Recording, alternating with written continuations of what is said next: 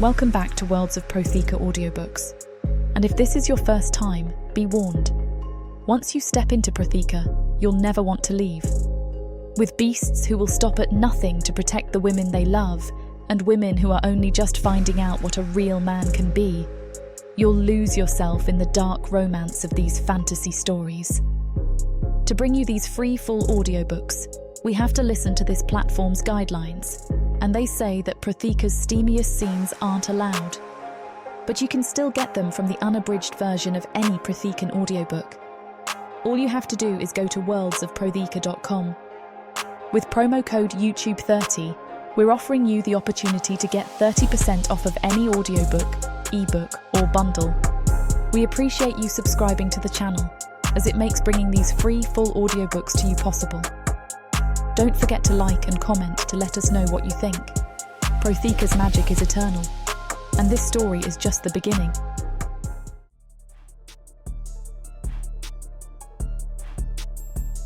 Chapter 1. Sariah. I press my back against the cold stone of a half-collapsed column, trying not to breathe too loudly. My heart thunders in my chest, and the wind howling across the barren mountain range of Praj does nothing to mask the cacophony of my pulse. The night air is sharper than any blade, nipping my cheeks, numbing my fingers. I shouldn't stop. Every second spent crouched here allows Draveth to gain ground, and I have little strength left for another confrontation. I can't remember the last time I felt warm. The chill seeping into my bones has become a constant companion. Perhaps it's a reflection of my life these days, a never-ending struggle where hope flickers like a sputtering candle. Praj's rugged beauty holds no comfort tonight, jagged peaks rising like broken teeth, snow-driven winds slicing my face, and the occasional wail of distant creatures prowling the slopes. Even the sky seems hostile, stars glaring down without mercy. Move, Sariah. I grit my teeth, glancing around the fragment of carved stone that once formed part of an elaborate temple gate. This place is ancient, older than my memory can place. Intricate glyphs span the remaining walls, half eroded, half buried under centuries of shifting ice and debris. I'm desperate, but not entirely foolish.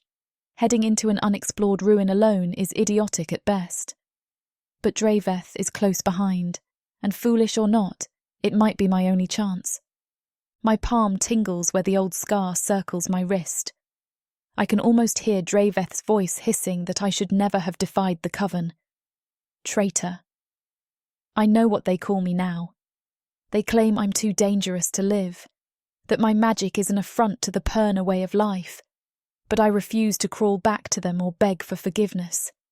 They wanted me obedient and pliable, a pawn in their endless fight for power. Instead, I walked away, and apparently that's a sin worthy of death. I steel myself and push off the column, sliding into a low sprint. My boots crunch over loose gravel as I dart between the remnants of tall pillars. Centuries ago, these stones must have arched over a grand entrance, perhaps for pilgrims or worshippers. Now everything is in ruins. The gloom is cut by scant moonlight reflecting on patches of ice. Stumbling once, I catch myself just before toppling into a jagged patch of broken marble. My breath puffs white with every exhalation, each ragged draw of air reminding me how alive I still am, and how easily that can change. I risk a glance over my shoulder. No sign of Draveth yet, but he's as relentless as a vulture, circling and waiting for the moment I weaken. He knows my strengths, but he also knows I've been running for too long. Exhaustion weighs on me like a heavy cloak, sapping my focus. My magic flickers unpredictably, half in my control, half tugging at me with dangerous potential.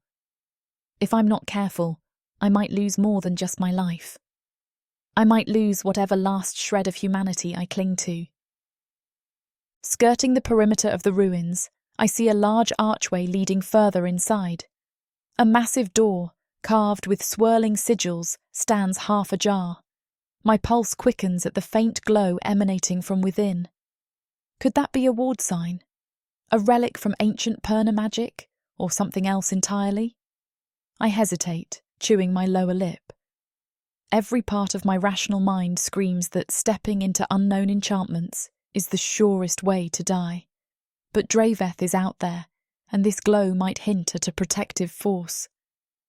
My best chance is to slip inside, see if I can find cover or something to shield me from detection. I cross the threshold into a wide corridor littered with fallen columns.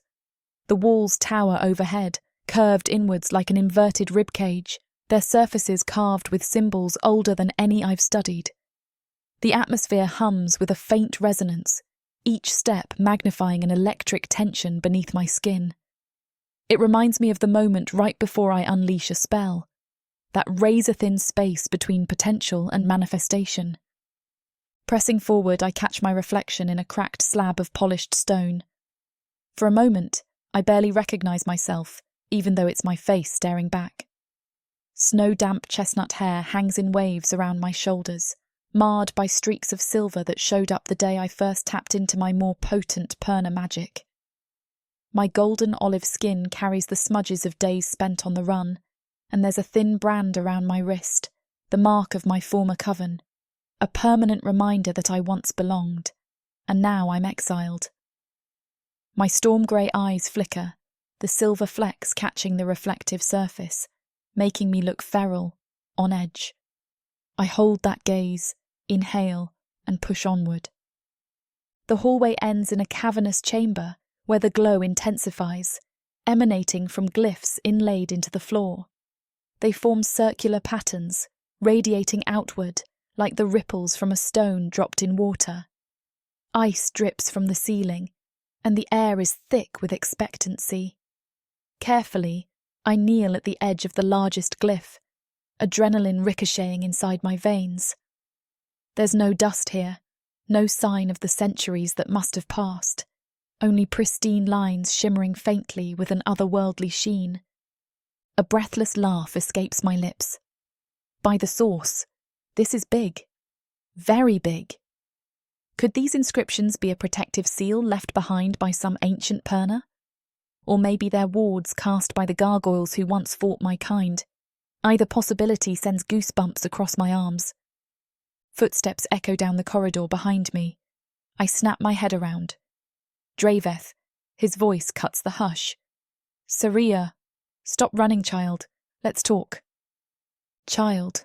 He always called me that, even when I surpassed every test he threw at me. He used to protect me from the harsh judgment of the coven. Back then, I believed he cared. Now, his tone is layered with coldness. He's not going to spare me. I press my palm to the glyph, more from desperation than understanding. My magical sense tingles, urging me to try something. My mind scrambles through half-forgotten incantations, scraps of archaic chanting I gleaned from 1,000 coven lessons. Maybe I can turn this place into a shield. It's worth a shot. Are you here? Draveth's footsteps quicken. His voice ricochets off the stone walls, and I'm out of time. Closing my eyes, I whisper incantations that come to mind in a patchwork of terror-fueled memory. My breath trembles, words tumbling in a mixture of old Perna tongues. Heat flares beneath my hand, and a surge of raw magic crackles up my arm. I pour my last dregs of power into the glyph, begging it to respond, to erect a barrier between Draveth and me. My heart hammers louder than the chunk of ice slipping from the ceiling and shattering at my feet. A faint hum builds, my fingertips tingle. The lines across the floor begin to glow brighter, turning from pale silver to a fierce white. I open my eyes to see the glyph swirl, arcs of light dancing across the chamber like living serpents. Yes, relief warms my insides. Maybe, just maybe, I'll survive this. What are you doing? Draveth steps into the chamber, robes swirling around his tall frame. Shadows drape his features, but I know his expression is pinched with disapproval. His eyes zero in on me, then on the glowing glyph under my hand. Are you insane? These wards are not for you to tamper with. He lunges, arms raised, conjuring a sliver of green-black energy in his palms. I flinch, bracing for impact. My concentration falters, the incantation slipping from my mind like water through a sieve. Light flares beneath me, so blinding it sears the edges of my vision. The ground rumbles. A roaring force rips the air from my lungs, and suddenly it feels like the floor buckles. Draveth staggers, looking stunned. "Sariah, what have you done?" he hisses, attempting to shield his eyes from the sudden brilliance. I clamp my teeth together, barely able to keep my balance as the floor cracks. An unearthly howl echoes from below, a sound that rattles my bones. The glyph's glow shifts, pulses of red emerging within the white. My heart seizes. Red, always the colour of war, of gargoyle magic, of chaos in the Perna histories. The stories say gargoyles once warped the earth with that red hue, their ferrous bloodlines steeped in destructive power. An explosion of energy courses through my body. I scream, falling forward onto the glyph. My brand scorches, the symbol around my wrist momentarily flaring silver against my skin. For a frantic heartbeat I can't see. Everything is noise and brilliant light. Then, darkness. In that suffocating blindness, a presence brushes against my consciousness. It's immense, ancient, filled with restrained fury. My pulse throbs in my ears. Who? No answer, just the sensation of something stirring deep underground, as if roused from a centuries-long slumber. When my sight returns, Draveth is gone. His shape is a blur sprinting back into the corridor. The entire chamber groans, the carved walls trembling like they might collapse. Chunks of debris crash down, dust billows upward, and I lurch upright, coughing. The glyph is dim now, cracks spiderwebbing through it. Whatever force it once contained must be broken, the magic undone. I push myself to my feet, nearly tripping over a loose slab. Think, Sariah. If Draveth is fleeing, that means something truly terrible must be happening. He's never been one to run from a fight unless there's a threat beyond his ability. Which implies I've just unleashed something far more dangerous than my old mentor's wrath. My legs feel like lead, but I force myself forward, scanning the chamber for an exit or any immediate signs of danger. My ears ring, and a fine layer of dust coats my lashes. Darkness seeps into every corner where the moonlight doesn't reach. A faint rumbling persists, travelling beneath my feet like a living heartbeat. Sariah. The voice resonates through the stones, a low vibration that makes every hair on my arms lift. It's not Draveth's voice. It's deeper, filled with an unearthly quality. I freeze. Who's there? My voice is hoarse, scraping against the silence.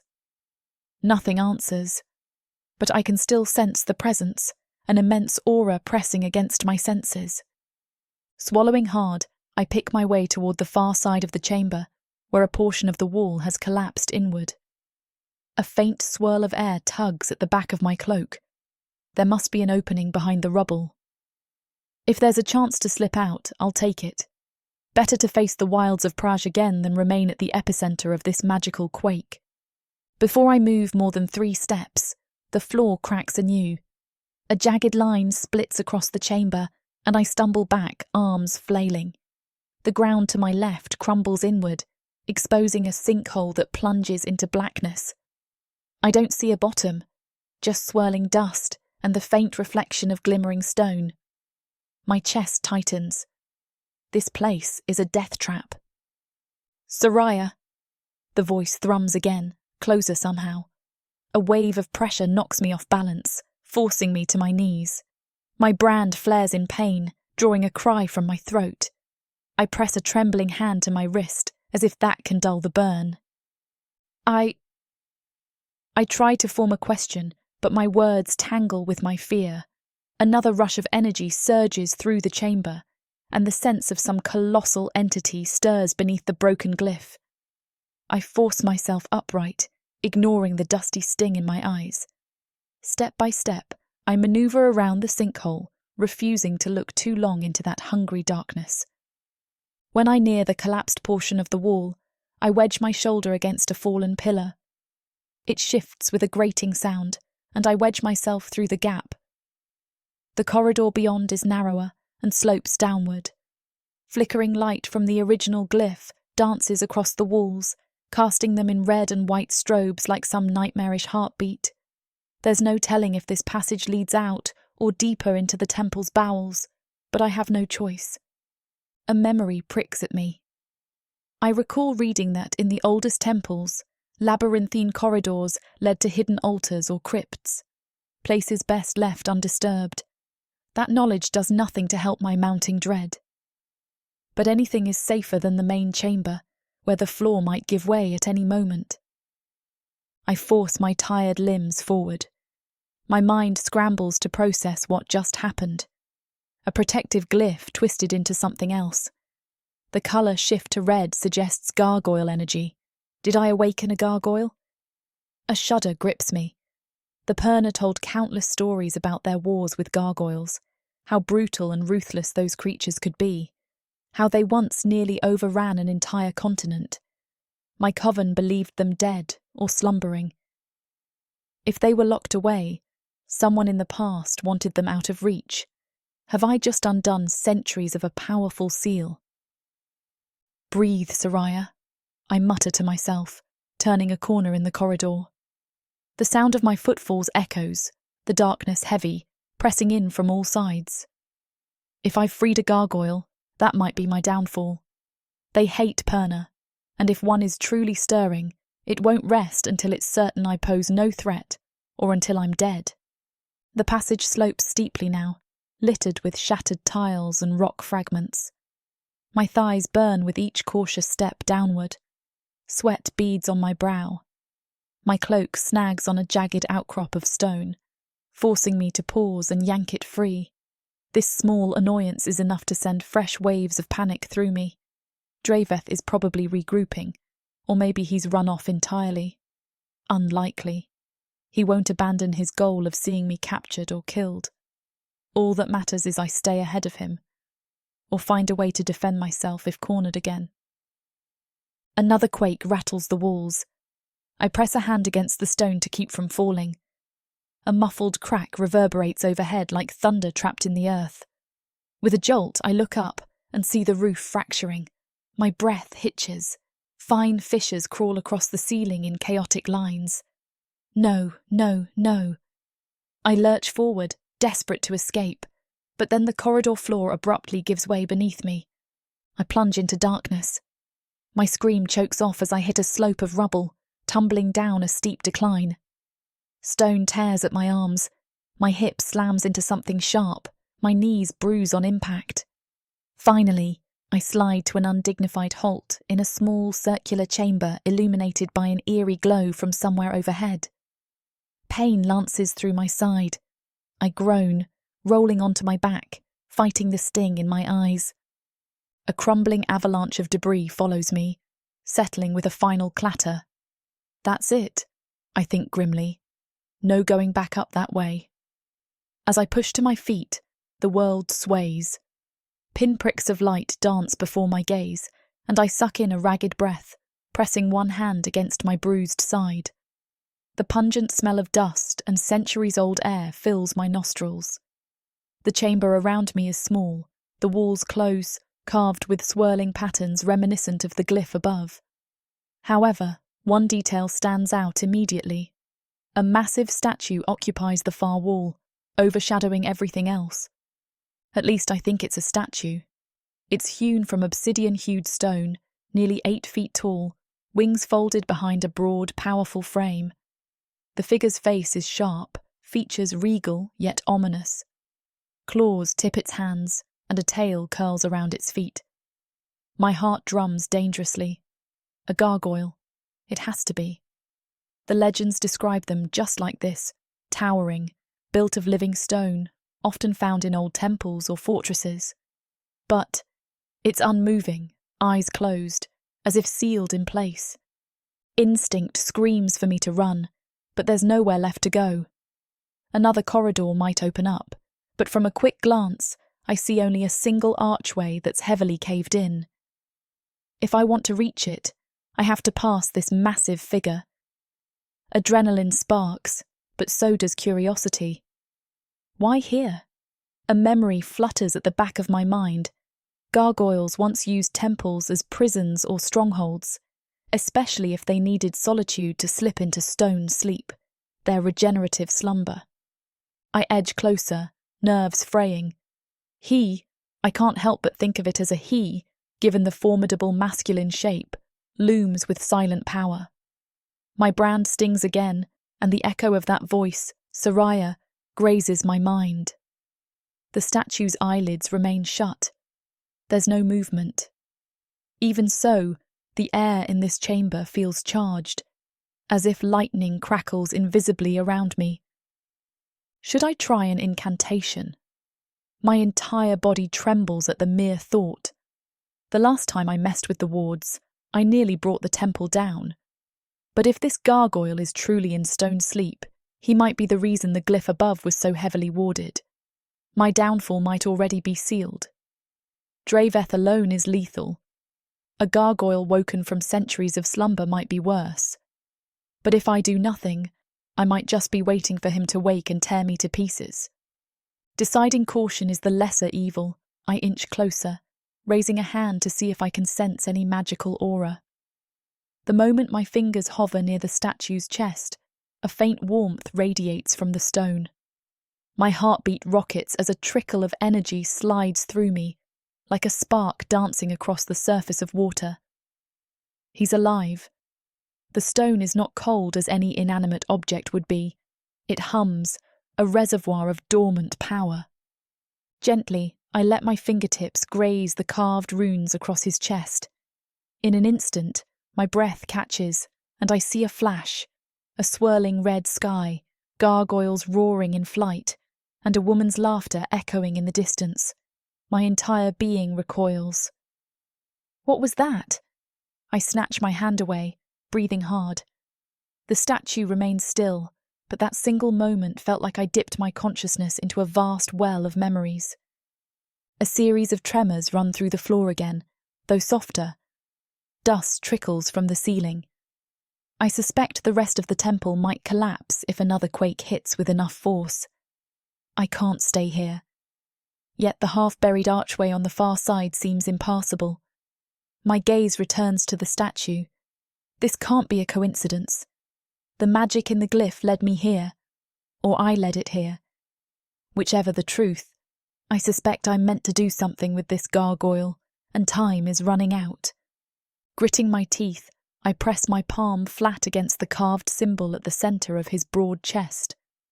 Closing my eyes, I focus on the incantations swirling in my mind, the fragments I used above. But I alter them this time, searching for a gentler approach, as if coaxing a locked door rather than forcing it open. Let me out of this place, I whisper, my voice shaking. If there is a spirit here, a soul bound in stone, guide me. The moment I speak, I feel an answering thrum. Heat blooms under my palm. The runes etched across his obsidian flesh light up, faintly at first, then shining with the intensity of molten lava. A whisper of air sighs through the chamber, an exhalation that seems to come from the gargoyle himself. My eyes fly open, and I witness the statue's eyelids shift. A flicker of gold sparks beneath them, like smouldering embers. My mouth goes dry. He moves, barely, but enough to jolt me into taking a step back. Tiny shards of stone flake from his wings and shoulders, as if he's shedding an outer layer. Each crack and pop resonates like distant thunder. Sariah. That same low voice from before vibrates in my thoughts. This time it's tethered to the gargoyle in front of me. My entire body seizes with alarm, but I'm too mesmerized to look away. 1,000 warnings flare through my mind. Gargoyles hate Perna. I have no backup, he's enormous, and I just helped break his seal. He lifts his chin, as if testing the weight of his newly freed form. Thick dust drifts off his shoulders. For a heartbeat, his glowing eyes meet mine, fierce and ancient. A ripple of fear flutters through my stomach, mixing with something inexplicably electric, like fascination laced with dread. His lips part, revealing sharp canines. "What's your name, Perna?" "Sariah." "Why?" he growls, voice more audible now. "Have you unleashed me?" My heart thuds so violently it almost drowns out the meaning of his words. Unleashed? What have I done? Before I can stammer a response, the chamber lurches violently, sending me to my knees. Stones crash from the ceiling. A wide crack zigzags across the wall. Dust engulfs us in a suffocating cloud. The gargoyle looks up sharply, eyes narrowing as if sensing a threat far beyond collapsing masonry. I clutch my side, bruises throbbing, mind spinning. Everything is happening too fast. He turns back to me, the glow in his gaze searing into my very soul. "You have no idea," he says, voice echoing like the rumble of an avalanche, "what you have set in motion." I don't. My throat tightens. But I do know one thing. I may have just awakened an ancient gargoyle, and whatever monstrous force that seal was holding at bay might be stirring too. My skin prickles as an ominous rumble rattles beneath us, echoing with the promise of danger. Before I can process this fully, the floor splits again, and I scrabble for footing. The gargoyle's massive wings flare open, stone dust spiraling around him. He reaches out with a powerful clawed hand, catching me by the arm just as I lose my balance. I grip his forearm, the warmth of living stone a stark shock against my trembling fingers. Everything roars at once. The temple, the quake, the surge of magic I feel racing under my skin. My eyes lock on the gargoyle's molten gold stare. In that silent, suspended moment, I understand that the life I knew before, exiled Perna on the run, fleeing Draveth, longing only for freedom, no longer exists. Something bigger has claimed me, a bond or a curse I don't fully comprehend. A final thunderous crash resounds above our heads. The temple is caving in. I gasp, pinned by fear and the weight of this gargoyle's gaze. His hold on me is unbreakable, almost comforting in its sheer solidity. My pulse hammers against my ribcage. "Hold on," he commands, voice a gravelly timbre of stone and fire. The floor collapses beneath us in a chaos of dust and splintered rock. My scream catches in my throat. We plunge downward into darkness. Everything becomes a swirl of falling debris, unstoppable momentum, and the suffocating certainty that I have awakened something far greater than I can manage, and the cost remains terrifyingly unknown. Chapter 2. Calith. Darkness. It clings to my thoughts like tar, sluggish and unrelenting. Every part of me feels weighted, as though boulders anchor my limbs. I've drifted in this abyss for a timeless stretch, neither conscious nor absent. My senses are muted, wrapped in a deep, heavy veil. Then, in the distance, I detect the faint hum of magic, its vibration a steady pulse, coaxing me back from the endless void. A flare of pressure crackles along my arms and chest. It's as if a distant thunderstorm rumbles through my body, urging me to stir. I taste the acrid tang of old wards unraveling, and a singular thought pierces the fog of my slumber. Something is wrong. My eyes snap open, though for a moment the surrounding blackness remains. I suspect my vision simply can't adjust after centuries in stone sleep. I let out a low, rasping breath, stone fragments and dust scattering around me. An unfamiliar voice echoes in my mind, a desperate call. Magic, female, frantic. My senses sharpen. My gaze, still fighting the remnants of stasis, lands on a figure sprawled on the floor a few paces away, half buried in crumbled rock.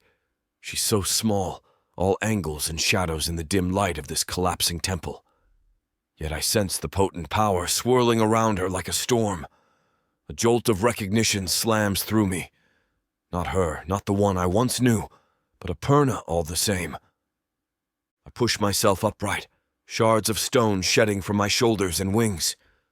The first breath of open air is exhilarating, burning my lungs and clearing away the stale residue of centuries. Muscles stiff from disuse protest each movement. My arms, thick with onyx-toned skin etched by faintly glowing runes, flex under the sudden strain. I stand taller, stretching to my full height, 7.5 feet in flesh, feeling as if my sinews creak from long disuse. A swirling rush of air eddies around me, carrying an undercurrent of ice and mountain wind from beyond the rubble above. A single chunk of falling debris nearly clips my wing, forcing me to jerk sideways. Instinct flares. My tail slaps the ground, braced for balance, its ridged length coiling with tension. The tail's thick, muscled contour is an extension of my body, an anchor in the midst of chaos. I run a clawed hand on my jaw and grimace at the grit caked there. I slept for an eternity, and yet the world can't remain still for even a moment. The chamber's walls groan, threatening to cave in further. Shattered glyphs that once held this place secure are dimming into pale scars on the stone floor. My gaze snaps to the Perna. She slowly sits up, her features contorting with pain. When she turns her head, I catch a clearer glimpse of her face. An immediate wave of disquiet ripples through me. She's not Narza, but there's a glimmer of similarity in the angle of her chin and the fierce spark in her storm-gray eyes. No, it cannot be. Yet the reminder of that old wound in my heart grates. I glance down at myself, pressing my palm over the runes scrawled across my chest. They were once potent wards, my own weaving of earth and magic, designed to keep me sealed in stone sleep. But something has unraveled them. My skin is dark onyx, shot through with subtle veins of red gold that glow like hidden magma. I can feel the breach in my wards. I can taste it. Narza. That name rattles around my skull, stirring anger and dread. Movement flickers in the corner of my vision. The Perna is trying to stand, leaning heavily on a cracked pillar. Dust coats her cloak. Streaks of silver in her hair catch the faint light, and her face is set with a determined scowl. She looks up, right at me. Our eyes lock. In that moment, it feels like every stone in this ruin hushes, waiting. That's when the bond slams into me like a hammer. A surge of magic weaves between us, forging a thread I can sense in my blood and bones. My breathing grows ragged, molten gold eyes narrowing as I fight to reject this intrusion. I might as well deny gravity, for the tether is immediate and unyielding. My runes flare in response, the lines on my arms lighting up with shared power. She presses a hand against her throat, as though she feels it too. There's confusion, wariness, and a sliver of something akin to fear in her eyes. Her voice trembles when she speaks. What are you? A swirling hush envelops us, punctuated by the groans of straining stone. I am Kalith, I growl, feeling the rasp in my throat from centuries of disuse. Heat flares behind my words. I take a step forward, wings partially unfurling. Dust cascades off the obsidian membranes. My hair, black with streaks of deep silver, falls past my shoulders. And I'm the one you should not have awakened. She flinches at my tone, but her chin tips up defiantly. I didn't know you were down here. You only toyed with wards you didn't understand. I heard you and your enemy. My tail lashes, betraying my agitation. I drag a claw through my hair, shaking free more stone fragments. The memory of how carefully I wove that seal resurfaces. My sacrifice was meant to last indefinitely, until the threat beyond could never rise again. Do you have any notion of what you've done? Her shoulders tense, lips pressing into a thin line. It was an accident. That doesn't matter, I snap, voice reverberating off the fractured walls. A chunk of rubble tumbles from the ceiling, smashing into the ground with a violent crack. The entire space shudders. I grit my teeth, turning my gaze upward. This temple was never meant to see sunlight again, and now the entire mountain might bury us both. The Perna coughs, waving dust out of her eyes. She bites her lip, scanning for an exit. Frustration rolls off her in waves. I can taste her fear in the air, tempered by raw defiance. This is a woman who's faced enemies before. She doesn't cower. I was cornered, she says, voice slicing through the tension. I cast a protection spell to keep Draveth from capturing me. I didn't realize I was breaking that. She gestures at the collapsed glyph on the floor. It just happened. Her mention of Draveth hammers a fleeting memory loose from the haze of centuries. The name means nothing to me personally, but it reeks of Perna. My glare intensifies. You dabble in forces you can't control, mortal. Now everything A coughing fit rattles in my chest, not from weakness but from the swirling debris choking the chamber. I roll my shoulders back, letting the tension coil in my muscles. The entire purpose of my sacrifice is undone, and it's your doing. Her eyes widen, an unspoken question shining in them. Sacrifice? She steps forward despite the visible quiver in her legs. Her approach amazes me for the barest second. She's an exiled Perna, but she's fearless enough to meet my glare rather than shrink away. Yes, I say, raking my gaze over her. She's shorter by nearly 2 full feet, but there's a fierce quality to her stance. There was a threat. My mind buzzes with the memory of a once radiant Perna turned monstrous. Narza, the woman I loved who destroyed everything. By waking me, you loosened the chains that held that threat at bay. My words echo with wrath at the knowledge that she has no idea what's at stake. Another tremor runs through the temple. The floor under our feet pitches sideways, sending her stumbling into me. I catch her reflexively. My palm slides over her cloak, fingers pressing into the curve of her waist. Our gazes collide, and the bond crackles like lightning between us, sending a jolt of energy up my arm. She reels back instantly, cheeks flushing. You feel that too? I state, voice low, almost accusing. Of course she does. The bond tugs at me, an unwanted thread tying us together. Explain it. Her lips part, eyes darting across my runes, the dim flicker of my molten veins. I don't know exactly. It started in the main chamber after I used the glyph. I felt something latch onto my magic. Then I fell. She swallows hard. It must be a tethering spell. Some accidental byproduct of the old wards. She says this last part with more doubt than confidence. I step back, letting her stand on her own, though every fiber of me remains tense. My wings shift as I glance around the crumbling chamber. We can't discuss this here, I mutter.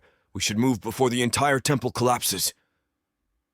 A hiss escapes my throat, and I gesture at the corridor behind her. Massive boulders choke the passage, leaving only a narrow opening. Help me clear that debris. She nods once, determined. We set to work quickly, each of us bracing stones and shifting rubble. My arms burn with reawakened strength, the earthen magic in my blood stirring as I strain. If I dig too deep into that power, I risk unraveling my own wards further. But the alternative is dying under a tomb of broken rock. Between gasps, she speaks. You said you sacrificed yourself. Why? She winces as a jagged stone scrapes her hand. Despite her attempt at a neutral tone, I sense genuine curiosity behind it. I exhale half in annoyance, half in reluctant acceptance that she needs to know. Long ago, I begin, prying a slab from the corridor. There was a Purna who sought to twist her magic beyond mortal limits. She embraced chaos, a force too volatile for her. She became... My throat constricts, recalling Narza's transformation. An abomination. I sealed her away by binding us both, entombing myself in stone sleep to contain her power. But your meddling has freed me, and freed her. My stomach churns with the admission. She falters, blinking. Are you saying she's going to come after us? She's alive! Her shock is palpable. I grunt, pushing another fragment aside. Dust coats my hands and arms, turning the glowing runes in ashy gray.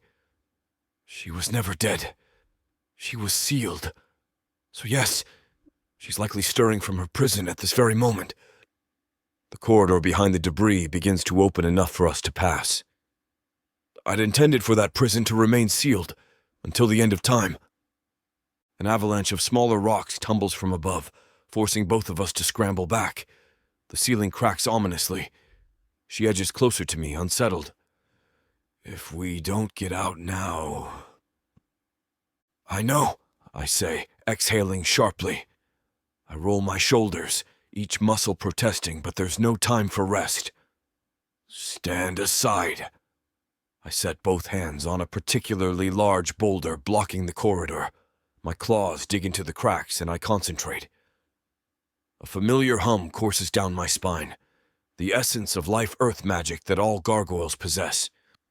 It resonates in the temple floor, in the rock around us, connecting me to the stone. My runes glow bright as embers. The boulder groans, resisting, but I push harder, summoning a fraction of the power I once wielded in the old wars. The stone shifts, scraping along the ground with a deafening noise. Sariah covers her ears. Slowly, it tips and crashes aside, opening a gap wide enough to slip through. The act leaves me dizzy, a dull ache spreading in my skull. I sense the unraveling wards I built into my chest, each act of magic scraping away at them. Go. I gesture for her to move first through the passage. She doesn't argue, slipping into the newly cleared space. I follow, wings folded tight so they don't catch on the jagged edges. Even stooped, I nearly brush the ceiling. My frame feels unwieldy in such a cramped tunnel, more used to the open skies or cathedrals with vaulted arches. On the other side, the corridor opens to a half-collapsed walkway. This vantage point reveals a glimpse into the larger ruin. Massive pillars tilt at precarious angles, archways splinter, and the entire structure creaks like a dying beast. If we don't escape soon, we'll be crushed. She looks over her shoulder, eyes finding mine. Do you remember how to get out of here? Not precisely, I admit. Things have changed drastically while I slept.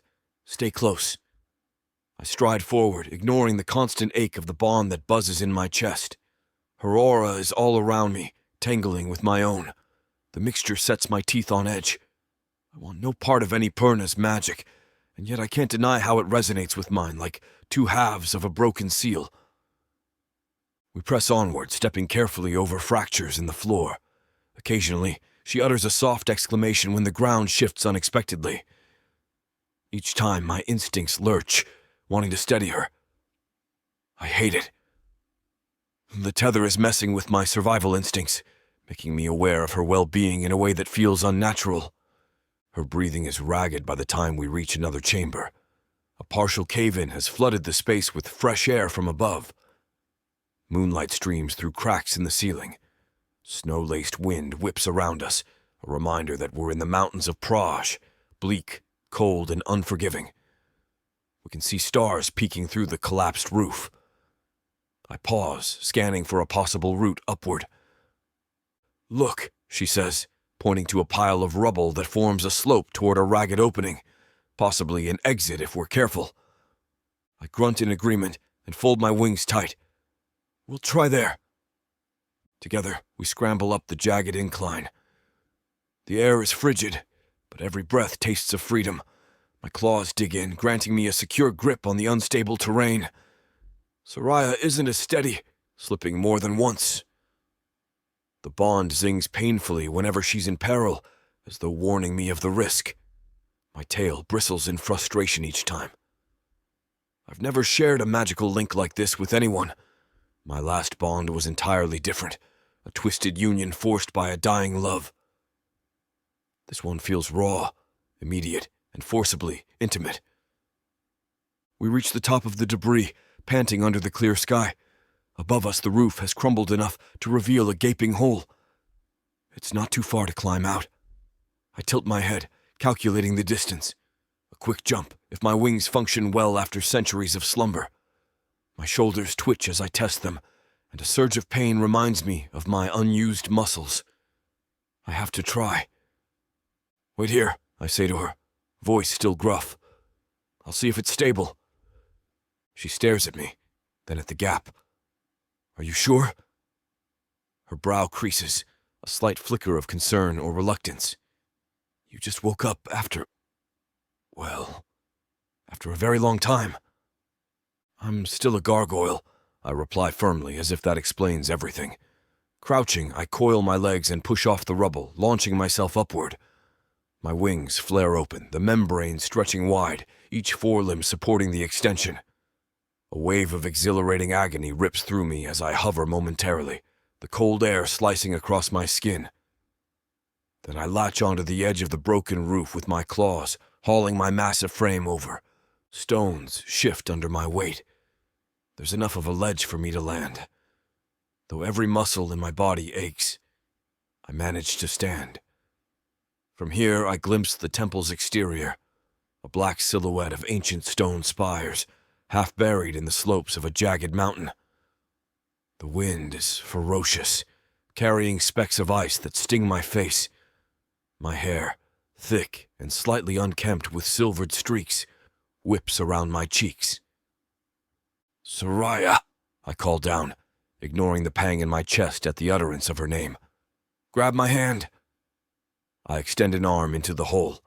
She hesitates for a fraction of a second before stepping forward. Her fingers clamp around my forearm, even through the dust and battered cloth. I feel the heat of her skin. The bond thrums like a second heartbeat, an unsettling rhythm that tightens my jaw. Carefully, I pull her up.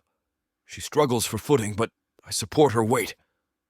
Once her head and shoulders clear the rubble, I release a small growl of exertion and drag her onto the ledge beside me. We stand together, catching our breath under the open sky.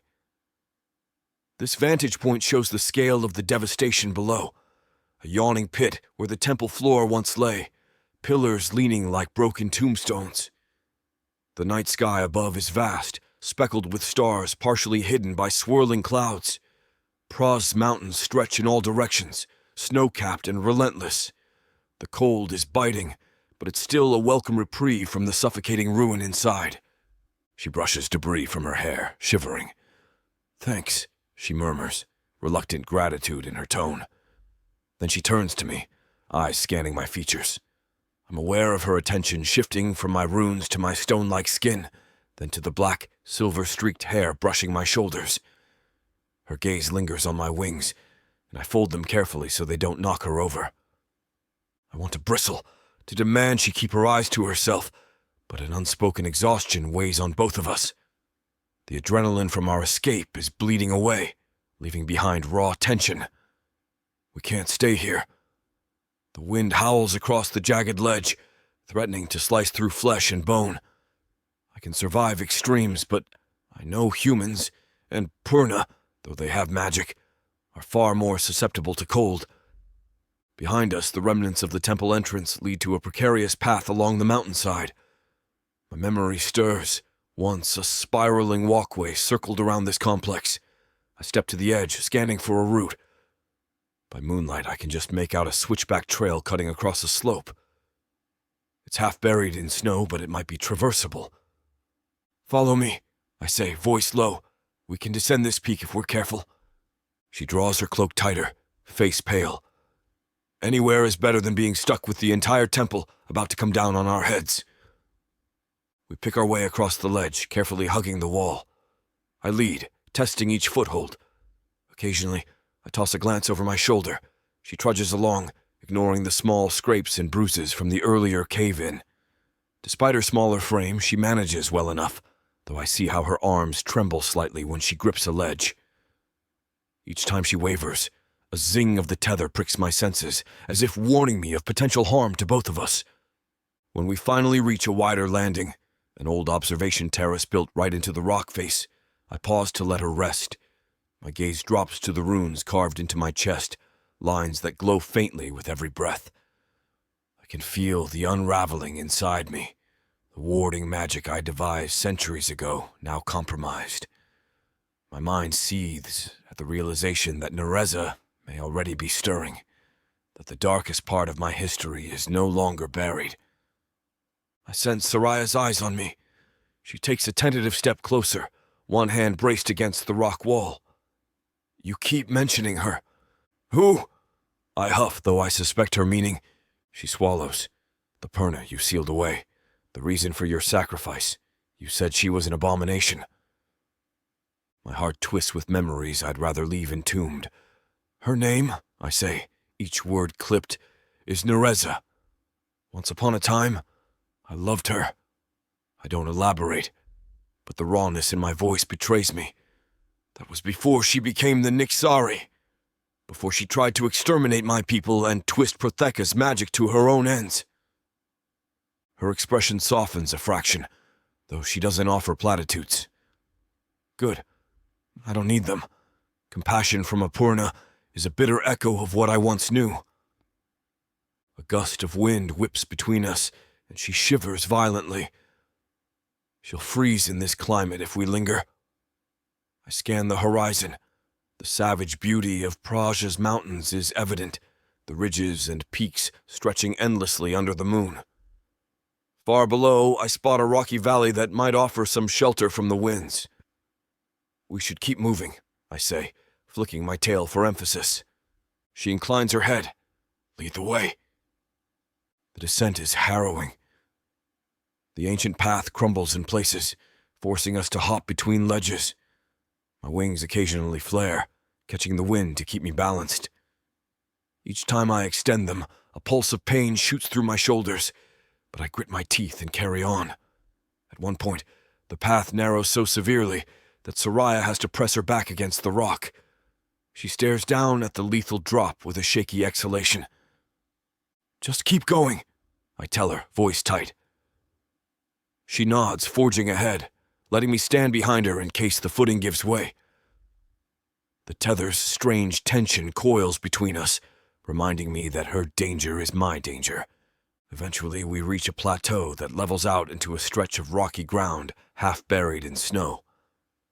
Sparse vegetation clings to life here, gnarled shrubs bent under the wind's assault, patches of frost-laden grass that no sensible creature would bother grazing on. Dark shapes of distant mountains loom outlined in starlight. Sariah exhales, shoulders dropping as she takes stock of our surroundings. We made it, she murmurs, hugging her cloak around her. Her cheeks are flushed from cold and exertion, silver highlights in her hair catching the moon's glow. Shadows under her eyes speak of exhaustion. I can't blame her. If she's been running from a mentor who wants her dead, then awaken me. She must be spent. I spot an outcropping of rock a short distance away that could provide partial shelter from the wind. Over there, I say, striding toward it. We'll rest for a moment, then we can figure out where you plan to go. I make no effort to hide my hostility. I have no intention of traveling with her longer than necessary. Yes, the tether complicates matters, but I want to sever it, or at least unravel the magic. We huddle beneath the jutting stone. The wind is somewhat weaker here, howling overhead instead of lashing directly into us. Sariah drops to a crouch, rubbing her hands together for warmth. I glance around, scanning for any sign of roving predators or other threats. The hush of the night is intense, broken only by the hiss of wind and Sariah's ragged breathing. After a pause, she speaks again, voice subdued. Thank you for helping me escape. You could have just left me back there. Let the temple collapse on my head. Her gratitude leaves me uncertain. I fold my arms, letting my wings drape behind me. I needed to escape too, I say flatly, but the tether throbs in my chest. I can't deny that if she'd perished, I'm not sure what the bond would do to me. Perhaps it would unravel my magic further, or kill me outright. Better not to find out. Silence falls. My gaze flicks over her features. Her eyelashes dust her cheeks when she blinks, lips pressed together as though lost in her own worries. I recall the moment I first laid eyes on her in the temple's depths, dust spiraling around her, raw defiance in her stance. She awakened me without intention. She's not like the malevolent force that once wore Purna's face in my memories. She's different. But I can't let my guard down.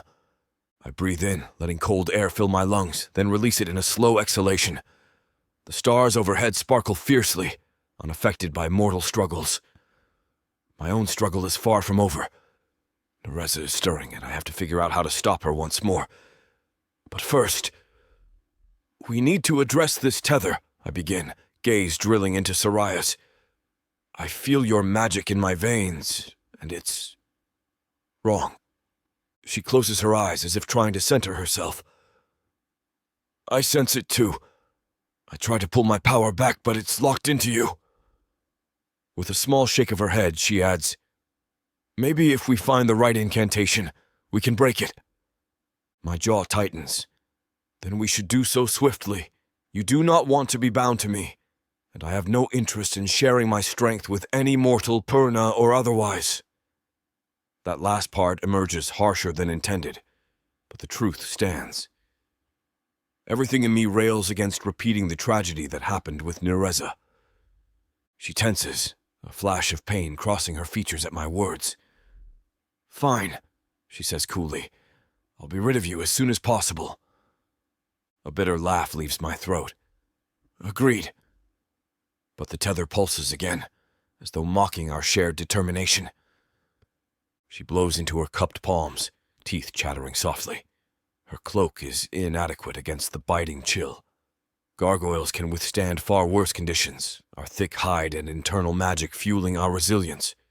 But she must be suffering. With a short, exasperated growl, I shrug out of a tattered layer of cloth draped across my waist, remnants of an old wrap that survived my stone sleep. The material is sturdy, though worn. Wordlessly, I drape it around her shoulders. She stares, startled. What? Her voice hitches, uncertain. I scowl, feeling awed at my own action. It's not much, but it's better than nothing. A shivering partner is no use. I don't need your help, she mutters, but she pulls it tighter anyway, clinging to the meager warmth. She refuses to meet my eyes, though her cheeks flush deeper. My tail coils behind me. Once upon a time I would have been far gentler with a frightened woman, but that gentleness cost me dearly. I stare at the star-swept sky, letting my mind roam. So many questions plague me. How long was I truly sealed? What shape does the world take now? Has the war between gargoyles and Purna continued, or have they found new battles to wage?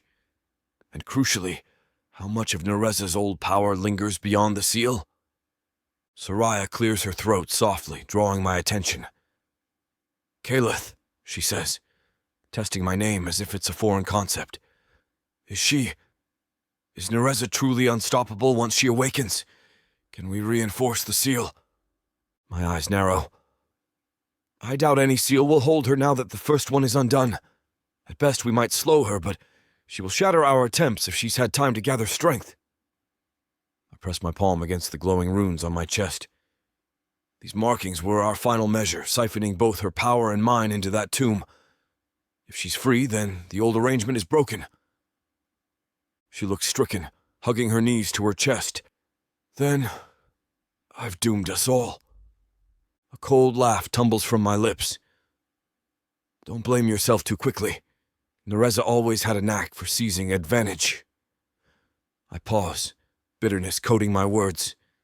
Even had you not disturbed the wards, she might have found a way out after all. The difference is now we have warning. Warning to do what? She lifts her gaze. You said you sealed yourself away with her. Why would you do that unless it was the only way?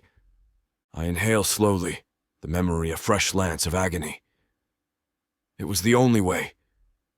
She was unstoppable then, at the height of her corruption, and I refused to kill her outright. I don't voice the rest, because I once believed she could be saved. The heartbreak swells in my chest, clashing with the fresh irritant that is Sariah's bond.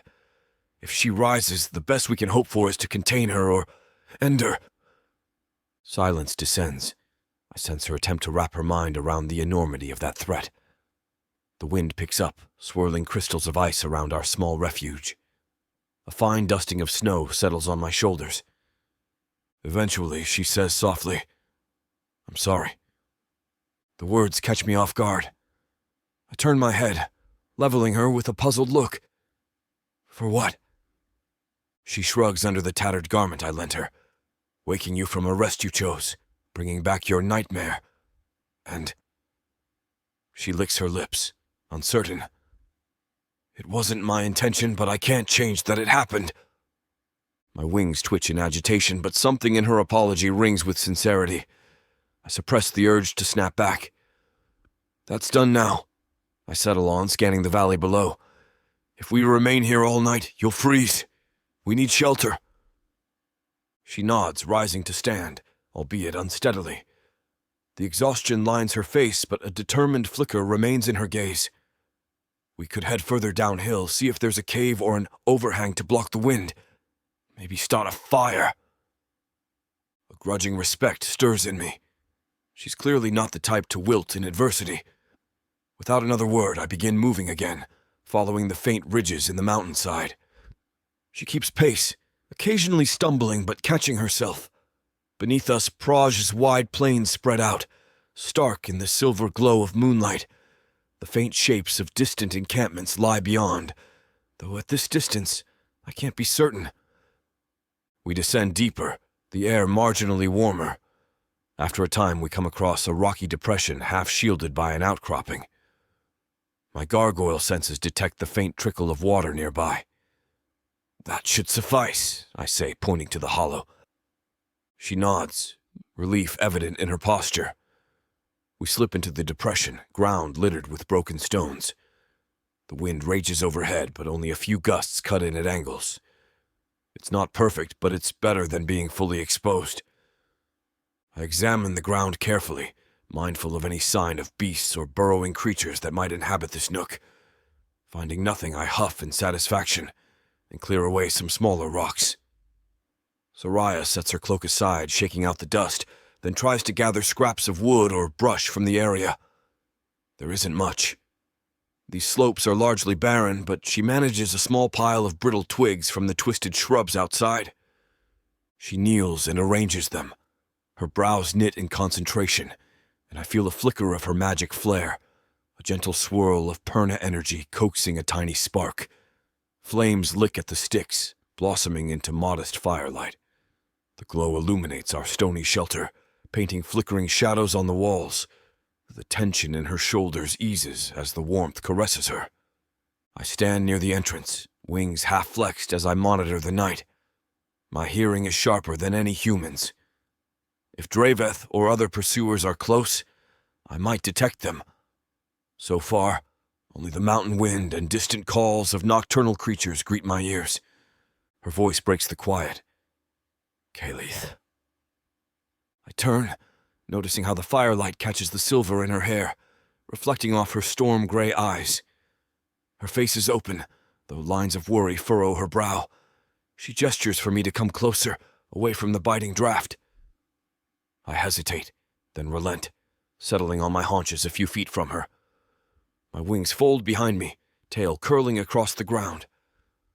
For a long moment we watch the flames dance, neither of us speaking. The tether hums like a subtle heartbeat between us. Finally, she musters the courage to meet my gaze. I don't know what I'll do about Draveth, she admits quietly. He wants me dead, my old coven. They think I'm corrupt, but you... You have bigger problems than one coven, I say, the corners of my mouth tugging into a grim line. If Narza has awakened, she will spare no one. She grimaces, burying her face in her hands for a moment. Then maybe we'll have to face her together. I tense. Together. The word grates, yet the bond surges as if in agreement. We'll see. I mutter, unwilling to commit. My entire being rebels at the thought of trusting another Perna, no matter how capable or contrite she seems. She lifts her head, eyes reflecting the fire's glow. You can blame me all you want, but if your sacrifice bound her away, and now I share that tether with you, maybe I can help keep her sealed. Or if we have to fight, I can back you up. A sardonic chuckle rumbles from my chest. Fight Narza with me, Are you so eager to go toe-to-toe with a being who twisted entire armies with a single spell? Her lips set in a firm line. I'm not eager, but it sounds like we don't have much choice. She gestures to the runes on my chest, then lightly touches the brand on her wrist. Neither of us is free to walk away unscathed. I inhale, considering her words. The truth is, I despise that we're tethered, but short of discovering a powerful ritual or an ancient relic that can sever this bond, we might remain stuck. My final vow was to keep Narza from unleashing her corruption on Protheka again. Perhaps my path now includes this new Purna, like it or not. A low growl escapes my throat, more resignation than anger. Very well, I say, flicking my gaze to meet hers. We survive this night, find a way to break the tether, and if needed, we deal with Narza. Her nod is solemn, a whisper of determination flitting across her features. The fire crackles between us, but the tension remains thick. I glance toward the mouth of our rocky alcove, scanning the star-peppered sky. With the immediate threat of collapsing ruins behind us, a heavier burden looms on the horizon. Above all, I sense my own wards continuing to erode. Each moment awake reminds me of how close I stand to a power I once fought so desperately to contain. That power could devour everything I hold dear if left unchecked. If this Purna, Sariah, can help, I'll use her. But I must remain vigilant. A single misstep could tip her down the same dark path that consumed Narza. I fight the urge to close my eyes and slip into the shallow stone doze that gargoyles use for rejuvenation. However, caution keeps my senses sharp. Sleep if you want, I grumble, almost an afterthought. I'll take first watch. She slumps, relief washing over her features as she realizes I'm not about to snap her neck the moment she closes her eyes. In a way, the tether has forced a fragile trust. Thank you, she murmurs. Then she shifts nearer the fire, pressing her back against the rocky wall, cloak bundled tight around her shoulders. I remain where I am, posture rigid. My hair stirs in the stray breeze, and I clench my jaw. My body aches from centuries of immobility, yet my mind churns. Every rustle of the wind, every scuffle of loose pebbles triggers my protective instincts, especially with the bond prickling whenever Sariah stirs. As the minutes pass, the night's hush envelops us. I can hear her breathing slow, though she never truly sinks into deep rest. Her worry is too fresh, the mountain's cold too biting, and the threat of Draveth or other pursuers looms large. Occasionally I glance at her, half hoping to see some sign that she's just another power-hungry Purna waiting to break me. But I see only exhaustion, wariness, and an undeniable determination that belies her slender build. Briefly, I wonder what Narza would make of this. Jealousy? Rage? She once swore no other Purna would share my presence in any capacity. The memory chills my blood. My wings shift restlessly. If Narza wakes, she'll sense me. She'll know that I've formed a bond, albeit accidental, with another Purna. She'll hate Sariah for it, might even try to corrupt her the way she corrupted herself long ago. I clamp my teeth, a growl simmering in my throat.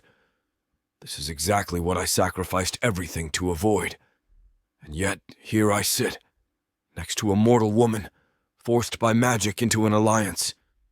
Fate's twisted sense of humor would almost be amusing if the stakes weren't so dire. The minutes stretch into an hour or more, the wind carrying faint howls of some distant beast. Sariah's breathing steadies a bit, her eyes closed, though not fully asleep. I let my gaze drift to the horizon. The shape of the world outside the temple is new to me, a changed land from the days when gargoyles roamed more freely.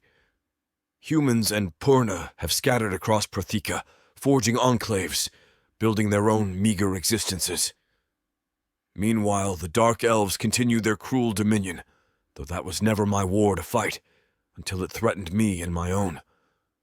Shaking my head, I focus on the immediate. Survive tonight. Keep watch for Draveth, then find a way to sever this tether and ensure Narza doesn't annihilate us all. It's more than enough to occupy whatever hours of darkness remain. My limbs throb with reawakened life, my heart pounding with a mixture of fury and adrenaline. I can't deny a strange thrill, though. To be awake again, to feel the wind on my face, to sense the stirring of magic in my veins. Yes, I've lost so much, but perhaps there is a chance to right old wrongs. My eyes flick to the Purna's resting form. If she can keep from following Narza's path, maybe there's hope for a new way forward. My tail coils in agitation, refusing to let me succumb to any illusions of safety. Eventually, the fire dwindles to embers. Pale moonlight washes over the rocky crags, and the hush of the mountain night weighs heavily on us both. I remain alert, ears pricked for any sign of an approach. None comes, save the ceaseless wind. When Sariah shifts, opening her eyes to meet mine, neither of us speaks. There's no need. The tether thrums in the cold silence, a living bond forging us together in the face of impending doom. Far from the temple, from the seal she shattered, from the ghost of a monstrous love I once cherished, we brace ourselves for the unknown. I clench my claws into the stone beneath me. She huddles closer to the last vestiges of warmth. Above us the stars blaze, heedless of our turmoil. I am Calith, I reaffirm silently, and I will not let the darkness consume me again. Even if that means trusting one last Purna, one who awoke me from eternal sleep. Outside, the mountain stands stoic. The night marches on, indifferent to gargoyles, Purna, or ancient nightmares. But within me an ember of defiance smolders. Though the price of waking might be steep, I will face it, and I will see this through no matter how fate twists the path ahead.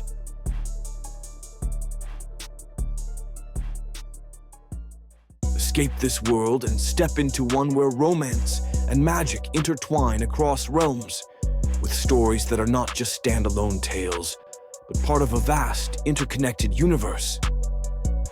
Imagine not just one, but 100 stories, where characters, destinies, and legends cross paths in unexpected ways. 100 audiobooks from the Romantasy 100 book bundle. These aren't just isolated stories. They share themes, worlds, and threads that make every journey feel part of something grander. Fated lovers, ancient prophecies, and the delicate balance between power and passion.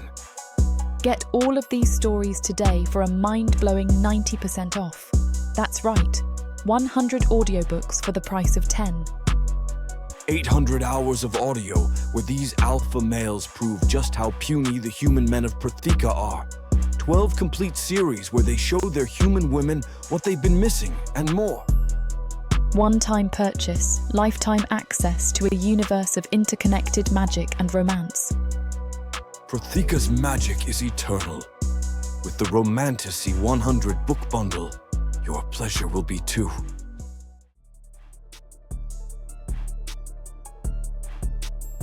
Chapter 3. Sariah. I wake with a start, heart pounding, throat tight. At first, I think the tremors from the temple have followed me into these early morning hours. But the ground remains still. My body, however, does not.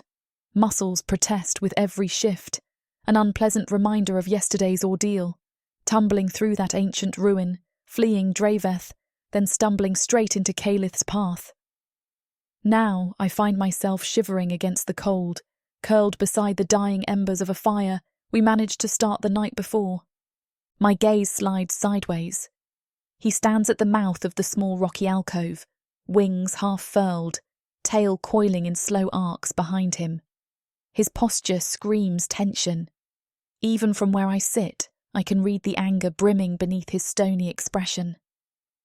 Calith is not a subtle gargoyle.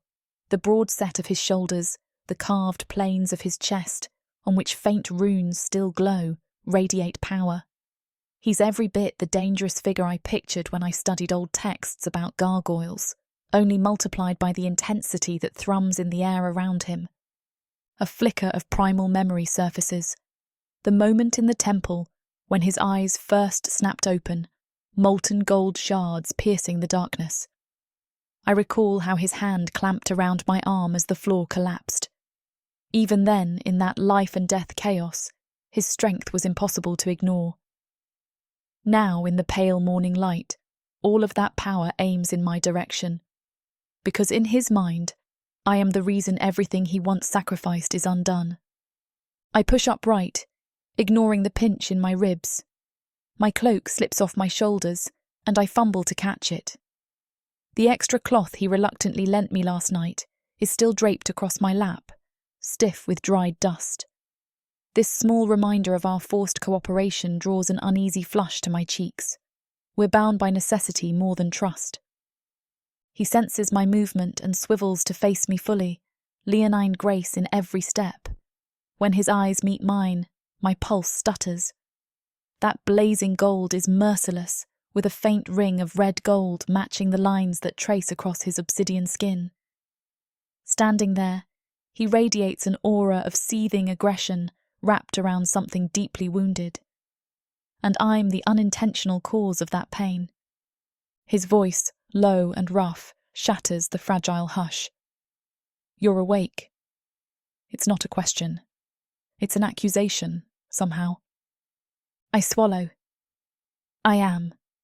My words come out quieter than I intend, but I square my shoulders. If I'm going to survive with Calith, I can't cower. Not after all I've been through with my coven, and not after tangling with Draveth. As if reading my reluctance, he closes the distance in 2 strides, looming over me. The early sunlight streaming across the mountainside catches the silver threads in his black hair. The lines across his chest pulse once, faint but insistent. You broke a seal that was never meant to be undone, he rumbles, each syllable radiating condemnation. Narza stirs because of you.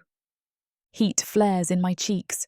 I scramble to my feet, annoyed by how I have to tilt my head back to maintain eye contact.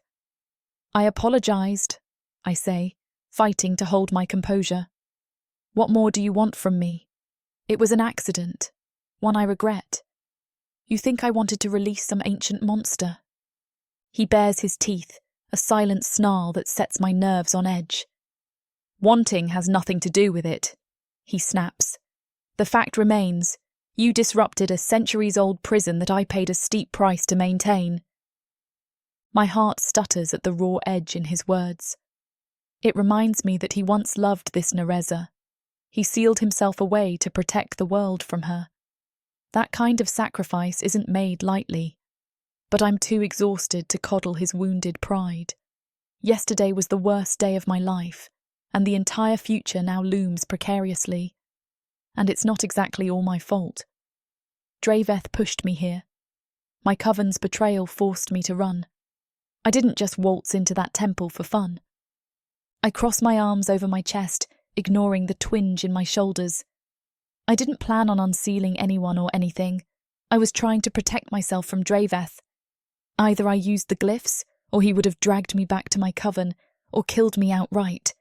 So yes, I messed up, but I had no choice. He huffs, tail flicking in agitation. No choice? That excuse might matter if the fate of this continent didn't hang in the balance. Anger sparks in my veins. Don't talk to me about choices, I counter, voice rising. You think I chose to become an exile? You think I chose to live in fear, always running from the only home I had? My mentor turned on me because I was too strong for his liking, or too unpredictable. My own coven, the people who were supposed to guide me, branded me, calling me a traitor for refusing to bend. If that's not a lack of choices, I don't know what is. Something flickers across his face, a shadow of surprise. He probably didn't expect me to stand my ground. His wings shift, feathers of tension rippling through them. The pressure between us intensifies, 2 unstoppable forces glaring at one another. I will not back down. I've come too far, lost too much, to let another figure of authority bully me, even if this gargoyle is monstrous in strength. We stare at each other in seething silence. Finally, he mutters under his breath, turning away. The air around him crackles with suppressed fury. If you think this changes what you've done... I'm not saying it does, I cut in, tone clipped. But maybe you could pause and realise I'm not your enemy. I didn't set out to ruin your sacrifice or free your evil ex-lover. I have my own problems. My breath quickens, heart racing from this confrontation. He spins back, stepping so close that I can't help but inhale the faint scent of ozone clinging to his skin.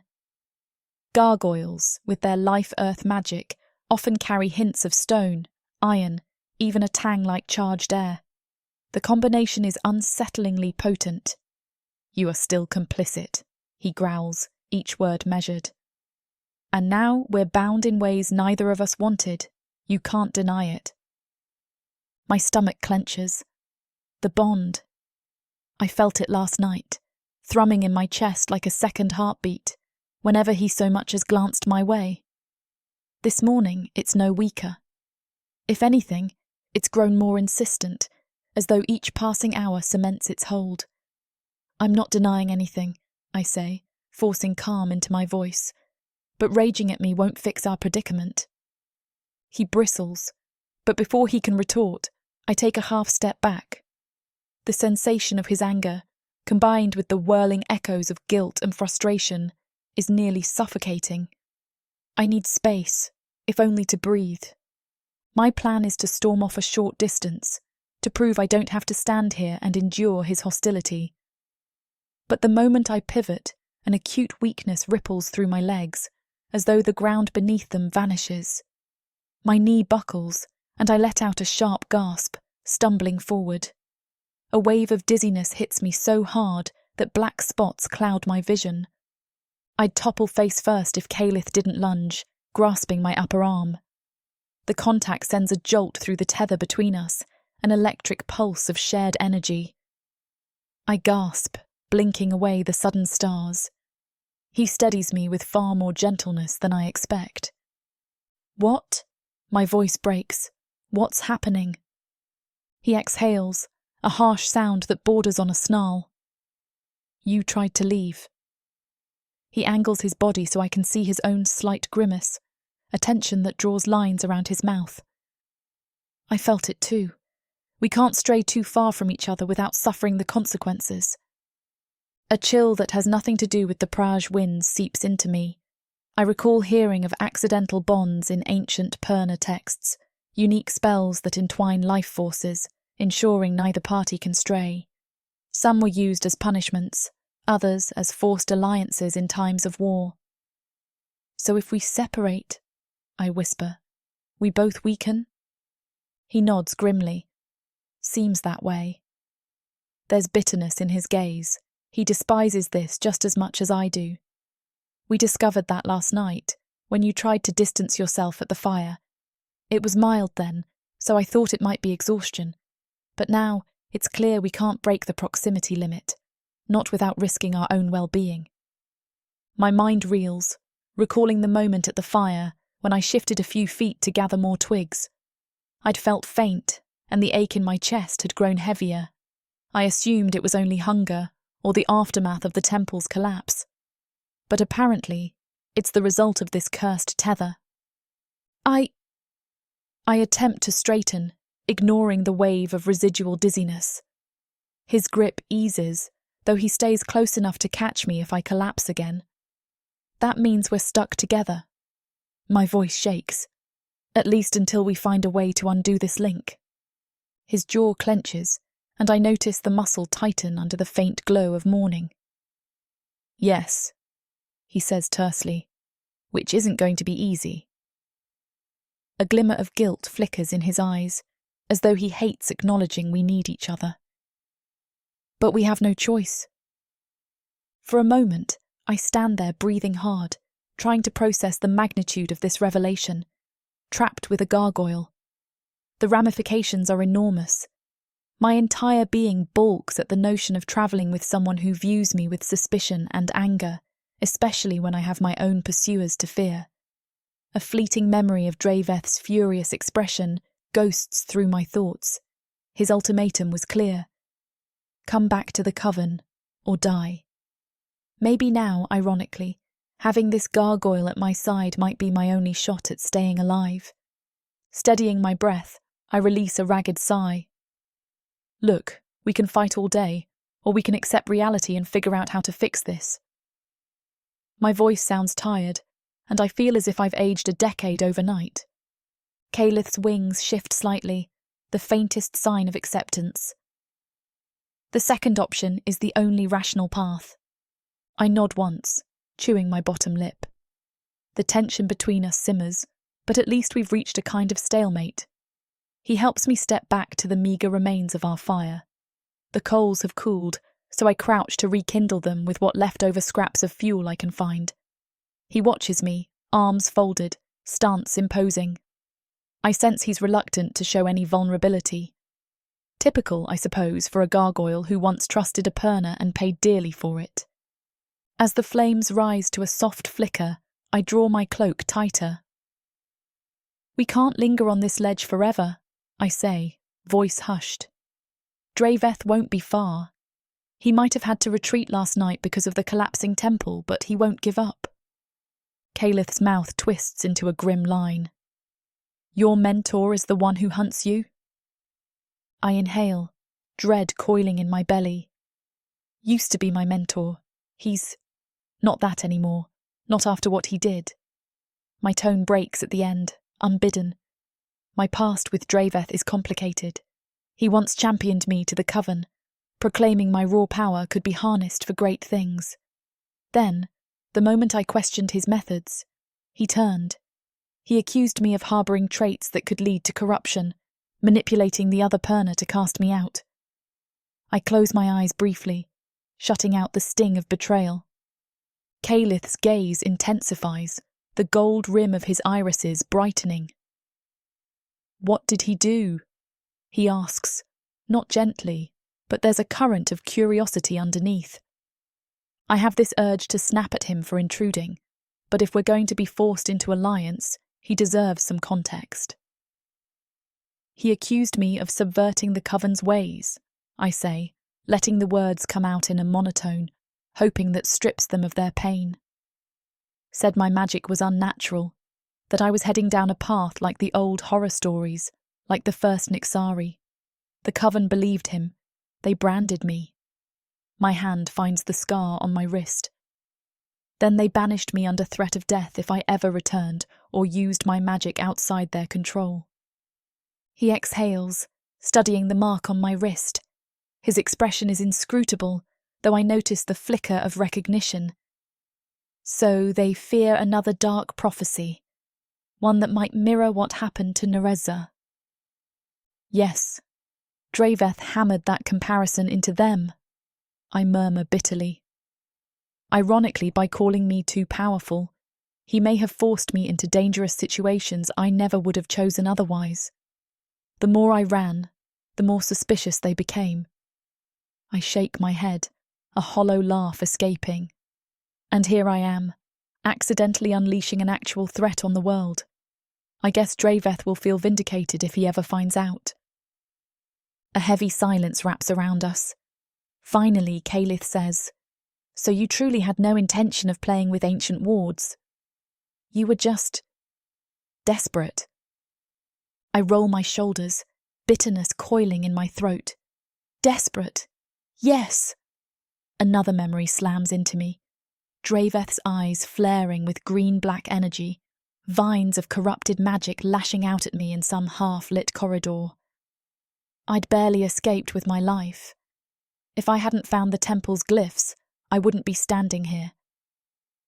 He won't stop until he's certain I'm dead, or until I grovel back into the coven. I'm not interested in either option. Calith makes a low sound, not quite a growl. You risked the entire planet to save yourself from that bastard.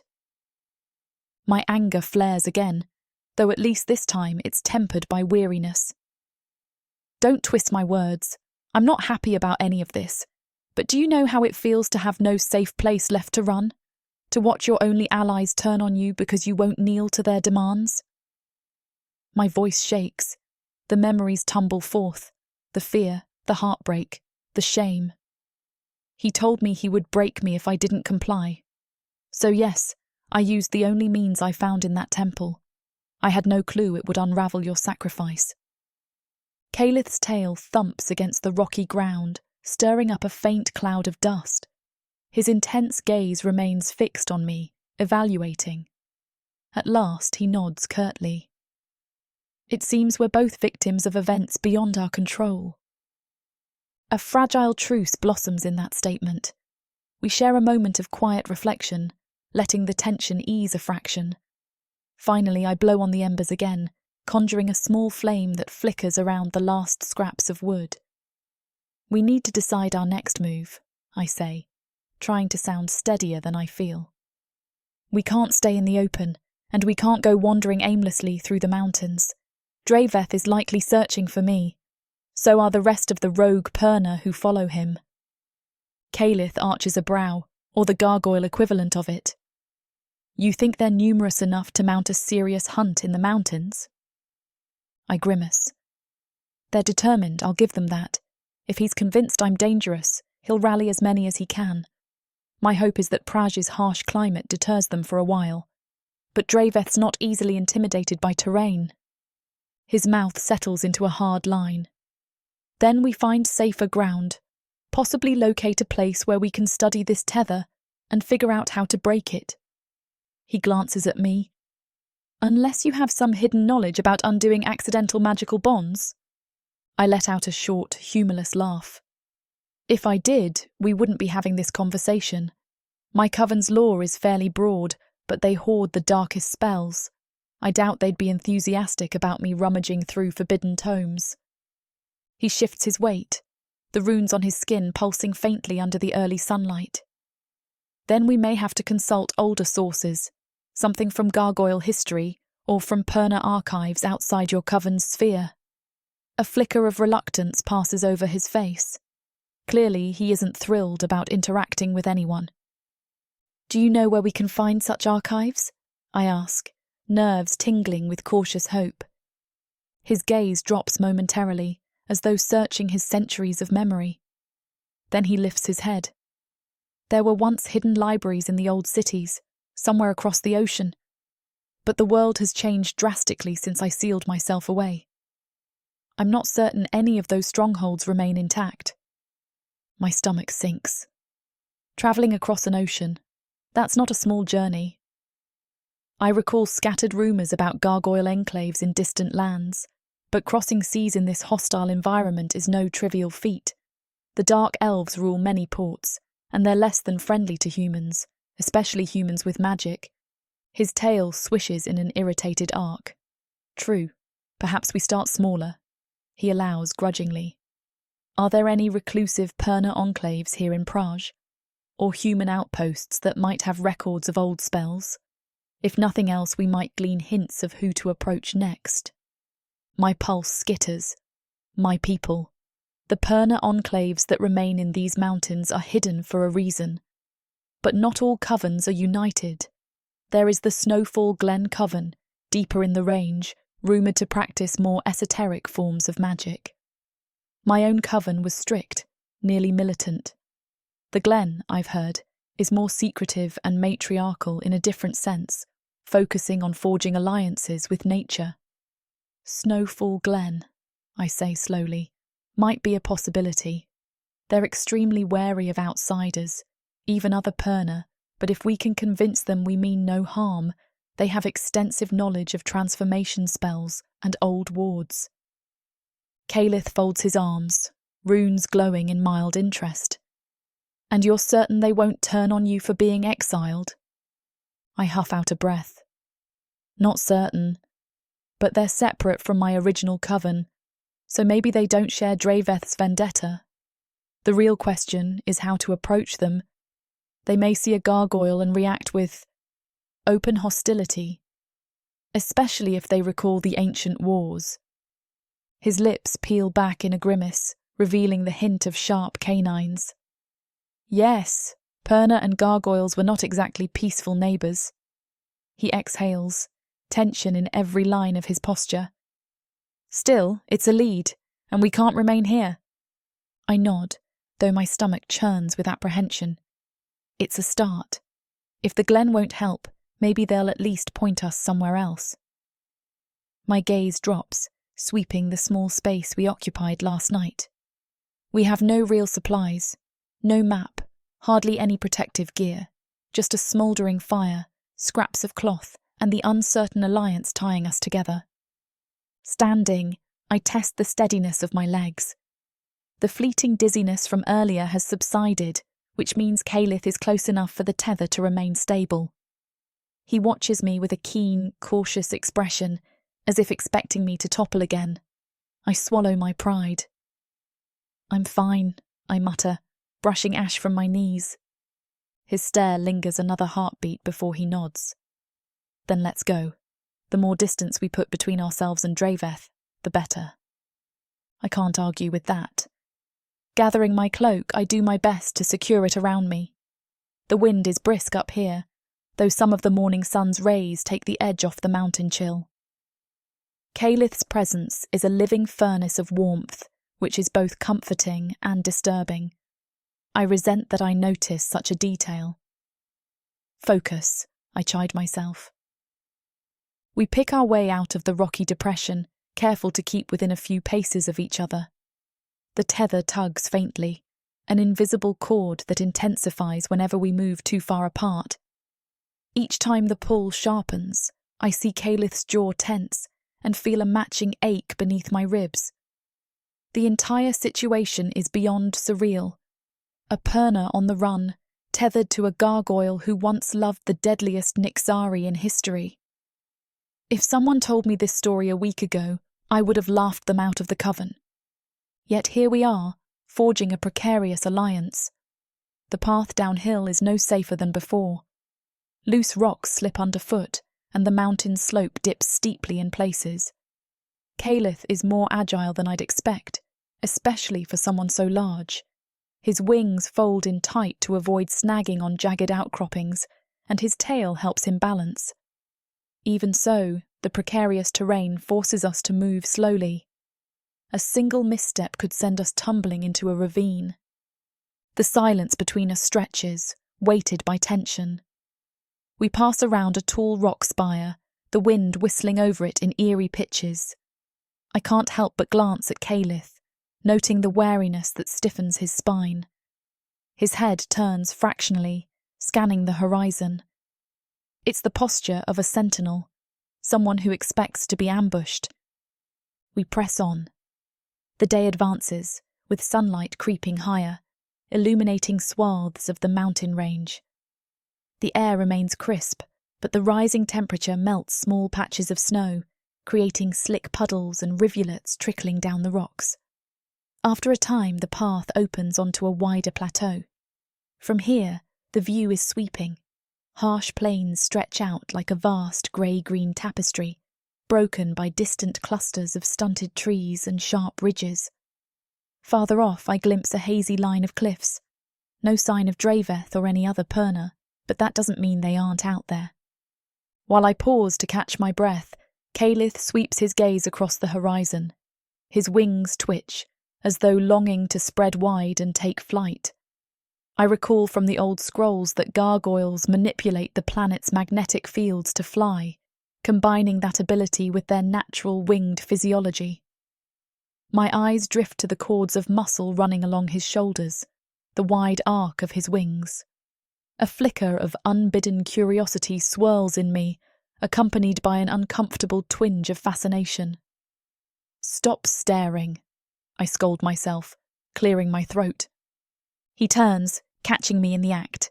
A faint sneer tugs at his mouth. "What?" he asks, as though he already assumes I'm passing judgment. I force a shrug, feigning nonchalance. "Just wondering if you plan to fly us down this mountain. It'd be faster." He raises a brow ridge, his intense gaze flicking to my smaller frame. "Carrying you while I fly would be inefficient." There's an edge of dryness in his tone. "And I'm not sure my wings are fully capable after centuries of disuse. If we plummet, the tether ensures we both die." A shiver skitters across my skin. I guess that idea's off the table. Right, walking it is. We continue, stepping cautiously over loose scree. I sense Calith's annoyance at the slow pace, but we have no other viable path. We slip into a companionable silence of necessity rather than choice. At least he's not berating me again about Narza. I'll take the win. With each hour, my legs ache from the unrelenting trek. Memories drift uninvited. Draveth's disapproving stare, the branding iron's searing heat on my wrist, the look of triumph in his eyes when the coven cast me out. I fight back a surge of bitterness. If I let that anger consume me, I'll end up no better than the tyrants I despise. Focus on moving forward. Surviving is the priority. At midday, my best guess based on the angle of the sun, we reach a flatter expanse littered with boulders. The environment remains stark, but at least the slope isn't so punishing. Calith halts, scanning for signs of a water source or anything we can use for shelter. A faint breeze rustles my hair, carrying the distant cry of some avian predator. "We should rest," he declares, though his voice lacks any warmth. No sense pushing ourselves to collapse. "Agreed," I say, grateful for the reprieve. The dryness in my throat suggests we're both running low on energy. We scout around until we find a shallow depression behind a large rock cluster, enough cover to shield us from the wind and prying eyes. I settle onto a flat stone, massaging my calves. Calith stands a short distance away, gaze constantly roving.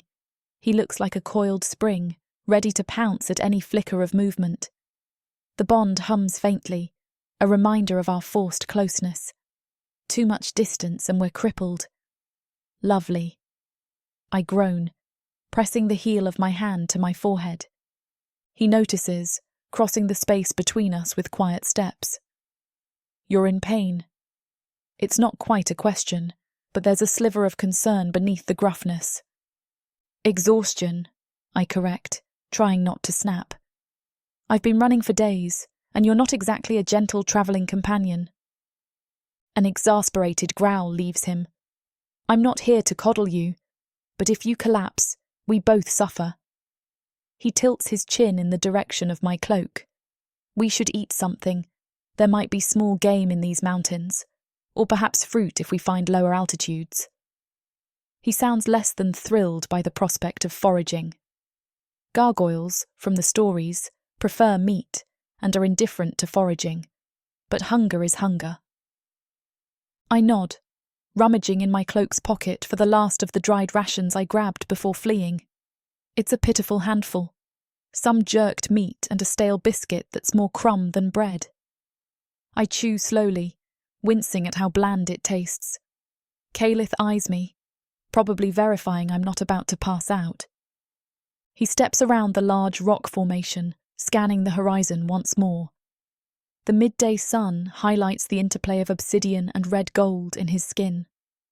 Despite my wariness, I can't deny he's extraordinary, a testament to gargoyle resilience and raw power. My gaze flickers over the runes etched into his torso, noticing how they pulse softly, as though in rhythm with his heartbeat. A subtle glow emanates from the lines, reminiscent of magma hidden beneath the surface. "Focus, Sariah." I push the last crumb into my mouth, ignoring a pang of curiosity about those runes. They must be part of the seal he created to imprison himself with Narza.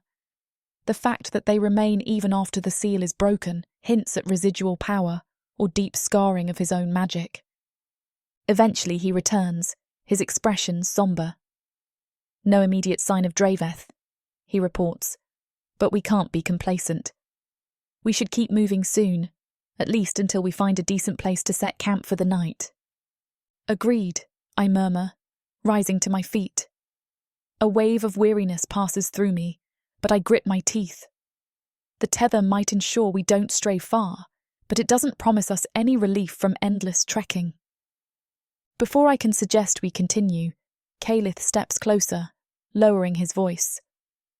"I propose we keep watch in turns once evening falls. If Draveth is tracking you, he could attempt an ambush under darkness." "I've done it before.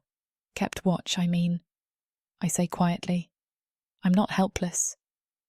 He arches what might be a brow. "I've noticed you're not helpless, but exhaustion can make even the strong vulnerable. Last night you almost—" "I was fine," I interrupt, though we both recall how quickly I drifted off. We were lucky Draveth didn't find us. My shoulders slump. All right, fine. We'll split watch. We're apparently joined at the hip anyway. A flicker of amusement ghosts across his features, gone so quickly I almost miss it. Then he glances past me, scanning the rocks beyond. Let's go, he murmurs, voice tense once more. We'll cover as much ground as we can before sunset. We resume our slow journey downward. The rocky terrain gives way to patches of gnarled shrubs, some tough grasses, and the occasional cluster of stunted conifers. My boots crunch over frost-laced ground, and each step sends a dull ache through my ankles. I keep expecting Draveth's voice to slice the hush, or dark shapes to crest a ridge and block our path, but the afternoon stretches onward without incident. At one point, we pause by a narrow rivulet of meltwater trickling down a slope. I kneel, scooping a handful to drink. It's so cold it stings my throat, but it's fresh and revives me somewhat. Calith stands watch, scanning the surrounding hillside.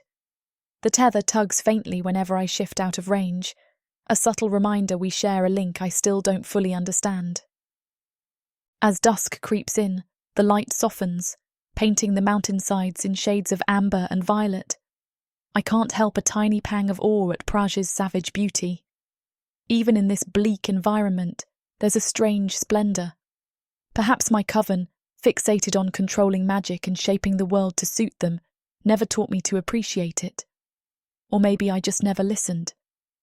Calith, for his part, maintains a relentless vigilance. His wings shift occasionally, as though testing the night wind. I can sense his discomfort, like an animal pacing the confines of a cage. The tether is no boon to him either. More than once I catch him scowling if I move too far, the shared pain or weakness flickering in his eyes. When the sun finally tips behind a ridge, we find a shallow cave tucked into a slope. It's barely more than a rocky overhang, but at least it's some shelter. I gratefully collapse onto a patch of moss near the entrance, dropping my meagre belongings. Calith inspects the interior, claws scraping over stone. Satisfied that nothing lurks within, he settles near the mouth, scanning the darkening horizon. A heavy sigh escapes me. The day's exhaustion weighs on my body like an anchor. I'll gather wood for a small fire, I say, pushing back to my feet. He grunts an acknowledgement, glancing at the sky. Quickly, don't go far. The bond flares in mild protest when I wander outside the cave's immediate vicinity. I keep Calith in sight, rummaging for dead branches and any kindling. After a while, I return, arms brimming with enough scraps to start a modest blaze. Soon, sparks leap into flame, casting dancing light across the worn stone. The warmth soothes my aching limbs, though a part of me remains on edge, half expecting Draveth to appear from the shadows. We settle around the fire, the tension between us a near constant presence. Despite that friction, there's a strange comfort in not being alone. I recall the countless nights I spent shivering under the stars, terrified that Draveth or the Coven's hunters would corner me. Now at least I have a fearsome gargoyle who might stand with me if it comes to a fight, albeit grudgingly. My gaze drifts to the stone arcs of his wings. If he chose to, he could protect me from multiple pursuers. The notion unsettles me almost as much as it reassures. He notices my stare and rolls his shoulders. "What?" he demands, voice rough. "Nothing," I say quickly, tossing a twig into the flames. "Just thinking." "About?" I hesitate, then force the words out. All this time, I thought the greatest threat was my own coven, Draveth. Now apparently, we have an ancient Nixari on the cusp of returning. I'm trying to process it. Calith's expression darkens. Narza is beyond anything your mentor could conceive. If she wakes fully, all of Protheka will pay a price. A shiver quakes down my spine, and not from the cold. How certain are you that she's not awake already? That I didn't free her the same moment I freed you? He looks into the fire, a muscle in his jaw twitching. I'm not certain. She may be stirring somewhere else, using her power to gather strength. My runes haven't fully unravelled, which suggests she isn't yet at peak form. But each day we tarry, she could be regaining lost ground. My heart throbs with guilt and fear. Then we have to hurry, yet we also need to find a way to break this tether, and that might require time. He inclines his head, gold eyes reflecting the flames. Our best option remains finding someone with knowledge of advanced wards. You mentioned Snowfall Glen. It's a risky bet, but we may have no other immediate recourse. He hesitates, wings rustling. Tomorrow, we'll chart a path there. The flicker of hope kindles in my chest, mingling with dread. They might not accept us, but it's worth trying. Agreed. He turns his gaze to the outside gloom, as though expecting an ambush at any second. I'll keep first watch again. I should argue that I can handle the first shift, but exhaustion drags at my bones. Despite my best intentions, I stifle a yawn. The day's trek has drained me, so I nod, huddling nearer the fire. My cloak and the ragged piece of cloth he gave me last night are the only things between my skin and the mountain's biting chill. I sense him shifting behind me, his presence looming large. A gentle swirl of rocky dust and the faint scent of ozone cling to him. Closing my eyes, I attempt to still my racing thoughts. The flicker of the bond pulses faintly, a constant reminder that we share a forced closeness. If I dwell on that too long, panic threatens to claw at my throat. Instead, I focus on the small comfort of the fire's warmth and the knowledge that, for tonight, Draveth isn't here. Time passes in fits and starts. I drift in and out of a doze, lulled by the crackling flames and the distant sigh of the wind. At one point I jolt awake, my heart hammering, convinced I heard footsteps outside. Calith is already on his feet, wings partially unfurled, intense gaze aimed at the cave entrance. Yet nothing materializes. Perhaps it was only a shifting rock, or a creature skittering across the mountainside. He slowly relaxes, resuming his post. I exhale, heart pounding. The bond's tension eases when we both realize there's no immediate danger. My eyelids slide shut again, and I sink back into uneasy rest. My dreams are fitful, jumbled images of Draveth's brand, the glyph's blinding light, and the terrifying shape of a woman's face twisted by dark magic. When I next surface, Calith is shaking my shoulder gently. The fire has dimmed to embers, and a chill grips the air, turning my breath white. "Your turn," he murmurs, voice subdued. I nod, scrubbing sleep from my eyes. He retreats to the far wall, body partially in shadow, but I sense his exhaustion despite his stoic facade. We've only known each other a short time, yet the tether reveals subtle clues about his state. I poke at the coals, feeding them a few remaining sticks, then settle in to watch the cave's entrance. The night is eerily quiet, with only the distant moan of wind to keep me company. Calith dozes, or at least pretends to. His stone sleep, if he chooses to fully embrace it, can make him nearly invincible, but I sense he refuses to become that vulnerable around me, even though I doubt I'm a threat. My head throbs with the weight of everything: the betrayal by Draveth, the shattered seal, the ancient lover turned monster, and this forced bond. What a grand mess. Time slips by in slow increments, measured by the crackle of burning twigs. I keep my ears pricked, half expecting the crunch of boots or the hiss of Draveth's sorcery. But nothing disturbs the darkness. Eventually, the sky begins to lighten, heralding a new day.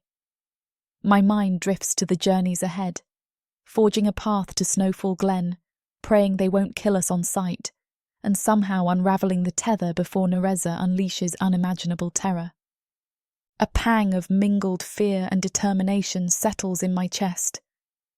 I'm not sure how to fix any of this, but I've already chosen to fight. I can't lie down and let the coven slaughter me. or let Narza destroy the world because of my accidental blunder. I glance at Calith's sleeping form, noting his broad back and the faint glow of runes along his arms. He might be the only ally I have left, even if he remains furious and distrustful. I'll take that over facing the darkness alone. As dawn's first rays peek over the horizon, painting the cave entrance in pale gold, I stand and stretch, my joints protesting. Another day awaits. I catch my reflection in a small puddle of melted snow near the rock wall. A woman with hair in disarray, silver highlights threaded through chestnut waves, grey eyes ringed with fatigue. Dark smudges underscore them, courtesy of too little rest and too much turmoil. I no longer recognise the naive Perna I was in the coven, but maybe that's a good thing. Behind me, Calith stirs, eyes opening to reveal that molten intensity. I wonder if the bond alerted him the moment I moved. He rises with predatory grace, dusting off shards of rock clinging to his wings. Outside, the wind picks up again, rattling the sparse shrubs. "You kept watch," he says, voice rumbling with subdued gratitude. He doesn't say thank you, but I sense an unspoken acknowledgement. Progress, in its gargoyle form. I nod. Nothing disturbed us, but we should get going before the day grows old. He presses his palm to the runes on his chest, expression grim. Yes, Narza won't wait, nor will your Draveth. I swallow, stifling the pang of anxiety that arises at the mention of my old mentor. Right. My voice steadies. Let's move. Without further discussion, we douse the remaining embers of our tiny fire and gather our scant belongings. Stepping out of the cave, we inhale the icy morning air. The horizon stretches before us, the path uncertain but inevitable. Side by side, bound by a cursed tether, dogged by enemies, tethered to a fate we never asked for, we descend from the mountain heights, forging our next step toward either salvation or doom. I feel Calith's presence at my shoulder, a towering guardian who brims with resentment and reluctant concern. The bond hums, anchoring us together in a dance neither of us chose. My heart hammers, a mixture of apprehension and something deeper, an unspoken pull that might prove dangerous if I let it grow. Because for all his gruff hostility, I sense in him a sorrowful loyalty that resonates with my own battered spirit. Neither of us trusts easily. Yet as we begin this day's journey, I can't help thinking, maybe in our shared desperation, we'll find a way to heal more than just an ancient seal. Perhaps in the bleakness of Praj, two exiles can forge a new fate, one that defies betrayal and fear.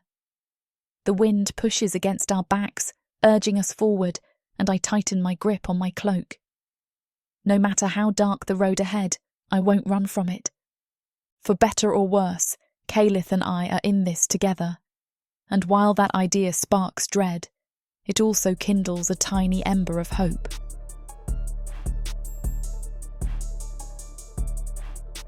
Chapter 4. Calith. I stand at the cave's entrance, silent as dawn stretches its pale glow across the rugged slopes of Praj. My breath steams in the cold air, but it does little to warm the chill seeping through my veins. For centuries I knew exactly who I was, a gargoyle warrior, bound by my own choice to that stone prison. Now, everything has changed. The vow that once guided my entire existence is broken, undone by this mortal woman who sleeps fitfully only a few paces behind me. Sariah, a Purna with eyes that hold the same fierce spark I once admired in another. It unnerves me how easily my memory slips from the present to the past, how the shape of Sariah's determined chin conjures fleeting echoes of Narza. That single name twists a blade in my chest, stirring guilt and regret. My sacrifice was meant to ensure that Narza could never threaten Protheka again. Yet here I stand, free. And so, undoubtedly, is she. I drag in a slow breath, trying to ground myself in the moment. Last night's frost still clings to scattered stones, painting the ground in a silver sheen. The sky overhead gradually shifts from inky black to a softer lavender, edged with gold near the horizon. This place is undeniably beautiful, a stark contrast to the roiling conflict in my soul. I want to just launch into the air, spread my wings to catch the biting winds and escape. But the tether ensures that isn't an option.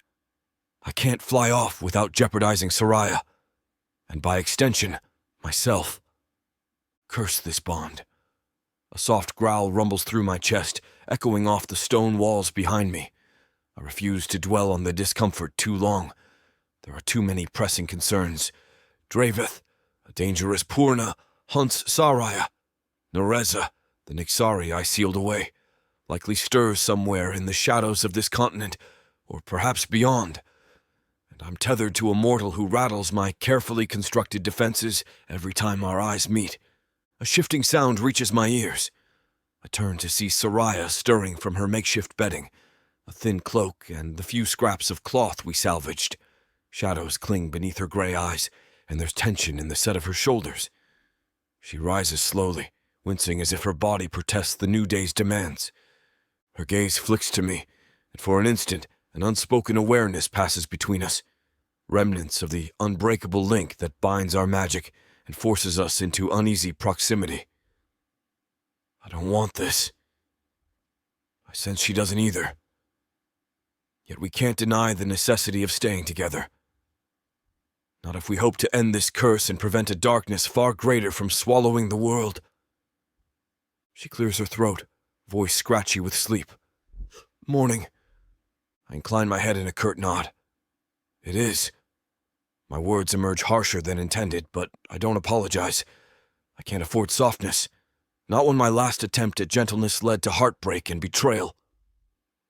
Stepping away from the cave's mouth, I examine the meager supplies we gathered the previous day. We managed to scavenge a bit of dried wood for a fire, but our food is practically gone. Neither of us is in top condition for a long journey, and journey we must. Sariah mentioned a coven, Snowfall Glen, hidden deep in these mountains. That might be our only lead for undoing this tether. If those Purna don't kill me on sight. The ancient grudges between gargoyles and Purna still linger in living memory, though I'm not the same as the monstrous raiders that once terrorized these lands. I'll see if I can find anything edible, Sariah murmurs. Her voice carries a tentative note, as if uncertain how I'll react. My wings flex involuntarily. Stay close enough that the bond doesn't weaken you, I reply, glancing pointedly at the cave's exit. We can't risk you collapsing again. If I have to track you down, it'll be a waste of time we don't have. She bristles, crossing her arms. I'm not eager to separate. That nearly knocked me flat before. A wry edge tinges her tone. I'll forage nearby. You can watch my every move if you like. I exhale sharply, trying to rein in my frustration. Go then. I'll gather more kindling. We'll need a fire for tonight. It's a small concession, allowing us to split up within a certain radius. The tether's invisible boundary extends only so far, but we have enough room to search a broader area without stepping on each other's toes. Sariah rolls her shoulders, shifting the cloak around her. Without further comment, she heads downhill, where stunted shrubs and patches of moss cling to the rocky soil. I watch her go, every muscle tensed in case she strays too far. The connection hums in my chest, a subtle vibration that doesn't belong. Once I'm confident she's still within range, I move in the opposite direction, scanning for dried branches or anything that might serve as fuel. The morning light grows stronger, revealing the stark majesty of Praj's peaks.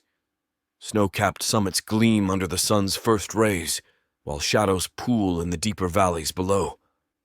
In many ways, it mirrors my own existence, half drowned in darkness, half struggling toward daylight.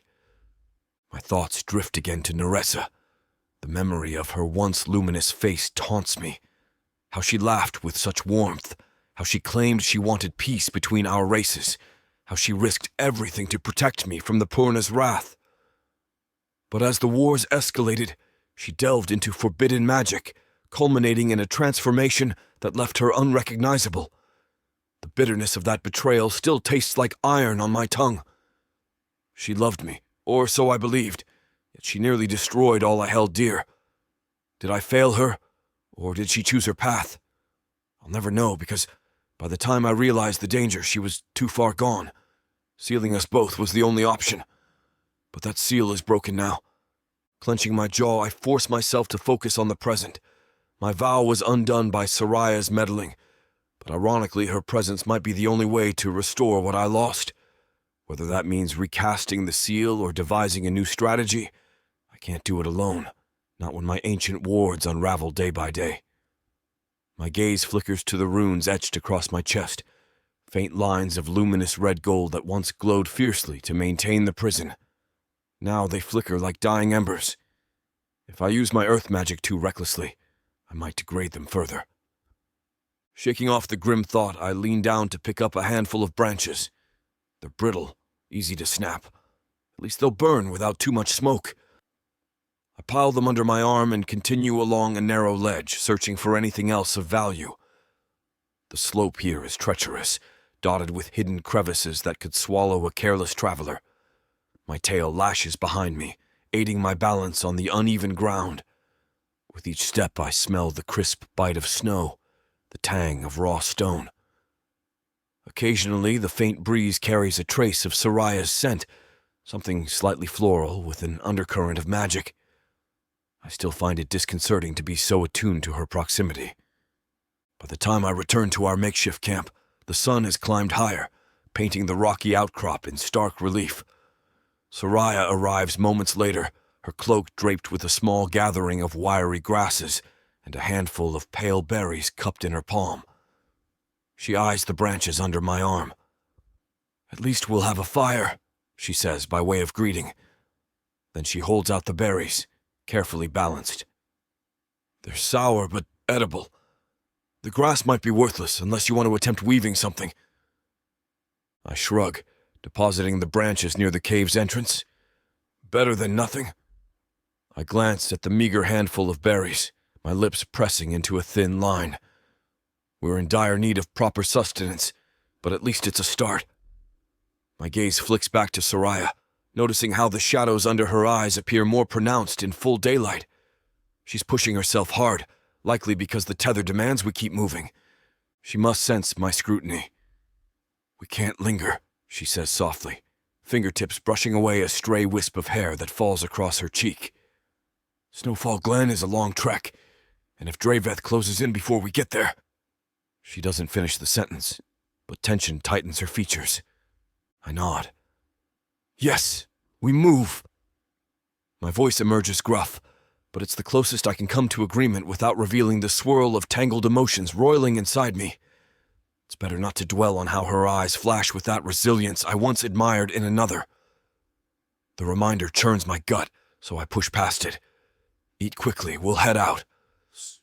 We share the handful of berries, their tartness biting my tongue and jarring me awake. The hunger in my belly is far from sated, but it's enough to stave off the gnawing pit. As we prepare to leave, Sariah crushes some of the wiry grass in her hand, releasing a faint, pungent scent. "Might repel certain insects or small predators," she remarks with a half-hearted shrug. "Old Perna trick from foraging lessons." "Whatever helps," I say, not sure whether I believe her.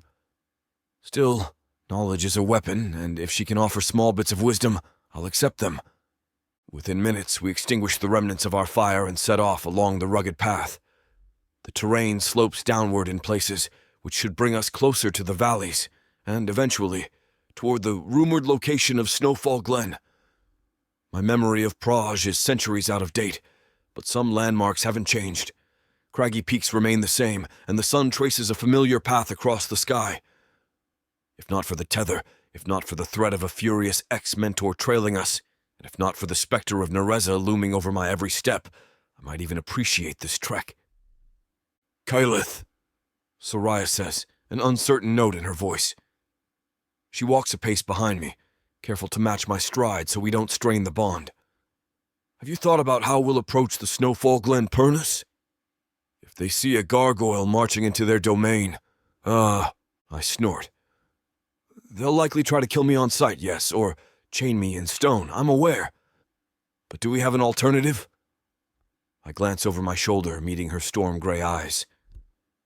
That fleeting moment of connection sends a jolt through the bond, stirring an inexplicable warmth in my chest. It sets my teeth on edge. I tear my gaze away. We need answers.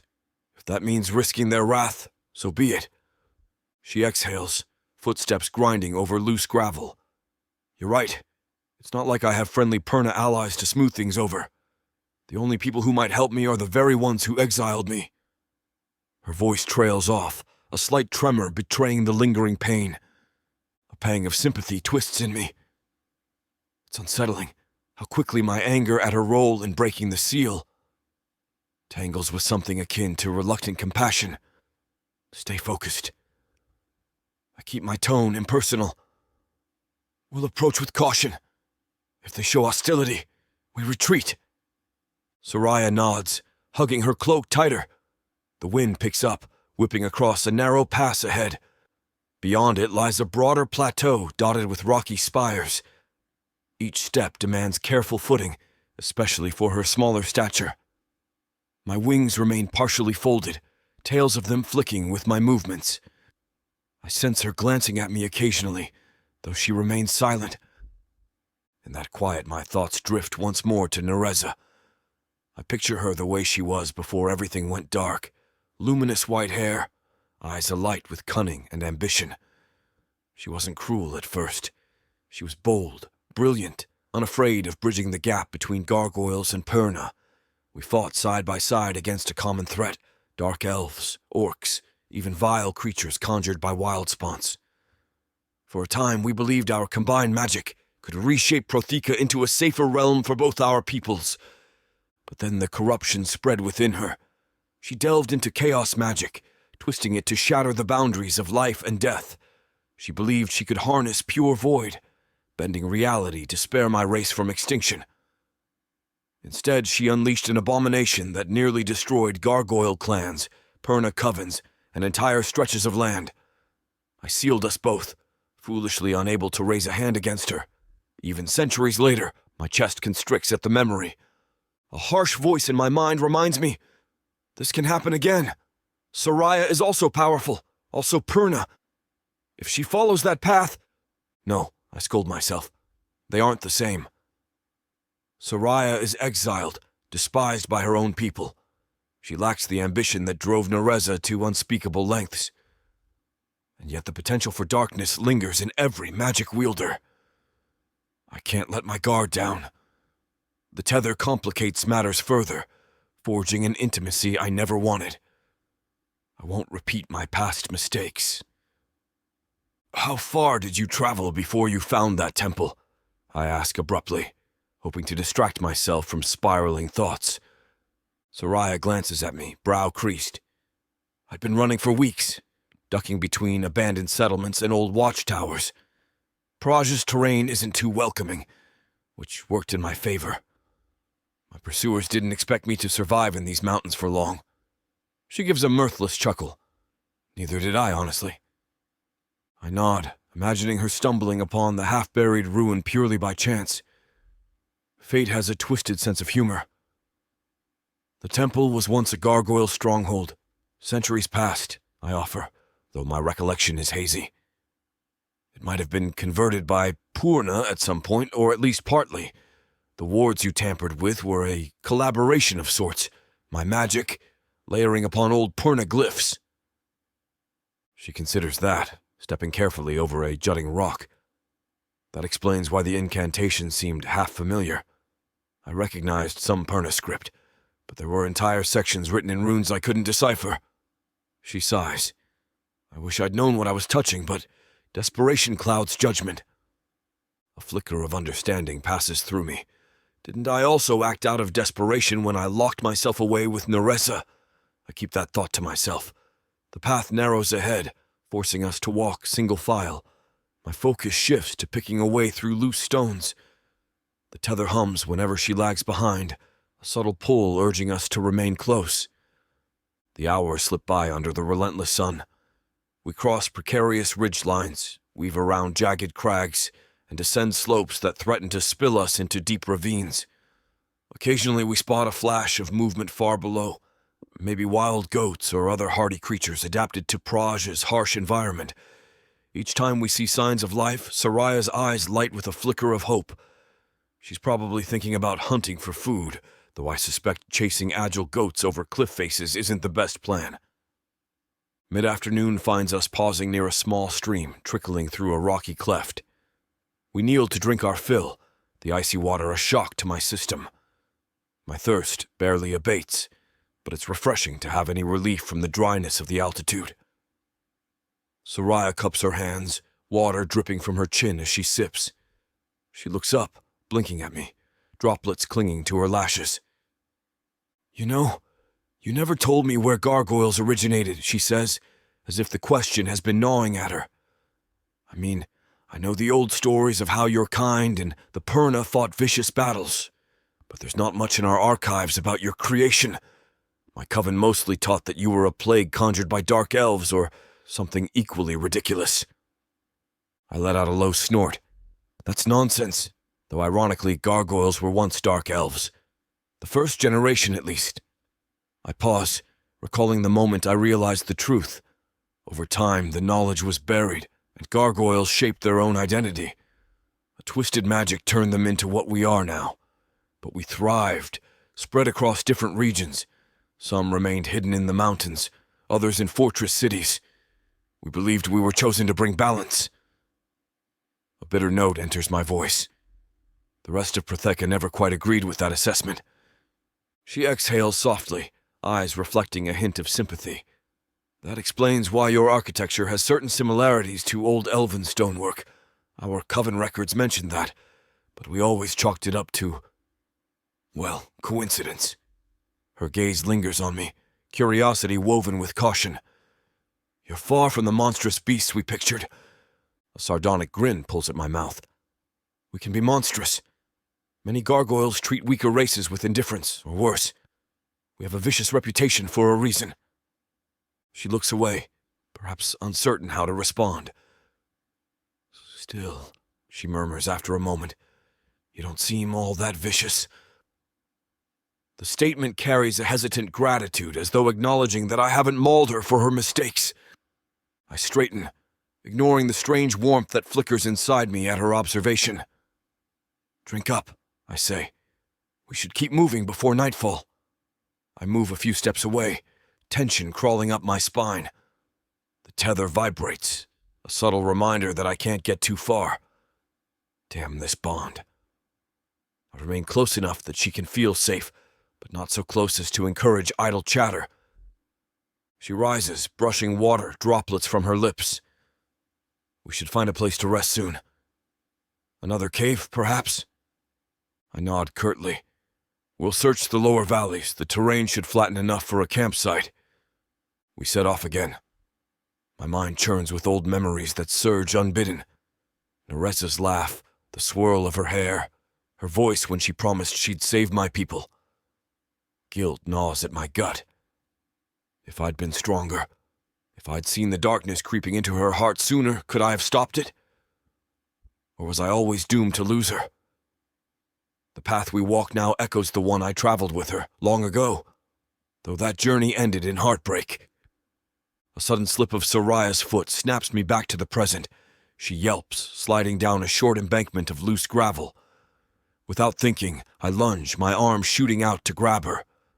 My claws clamp around her wrist, preventing a painful tumble. The tether flares, intensifying for a heartbeat, sending heat rushing through my chest. "Careful," I growl, pulling her upright. "You'd break a leg in that ravine." She breathes hard, leaning into my grasp for a moment. Her eyes dart to where the ground drops off. If she'd fallen, it might have been a nasty injury. Slowly, she lifts her gaze to meet mine, cheeks flushed. "Thank you," she says, voice shaky. I nod once, swallowing the jumble of emotions. "Try not to die. We have a curse to break, remember?" My words come out harsher than I want to, as if deflecting the sudden closeness. The memory of her pulse fluttering under my fingers unsettles me. She slides her wrist from my hand. "Right," she whispers, averting her gaze as she regains her footing. The tether's energy gradually settles, but my skin still tingles where we touched. We continue on, more cautious now. The afternoon wanes, throwing elongated shadows across the mountain ridges. Eventually, the path dips into a rugged valley filled with irregular stones and a few scraggly evergreens. I spot what looks like a natural alcove in the rock face ahead. Approaching warily, we discover a shallow cave about a dozen paces wide, partially protected from the wind by a protruding ledge. "This should do," I remark, stepping inside. My voice echoes faintly. The ceiling is high enough that I can stand comfortably without scraping my horns or wings. The stone floor is relatively even, with scattered pebbles and minimal debris. Sariah examines the entrance, eyes narrowed. "It's not too deep," she says, "but it'll keep us safe from the wind tonight." I grunt in agreement, setting down the branches I carried. It isn't much, but it'll last for a small fire. As twilight creeps in, the temperature drops. I feel the chill keenly, though gargoyles are more resilient than humans. Sariah stands near the cave mouth, arms wrapped around herself, eyes scanning the valley. The wind ruffles her hair, sending a few silver-streaked strands across her face. I exhale slowly, stepping behind her. "He won't appear out of nowhere," I say, referencing Draveth. She startles slightly, turning to face me. "You can't be sure. He's cunning and he can track my signature if he's close enough." I shake my head, crossing my arms over my chest. This valley is broad.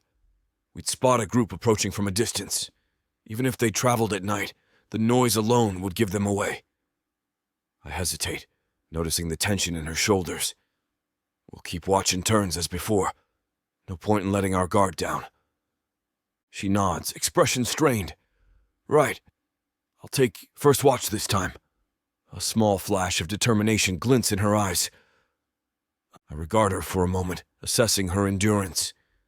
She looks exhausted, but I suspect letting her stand guard might grant her a sense of control.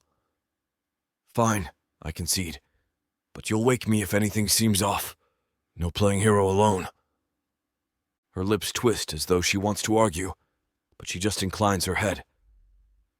"Okay." With that, she crouches near the branches, flicking her fingers. A tiny spark of Perna magic arcs from her hand to the wood, and soon a flicker of flame dances upward. She watches it intently, perhaps finding solace in the warmth. I move to the opposite side of the cave, rolling my shoulders to ease the stiffness from the day's hike. The runes on my chest pulse faintly, their light subdued in the gathering darkness.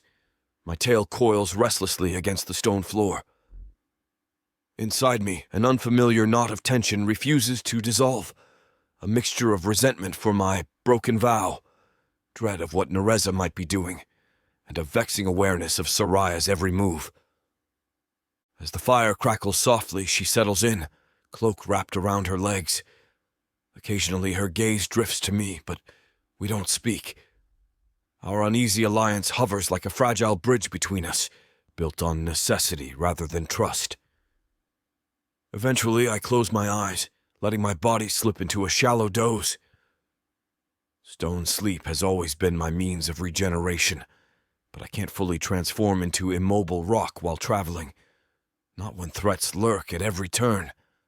Time slips by in a haze of flickering firelight and the muffled sigh of wind beyond the cave.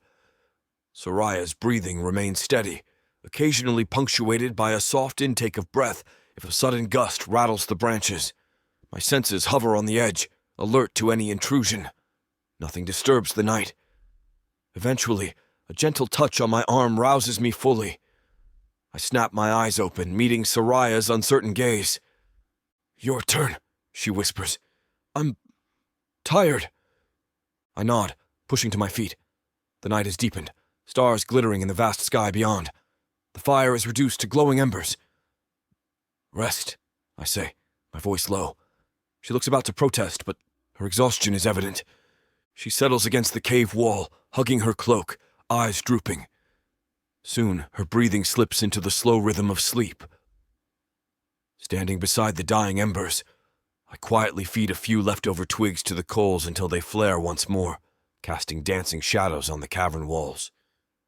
Then I position myself near the entrance, scanning the valley.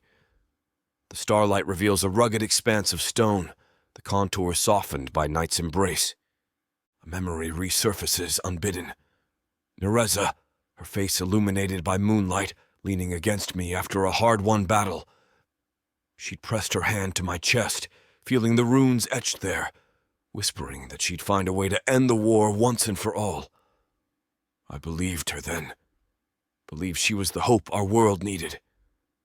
My tail flicks in agitation, banishing the recollection. That dream ended in darkness. I focus on the present. Sariah's presence looms behind me, quiet except for her slumbering breaths. The bond hums at a low frequency, a constant reminder that we share energy, fates entwined whether we like it or not. Romance is a concept I never thought I'd entertain again, not after what happened. Yet the spark of attraction that sometimes flares when our eyes meet is undeniable. I sense her strength, her vulnerability, her stubborn will. It's dangerous to dwell on these thoughts, but isolation and forced closeness can warp even the fiercest hearts. Not again, I warn myself. I must keep my distance. The last time I allowed a Purna into my confidence, it cost me everything. If that means I must guard my emotions as well as my body, so be it. The tether complicates matters, but it doesn't have to dictate them. We're reluctant partners, joined for a common cause. Throughout my watch, the valley remains silent, save for the wind that occasionally moans through rocky fissures. I periodically pace the cave's perimeter, resisting the urge to step outside. The stars overhead seem infinite, a canopy of light that has no regard for our mortal struggles. A wave of weariness settles over me. I haven't had true stone sleep since my awakening, and my body craves deeper rest. But the threat of Draveth, of Narza, drives me onward. As the horizon begins to lighten, heralding the approach of dawn, I finally let out a long breath, stepping back toward the fire. The embers glow faintly, enough to cast a warm halo over Sariah's sleeping form. Her chest rises and falls in soft rhythm. Strands of her hair spill across her cheek, silver glinting where it catches the weak light. She looks fragile, yet I know the power that thrums beneath her skin. She's a puzzle, a Purna who stands defiant of her coven's rules, who inadvertently unleashed me, who claims she only wanted to survive. A pang of reluctant admiration tugs at my chest. I push it down. This alliance is forced, not chosen. If we manage to break this bond, we'll go our separate ways. I can't afford anything else. Remember Narza. The memory churns, stoking my guilt and reminding me how easily trust can be shattered. When the first rays of dawn stretch into the cave, I crouch beside Sariah and gently shake her shoulder. She stirs, blinking groggily at me. Then, realization floods her expression, and she shifts upright, rubbing a hand over her face. "It's morning?" she asks, voice hoarse. "Sun's rising," I confirm. "No sign of Draveth or other threats." She breathes in relief, glancing at the cave entrance. "Thank you." She must notice the fatigue etched in my posture because she presses her lips together, regret in her eyes. "You should have woken me sooner so I could take a second shift." I shrug. I'm used to vigilance. She stands, shaking out the stiffness in her legs. "You're not infallible, you know."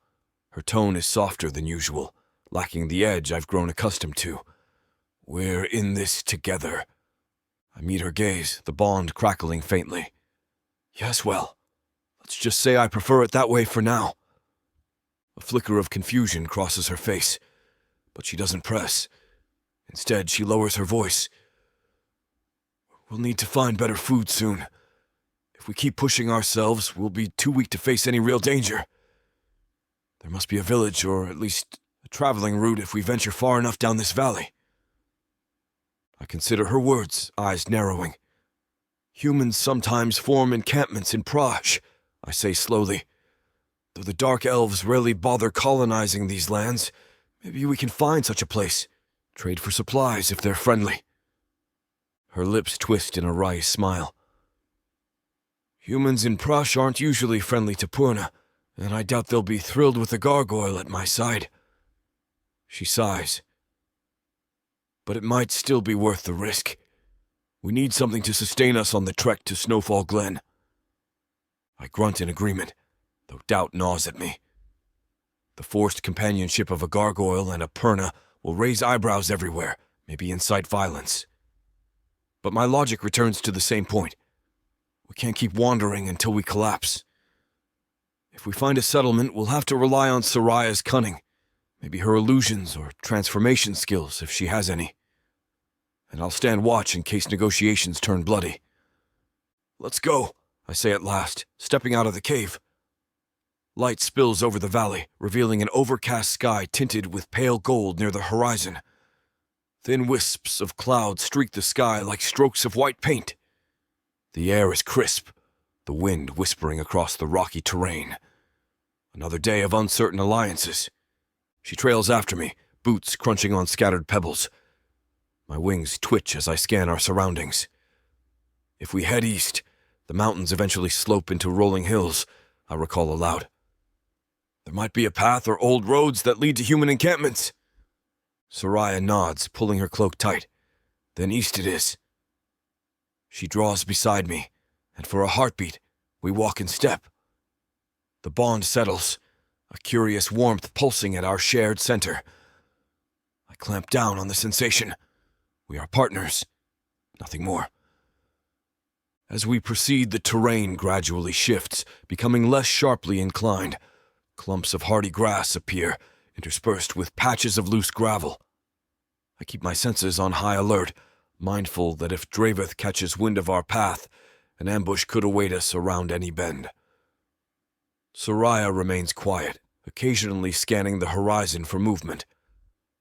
By midday, we crest a small rise and spot a narrow track below, a trail that winds between low hills.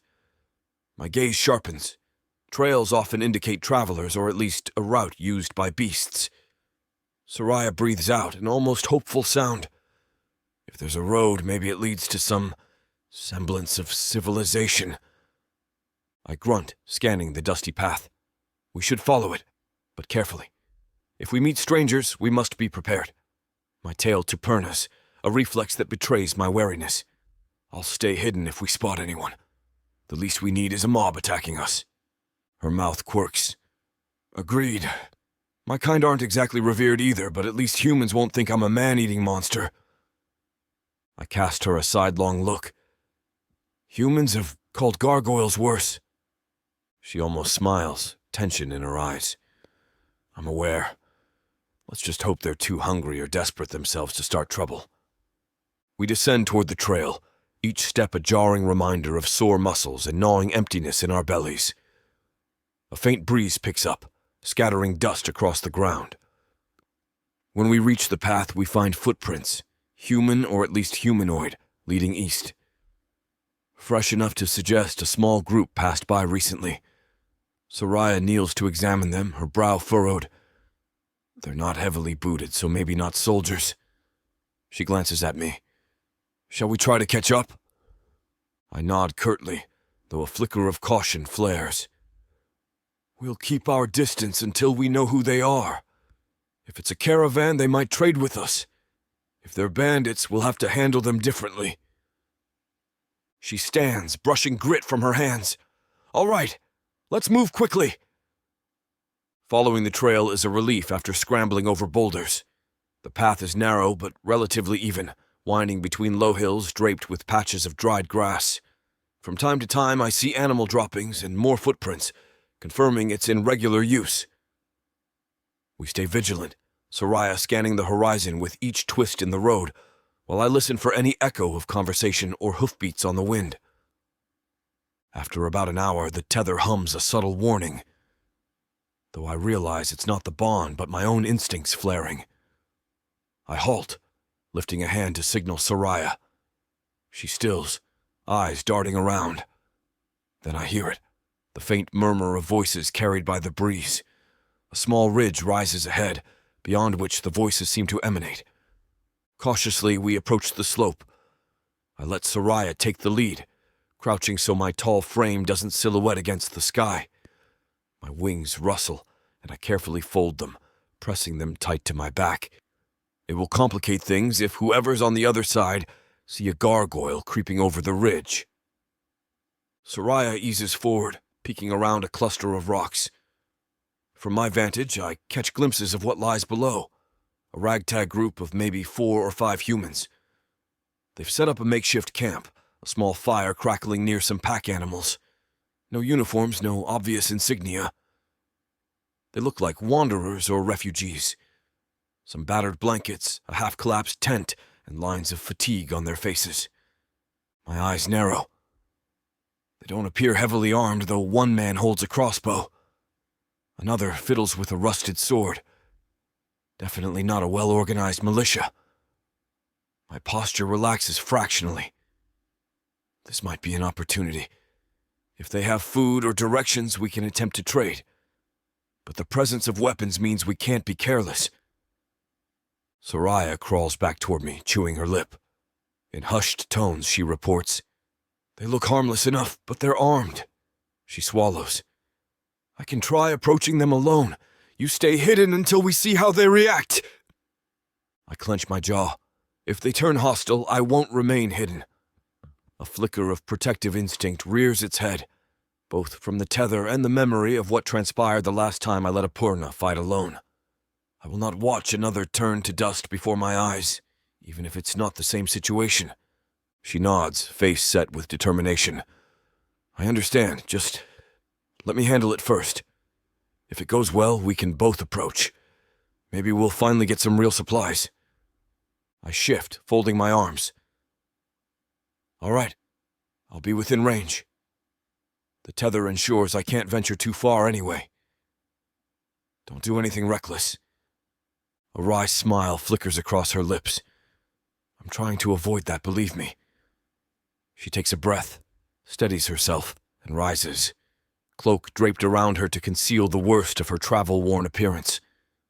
Then she steps over the ridge, following the path toward the unsuspecting group below. I crouch behind a rocky outcrop, tensing. My senses sharpen, every nerve keyed to any sign of conflict. Sariah walks slowly down the slope, arms raised to show she isn't wielding a weapon. The group notices her almost immediately. The crossbow man jumps to his feet, leveling the weapon at her. She pauses, speaking in a low tone I can't fully catch, but her posture is calm. Their voices drift upward, disjointed but not yet filled with violence. Minutes pass like hours. I watch the men's stances. One woman in the group approaches Sariah, glancing warily at the path behind her as if expecting more travelers. Sariah gestures around, likely explaining she's alone or at least not an immediate threat. Gradually, the tension seems to ease.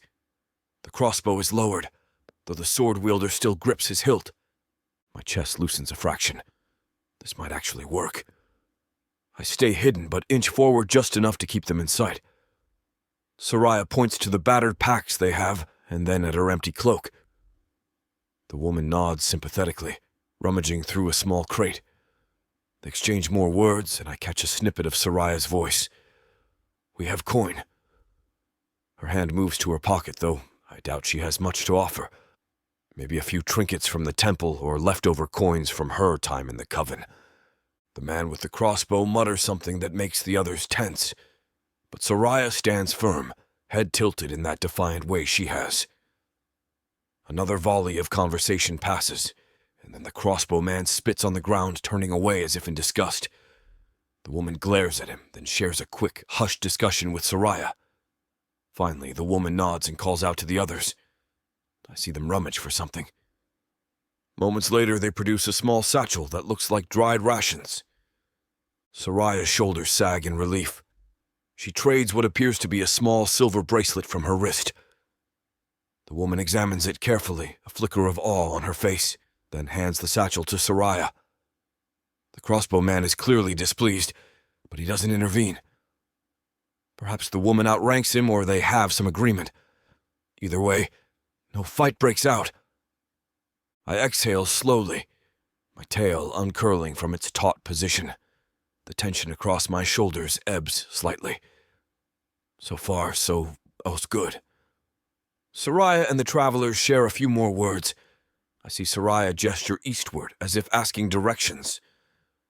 The sword wielder points, then mimes a winding route, presumably describing a better path. Sariah nods, adjusting the satchel under her arm. She steps back, offering a polite inclination of her head.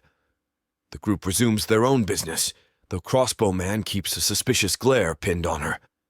She doesn't linger, turning and trudging back up the slope. My relief grows. She did it, I think, somewhat impressed. Negotiations without violence or exposure to them of a gargoyle lurking in the shadows. When she crests the ridge, I rise from my crouch, searching her face for signs of trouble. Her cheeks are flushed with the effort of staying calm. She clutches the satchel, which she carefully opens to reveal strips of dried meat, a few wafer-like biscuits, and something that might be salted roots. It's meager, but more than we've had in days.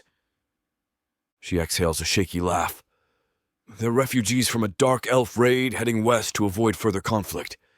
Didn't seem thrilled at the idea of more strangers wandering around, but the woman took pity on me when she saw the mark on my hand. Sariah rubs the scar self-consciously. She said she'd known others in a similar situation.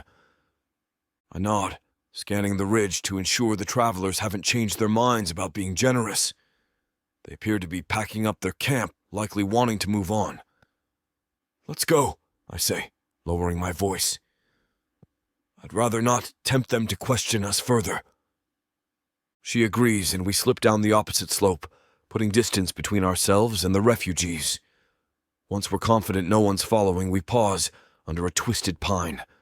Sariah lets out a long breath, offering me a share of the meager rations. Here, she says, voice gentle. Take what you need. You did gather all that firewood after all. There's a playful edge to her tone, a tiny attempt at humor. I blink, accepting a couple of dried meat strips. I tear a piece free with my teeth, savoring the salty flavor. My stomach clenches in gratitude. Good job, I say, meeting her gaze briefly. You handled them well. She flushes a little. I guess I have some negotiation skills left after all. Then she sobers. They said we should follow this trail until we reach a fork near the next ridge. If we take the eastern branch, it loops around to a wide valley that eventually leads to the Snowfall Glen territory. She shrugs. The woman didn't know about the Glen specifically, but she'd heard rumors of Purnas in those mountains. I chew thoughtfully, finishing my bite before responding. Then that's our next step. No more scrounging across these peaks. We'll use the path and hope we find the Glen before Draveth finds us. A grim resolve settles in my chest, fueling me forward. The vow to remain in stone sleep is undone. Now, I have a new vow, to ensure Narza doesn't plunge the world into chaos once more. And if that means forging a deeper bond with Sariah, at least until we break this tether, so be it. She nods, softly whispering, "Yes, let's hope." For a moment her eyes flick down to my chest, where the runes glimmer faintly under the sunlight. Then she meets my gaze with an earnest question in her expression, though she doesn't voice it. We both know this alliance is fragile, riddled with secrets, and haunted by the past. But as we set off again, side by side, neither of us retreats. The invisible chain binding us tugs, ensuring that every step forward is shared. Despite the lingering resentment, the unspoken fears, and the looming threat of a monstrous force awakening somewhere in Protheka, we move as one, reluctant partners venturing into the unknown. And ever since my eyes snapped open in that temple, a tiny part of me wonders if perhaps this forced alliance might be the key not only to saving the world from Narza, but to finding a new purpose in the uncharted future that lies ahead.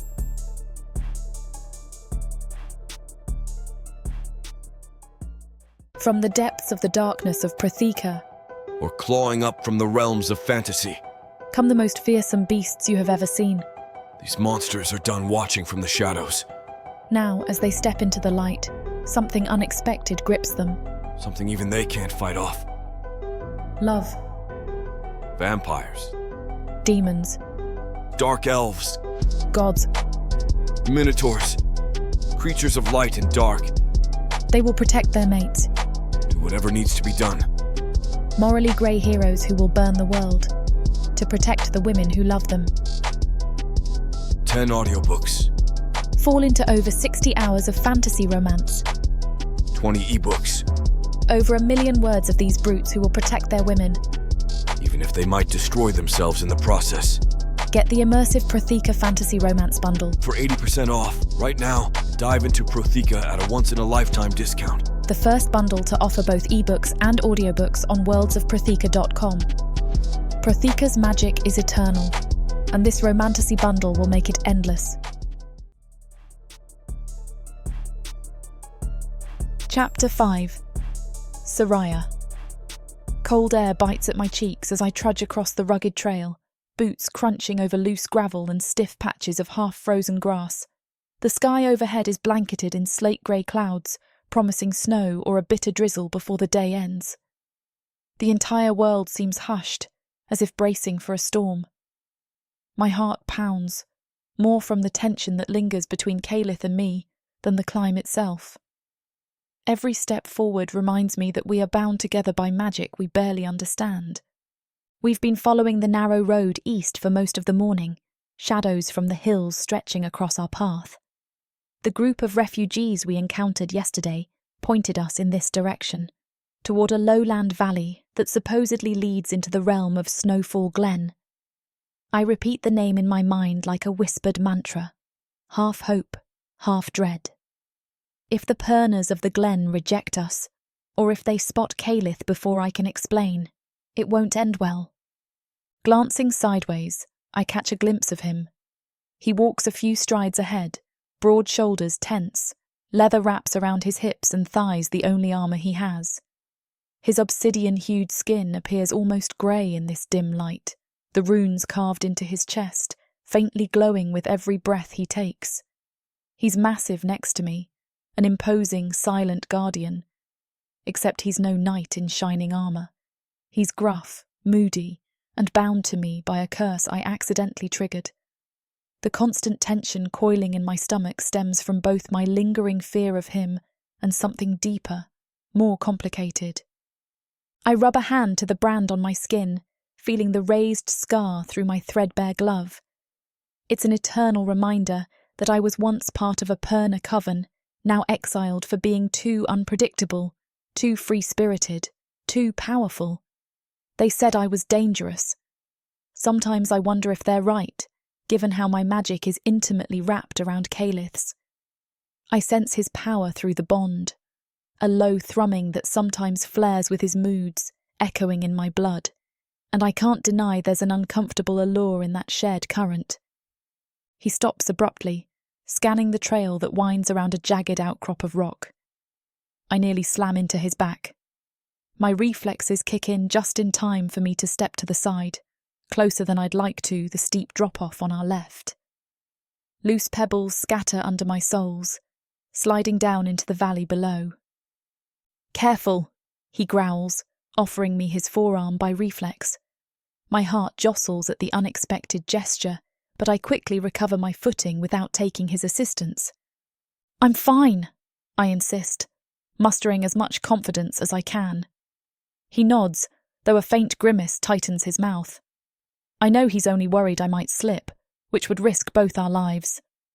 The tether ensures we share more than just awkward companionship. My danger is his danger.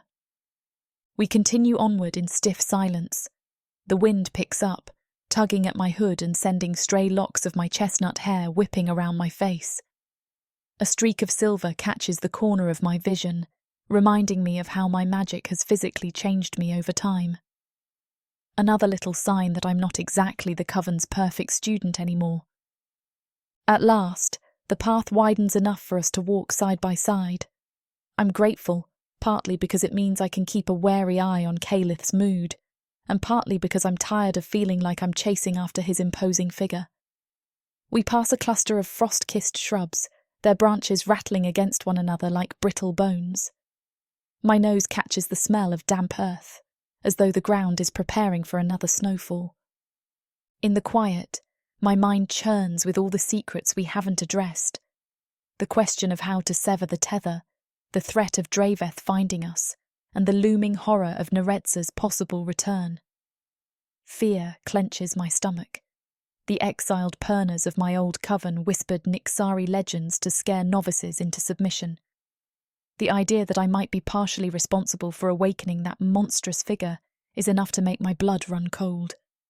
I shudder at the thought, then realise Calith has slowed his pace, falling in step with me. His tail swishes once, stirring dust from the trail. When his gaze flicks to me, molten gold irises glinting, a ripple of heat travels through the bond. "Are you afraid of me?" he asks, voice low, as though he's been mulling it over. I hesitate, uncertain how much honesty to reveal. "Sometimes," I admit softly.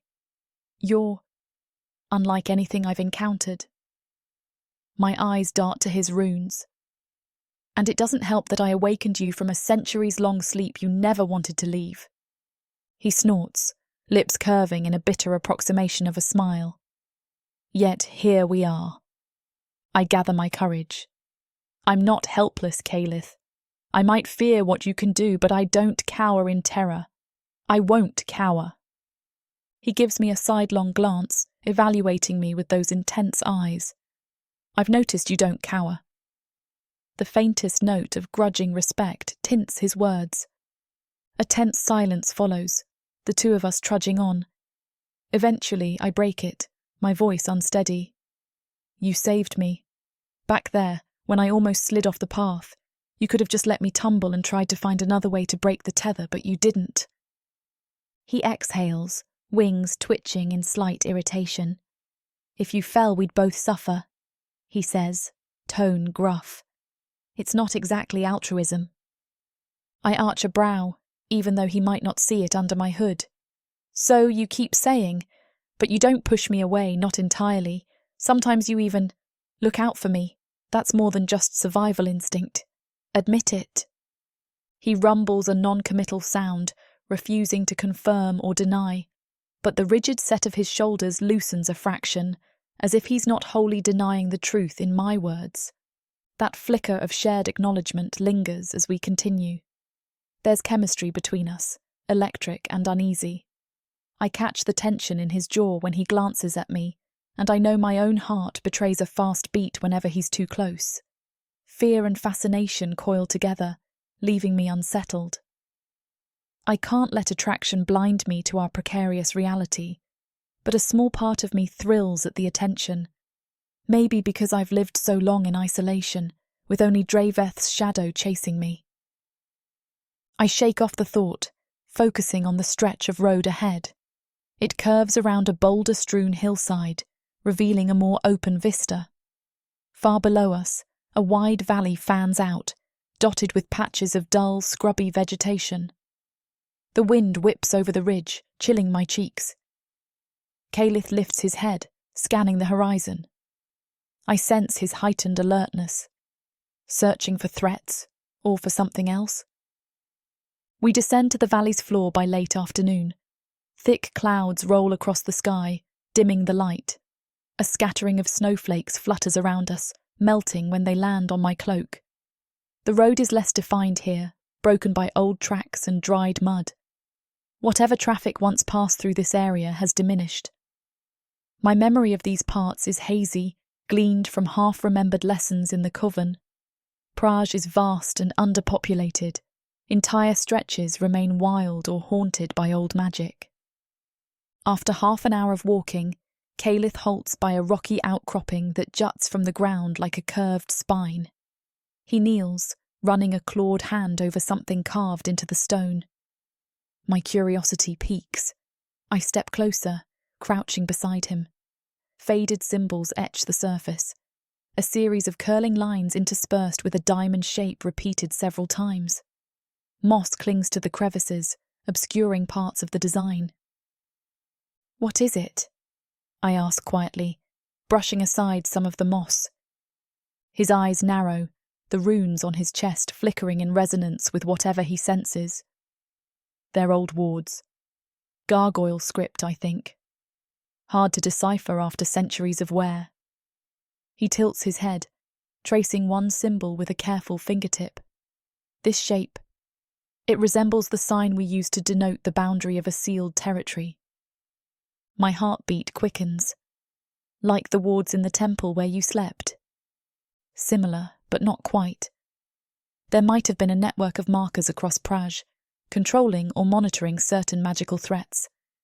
If this boundary is still active, it might be tied to the same corruption that once fueled Narza. A chill races through me at her name. Even the wind seems to hush, as though eavesdropping on our discovery. Are you saying Narza might have had influence here? He nods grimly. She travelled far in her quest for power. I wouldn't be surprised if she left her mark across the continents. This region might have been fortified against her, or else she tried warping it for her own ends. My throat tightens. The very land might remember the scars of her chaos. Does that mean she could use this place as a gateway to return? My voice shakes slightly. He presses his palm harder against the carving, as if testing its integrity. The glow of his runes intensifies, then fades abruptly. The wards are mostly broken, their power too degraded. If she's returning, I doubt this marker alone would stop her. But it's a clue. There's a hard edge to his voice, laced with cold panic beneath the surface. Seeing him unsettled drives home how serious this is. If he's afraid, the rest of us should be downright terrified. A surge of guilt makes my chest ache. So she really could be stirring everywhere, I whisper. I've made everything worse, haven't I? He stands slowly, fixing me with a stare so intense it feels like it could burn through my skull. You didn't create Narza.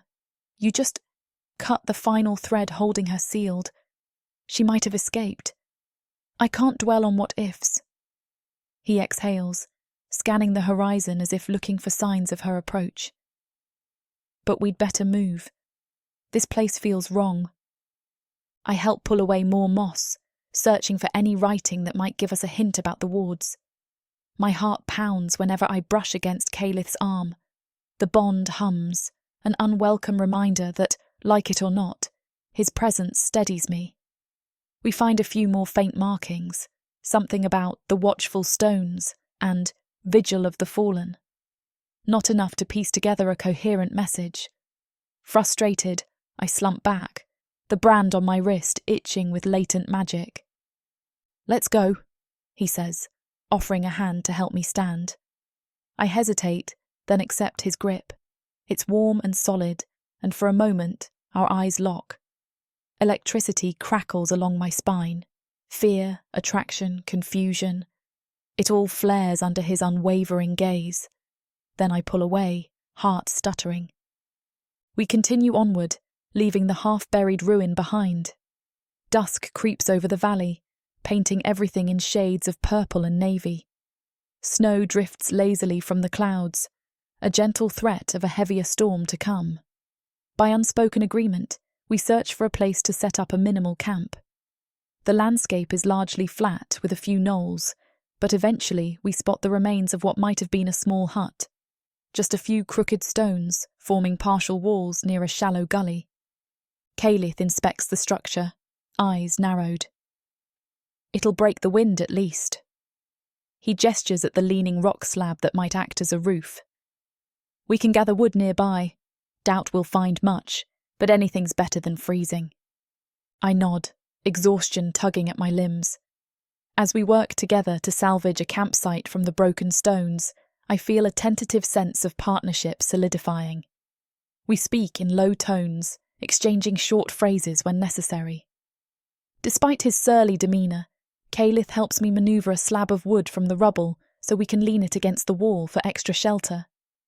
I catch glimpses of his profile, jaw clenched in a way that betrays deeper turmoil. It occurs to me that in another world, another life, maybe we'd have become allies by choice. We piece together a tiny fire with scraps of brush and a handful of dried branches we managed to collect along the road. My Purna magic sparks the flames to life. It's a relief to feel warmth against my numb fingers, though the smoke is pungent and acrid. We settle on opposite sides of the flickering light. Calith's wings partially wrap around him to conserve body heat, a faint rumble in his chest, signifying the slow rhythms of a gargoyle, forced to remain conscious instead of slipping into deep stone sleep. After a few bites of the last rations we traded for, silence engulfs us. The brand on my wrist itches again, reminding me of the life I left behind. I can't help but think about Draveth and whether he's still hunting me. Possibly he's not far behind. A pang of dread churns in my gut. I can't let him find us, not when he'd see Calith as a threat to exterminate. He might not be entirely wrong, a small voice whispers, conjuring images of gargoyles rending humans limb from limb. But Calith isn't like that. Is he? The flames pop, throwing sparks into the cold air. Wind rattles the edges of our makeshift shelter. My eyes travel across Calith's strong silhouette, the planes of his face illuminated by dancing firelight. His runes glow a soft ember red, pulsing in sync with his heartbeat. The effect is mesmerizing. He notices my stare, and something shifts in his expression. "Why do you keep looking at that mark on your wrist?" he asks suddenly, voice a rumble that slices through the hush. I stiffen, hugging my knees to my chest. "It's a reminder of what I lost," I say, hating how my voice trembles. My identity, my home, my belonging, all because I wouldn't submit to Draveth's demands. I glance down at the brand, a spiral and line symbol that was once a proud sign of coven membership. Now it's a scar of shame. Sometimes it hurts or itches, like the magic is pulling at me. He's quiet for a moment, wings rustling. Does it remind you of them in a way you'd prefer to forget? A wave of anger wells in me, mingled with sorrow. Yes, I admit, but it also reminds me of why I left. I couldn't stand their hypocrisy, their fear-mongering. They saw my potential, yet they tried to clip my wings. I huff a bitter laugh. Now I wander Protheka with a gargoyle who's tethered to me against his will. I guess you could say I have a knack for bad luck. Calith's expression softens, just a fraction. "I didn't say I was entirely unwilling," he mutters, then shakes his head as though annoyed with himself for admitting it. "We have to do this. I'm not thrilled, but we have no choice if we want to stop Narza and break this bond." A flicker of warmth blooms in my chest, a tiny spark of camaraderie. "Thank you," I say softly, "for not abandoning me. Even if it's partially self-interest, you've still saved my life more than once." He glances away, letting the firelight paint half his face in shadow. "You've done well enough yourself. Negotiating with those refugees back on the ridge took courage." He exhales. "In the temple, it might have been easier for me to let you die, so I'd be free from the tether's immediate grip. But that's not who I am." His words hang in the air. My pulse jumps. He's admitting, in his own guarded way, that he isn't the heartless monster I sometimes feared. I swallow, suddenly very aware of how the tension between us has shifted. There's still caution and wariness, but now threads of acceptance weave in, binding us more tightly than the tether alone. I decide to act on this fragile moment of goodwill. When I read about gargoyles in old scrolls, there was mention of them forging soul bonds with their mates. I say carefully, watching his reaction. "Is that anything like what we're experiencing?" His tail lashes once, and he shoots me a hard look. No. The denial is firm, layered with something that feels like a pang of regret. True gargoyle mating is a choice, a sacred vow shared by two who trust each other with their lives. This bond is forced, an accidental merging of our energies. Don't mistake it for anything else. A flush rises to my cheeks, part embarrassment, part relief. Right, I just wondered. He exhales, tension riding his shoulders again. I can't let it become something deeper, not after what happened with Narza. She was once everything to me. His voice fractures on the last words, and I hear the raw pain that lingers behind them. I failed her, or she failed me. Either way, it ended in destruction. I'm not sure what to say, so I place a hand on the rocky ground between us. You're not the only one who's lost someone, I offer gently, thinking of my mother, who died before I could truly know her, and the other novices in my coven who turned their backs on me at Draveth's word. Loss is universal, though the scale of Calith's heartbreak dwarfs mine. Maybe the best we can do is move forward, find a way to ensure the future isn't a repeat of the past. He lifts his gaze to mine. For a moment I see a flicker of vulnerability in those molten gold eyes, like a wound that never truly healed. Then he clamps down on it, turning rigid. Yes, he says softly. Forward. We lapse into quiet, the firelight crackling in the background. My mind whirls with the new depth of understanding I feel toward him. Behind his stoic, formidable exterior is a man haunted by a love that rotted into darkness. I empathise more than I care to admit, because my own brush with isolation and betrayal has left me unsure who to trust. When Calith shifts closer, my breath catches. The tether surges with a faint pulse, as though acknowledging our heightened awareness of each other. I inhale slowly, letting the moment settle. My fear of him doesn't vanish, but now it mingles with a cautious attraction, a strange sense of connection that defies the logical part of my brain. Before anything else can be said, the distant roll of thunder rumbles across the valley. We both glance up, noting how the clouds have thickened into a uniform steel-grey sheet. Snow transitions to sleet, pattering against the shattered walls of our makeshift shelter. Calith stands, wings partially unfurling to check the sky. It might storm hard tonight, he observes, voice tense. We should gather more cover if we can. He picks up a loose rock slab, attempting to wedge it along the gap in the broken walls. I help, though my arms quiver from the effort. Together we manage to brace it in place, forming a crude roof extension that shields most of the fire. Lightning flashes in the distance, illuminating the valley for a heartbeat. A surge of wind rattles our structure. I press a palm to my chest, feeling my heart race. For the first time today, I realise how vulnerable we are.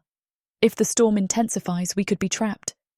Calith seems equally uneasy. He steps back inside, crouching near the embers.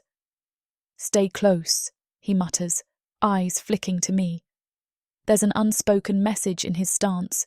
We only have each other to rely on.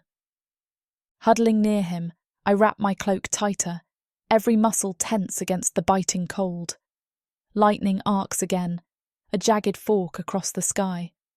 Thunder crashes, and the wind howls, sending sleet slashing in sideways. Our half-formed shelter groans under the assault. I brace a hand against the wooden slab, praying it holds. A sudden gust tears at the edges of the rock wall, dislodging a chunk that crashes to the ground behind us. I scream involuntarily, stumbling backward. The bond jolts, and Calith catches me with a strong arm. Easy, he murmurs, but I hear concern in his tone. We're safe for the moment, though the structure is precarious. Pressing close together, we endure the onslaught of wind and sleet for what feels like hours. My teeth chatter, and his body radiates warmth that seeps through my soaked cloak. The tension between us morphs again, overshadowed by survival instinct. I can't afford pride or fear. I cling to him, letting his solid presence anchor me against the storm. Time blurs. The wind's howl becomes a constant roar in my ears, and the raw cold saps my strength. My eyelids droop, exhaustion dragging me downward. Vaguely, I register Calith's rumbling voice, urging me to stay awake, to keep my blood flowing. My brand itches something fierce, but it's overshadowed by the numbing cold. At some point, the storm quiets to a dull moan, leaving behind a world dusted with glistening sleet. I come to awareness, finding myself half curled against Calith's broad chest, his wings angled to block the worst of the wind. Heat creeps up my neck as I realise how intimately we're positioned, but I'm too drained to pull away. My breath forms pale clouds in the frigid air. He senses my stirring and releases me carefully. The bond thrums as if acknowledging the shift. "It's nearly dawn," he says, voice raspy from lack of sleep. The storm died down a bit. I nod, blinking away the remnants of drowsiness. My limbs ache, but at least I'm alive. Outside, faint light filters through the cracks in our makeshift shelter. Snow and ice cling to the ground, painting the valley in a uniform white sheen. Our fire still smoulders, an orange glow against the gloom. "Thank you," I whisper, clearing my throat. I'm not sure if I'm thanking him for saving me from the falling debris, or for sharing his warmth, or for not leaving me in the cold while he found better shelter. Maybe all of the above. He looks away, a silent acknowledgement flickering across his features. Then he stands, stiff from hours spent crouched in the frigid air. I do the same, my legs protesting with every movement. Despite the discomfort, I feel a strange sense of closeness to him now. We survived the storm together, physically pressed against each other in a way that forces me to confront the raw tension thrumming beneath the surface of our forced partnership. "We should check if anything's salvageable outside," he says, stepping gingerly around the slick floor, "and see if the road is still passable." I pull my cloak around me, nerves humming. "Right," I answer. My cheeks still burn at the memory of clinging to him, but I bury my embarrassment beneath practicality. We're in survival mode, and there's no room for complicated emotions or fear of what I might be feeling. Outside, the wind remains a steady breeze, sharp with chill, but nowhere near as violent. Our surroundings look like a world freshly minted in silver and grey. Thin ice crackles under my boots, and each breath is a visible puff in the frosty air. Calith sweeps his gaze across the horizon, wings folded tightly. "At least we can see footprints," he notes, pointing to a set of half-frozen tracks. Probably ours from the previous evening, but it reaffirms that we're still on a road. If the path remains somewhat clear, we can move on. I nod, hugging myself to ward off a shiver. We should. The glen is still far, and we can't risk more storms, not without proper shelter or supplies. He grunts in agreement, stepping forward. I follow, careful not to slip on the icy patches. The faint crunch of ice underfoot reminds me how fragile this environment can be. A few paces from our shelter, Calith halts abruptly. He crouches low, examining something in the snow. My heart catches. Tracks, or signs of Draveth. "What is it?"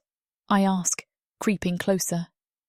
He runs a clawed fingertip along a faint indentation in the snow, then scowls. "It's older than the storm, but not by much. Looks like someone passed here during the night, maybe just before the weather worsened." He points to a partial boot print and a swirl, like the hem of a cloak dragging. Fear slides icy tendrils up my spine. "Draveth?" My voice wavers. Calith's jaw flexes. "Possibly, or other travellers, but these steps circle around as if they were searching." He straightens, scanning the landscape. "If it was Draveth, he's close, or was." My heart thunders. Anxiety prickles at the base of my neck, and I rub the brand on my wrist reflexively. "We need to move, now." He nods, wings shifting restlessly. "Agreed, the faster we put distance between us and whoever left those prints, the better." A note of protective anger edges his tone. Seeing him bristle at the thought of Draveth cornering me kindles an odd sense of reassurance, even as my rational mind warns that this could all end in violence. We quickly gather what little we have left, hardly anything beyond the clothes on our backs, and set out eastward again. My shoulders remain tense, expecting an ambush at any moment. But the valley remains silent, broken only by the hush of wind ruffling icy bushes. The road is slippery, forcing us to walk slower than we'd like. Throughout the morning, Caleth and I exchange terse banter to keep our spirits up. He teases me about nearly sliding off the mountain path yesterday, while I retort that perhaps his stone sleep made him sluggish in spotting the storm. It's light-hearted on the surface, but each jibe carries an undercurrent of vulnerability. We're testing the waters of how much trust we can place in each other, prodding at the boundaries of fear and grudging respect. That interplay grows, small sparks of connection lighting up the gloom. Once I slip on a hidden patch of ice. He catches me by the elbow, a smirk tugging at his mouth. "Again?" he murmurs. I make a face, swatting him lightly and stepping away. The bond thrums in my ears, leaving me warm despite the bitter cold. Time passes in this uneasy dance between caution and attraction. By late afternoon, the terrain starts to shift, leading us through a series of shallow ravines draped in thin ice. Caleth picks the route with an unerring sense of direction. I spot outcroppings that might be remnants of old structures, but they're too eroded to be sure. I think of the wards we found earlier, how they hinted at Naredza's shadow looming over these lands. If she's truly stirring, every clue we stumble upon could be a sign of her influence. Just as the sun dips low, painting the sky in muted lavender, we round a bend and discover a crumbling stone archway bridging two boulders. Ancient carvings run along its surface, half buried in drifting snow. My chest tightens. Another relic, perhaps from the era of gargoyle dominance or Perna wards. Caleth moves forward, nearly reverent as he traces the carvings. I can't help but notice how his expression tightens. "What do you see?" I whisper, drawing near. He points to a section where the stone has collapsed, revealing deeper layers of runes in the arch's interior. My breath catches at the design, swirling lines reminiscent of the glyphs in the temple. Anxiety thrums in my veins. Caleth's molten gaze flicks to me. "I recognize these symbols," he says, voice low. "They speak of the Nixari's return, how the Watchers must remain vigilant until the end of time." My blood runs cold. "So it's a prophecy about Naredza?" He nods, jaw set. "Yes. This structure must have been part of a greater network of wards, maybe even an outpost dedicated to containing her, which means her influence reached here. If the prophecy was known, the Watchers might have tried to hold her back. Clearly, it was never finished or maintained." A wave of dread settles over me, made worse by the faint snow drifting from the grey sky. That means we're crossing ground once used to keep Naredza from spreading her corruption. His lips press into a thin line. If we linger, we risk whatever old magic remains. Broken wards can be unpredictable, sometimes attracting lesser creatures or illusions. My heart pounds. Right, we should go. I turn, ready to leave this place, and the uneasy sensation prickling my skin. Yet an unspoken question lingers in my mind. What if Naredza is already using these neglected wards to her advantage? The thought is too horrifying to voice. We press on, the discovery fueling our urgency. Caleth's posture is taut, riddled with quiet panic. I sense it in the rigid line of his wings, the clench of his tail. The brand on my wrist stings anew. My own fear roils. If she truly rises, none of us are safe. Not me, not Caleth, not any mortal or immortal who stands in her path. As dusk settles into full night, we find a rocky shelf to make a minimal camp. We don't bother with a fire this time, relying on layers of clothing and gargoyle warmth to keep from freezing. The wind is calmer than before, though the temperature is still punishing. Huddling close to Calith is both necessary and unnerving, the bond singing whenever our bodies make contact. I can't deny the comfort in his presence, no matter how reluctant we both are to acknowledge it. I try to rest, but my mind cycles through old memories.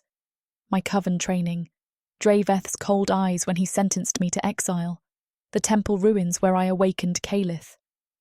Now add the looming return of an ancient evil that threatened entire races centuries ago. My pulse pounds just thinking about it. Despite everything, a spark of hope flickers in me when I recall how Calith seemed genuinely concerned about me clinging to him during the storm. We're forging something new here, out of necessity, but also choice. Maybe that bond will see us through the trials ahead. Glancing at Calith in the dim moonlight, I find him watching the darkness with unwavering focus. His wings shift slightly when I move. The synergy between us has deepened, shaped by forced proximity and a flickering sense of trust. My chest tightens with conflicting emotions, terror of Narza's threat, guilt over the broken seal, and an undeniable draw to the hulking gargoyle at my side. Amid the hush of the winter night, I speak softly, words escaping before I fully plan them. Thank you for not giving up on me. He stiffens. I haven't decided if it's for your sake or my own. A soft laugh slips from my throat, surprising us both. Aren't those the same thing now? He turns to me, eyes glinting like molten embers in the faint moonlight. Slowly he exhales, the tension around his mouth easing. Yes, he admits. Maybe they are. Something inside me unclenches. We share a moment of silent understanding, gazes locked. The wind gently nudges the branches overhead, and a few stray flakes of snow drift between us. In that stillness, with my heart in my throat, I realize the seeds of trust have taken root. Whether they flourish or wither depends on how we face the dangers ahead, together or divided. We sink back against the cold stone, wariness draping our every breath. Yet an undercurrent of warmth lingers, a tenuous thread of connection that defies my fear of the future. I nestle closer, ignoring the wild flutter in my chest. He doesn't pull away, doesn't snarl or roll his eyes. Instead, he adjusts his wing to shield me from the wind's bite, the bond humming in quiet satisfaction at our nearness. In the distance, thunder rumbles once more, but faintly. Snow flutters across the frozen ground like whispered secrets. We remain alert, listening for any sign of Draveth's pursuit or the crackle of unleashed magic.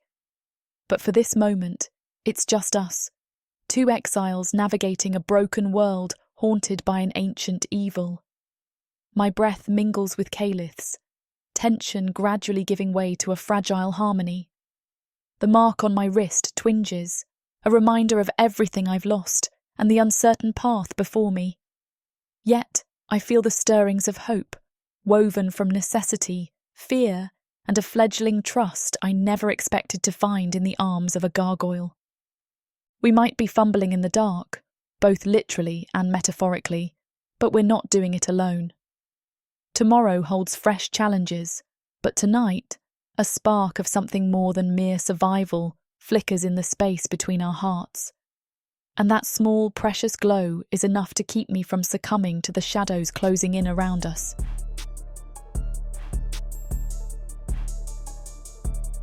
Chapter 6, Calith. I inhale the crisp morning air, forcing it to steady the agitation coursing through my veins. Snow clings stubbornly to the surrounding hills, a pale hush blanketing the earth. Above, the sun fights to pierce a curtain of gray clouds, casting a weak, silvery light over the valley where we've made camp. Sariah stands a few paces away, rolling her shoulders in a series of stretches. Even from this distance, I sense her restless energy. Our bond hums between us, like a gently vibrating wire tethered around both of our hearts. I scowl at the sensation, though I should be used to it by now. This forced link, this mortal's magic entwined with mine. My wings twitch with irritation, but necessity demands I adapt. She frowns as she catches me staring. "What?" she asks, as if bracing for another argument.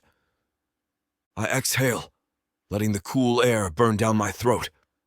We have to do this. We have to harness her Purna power so it won't catch us by surprise in a true fight. More importantly, she must learn that magic alone won't save her from the terrors lurking in these mountains, or from Draveth if he ever shows his face. My methods might be harsh, but that's all I know. "We're training this morning," I say, voice gruffer than I intend. Her brows shoot up. "Training?" I fold my arms across my chest, ignoring the part of me that notices how the wind teases her hair, that single silver streak framing her face. "You heard me. No more stumbling around with half-formed spells. You nearly got us killed back at the temple when you lost control." Her posture stiffens, shoulders squaring. "I was desperate." "I'm not blaming you," I interrupt, though my tone suggests otherwise. "But if we're to stay alive, you need more control. We're tethered, remember? When you flare up with raw power, it affects me too. I won't have you unleashing a surge at the wrong moment." Her storm-gray eyes flash. "Don't act like I'm the only liability here. You keep hurling us into danger with your rigid—" "Enough!" I growl, cutting her off. A brief pulse of guilt follows.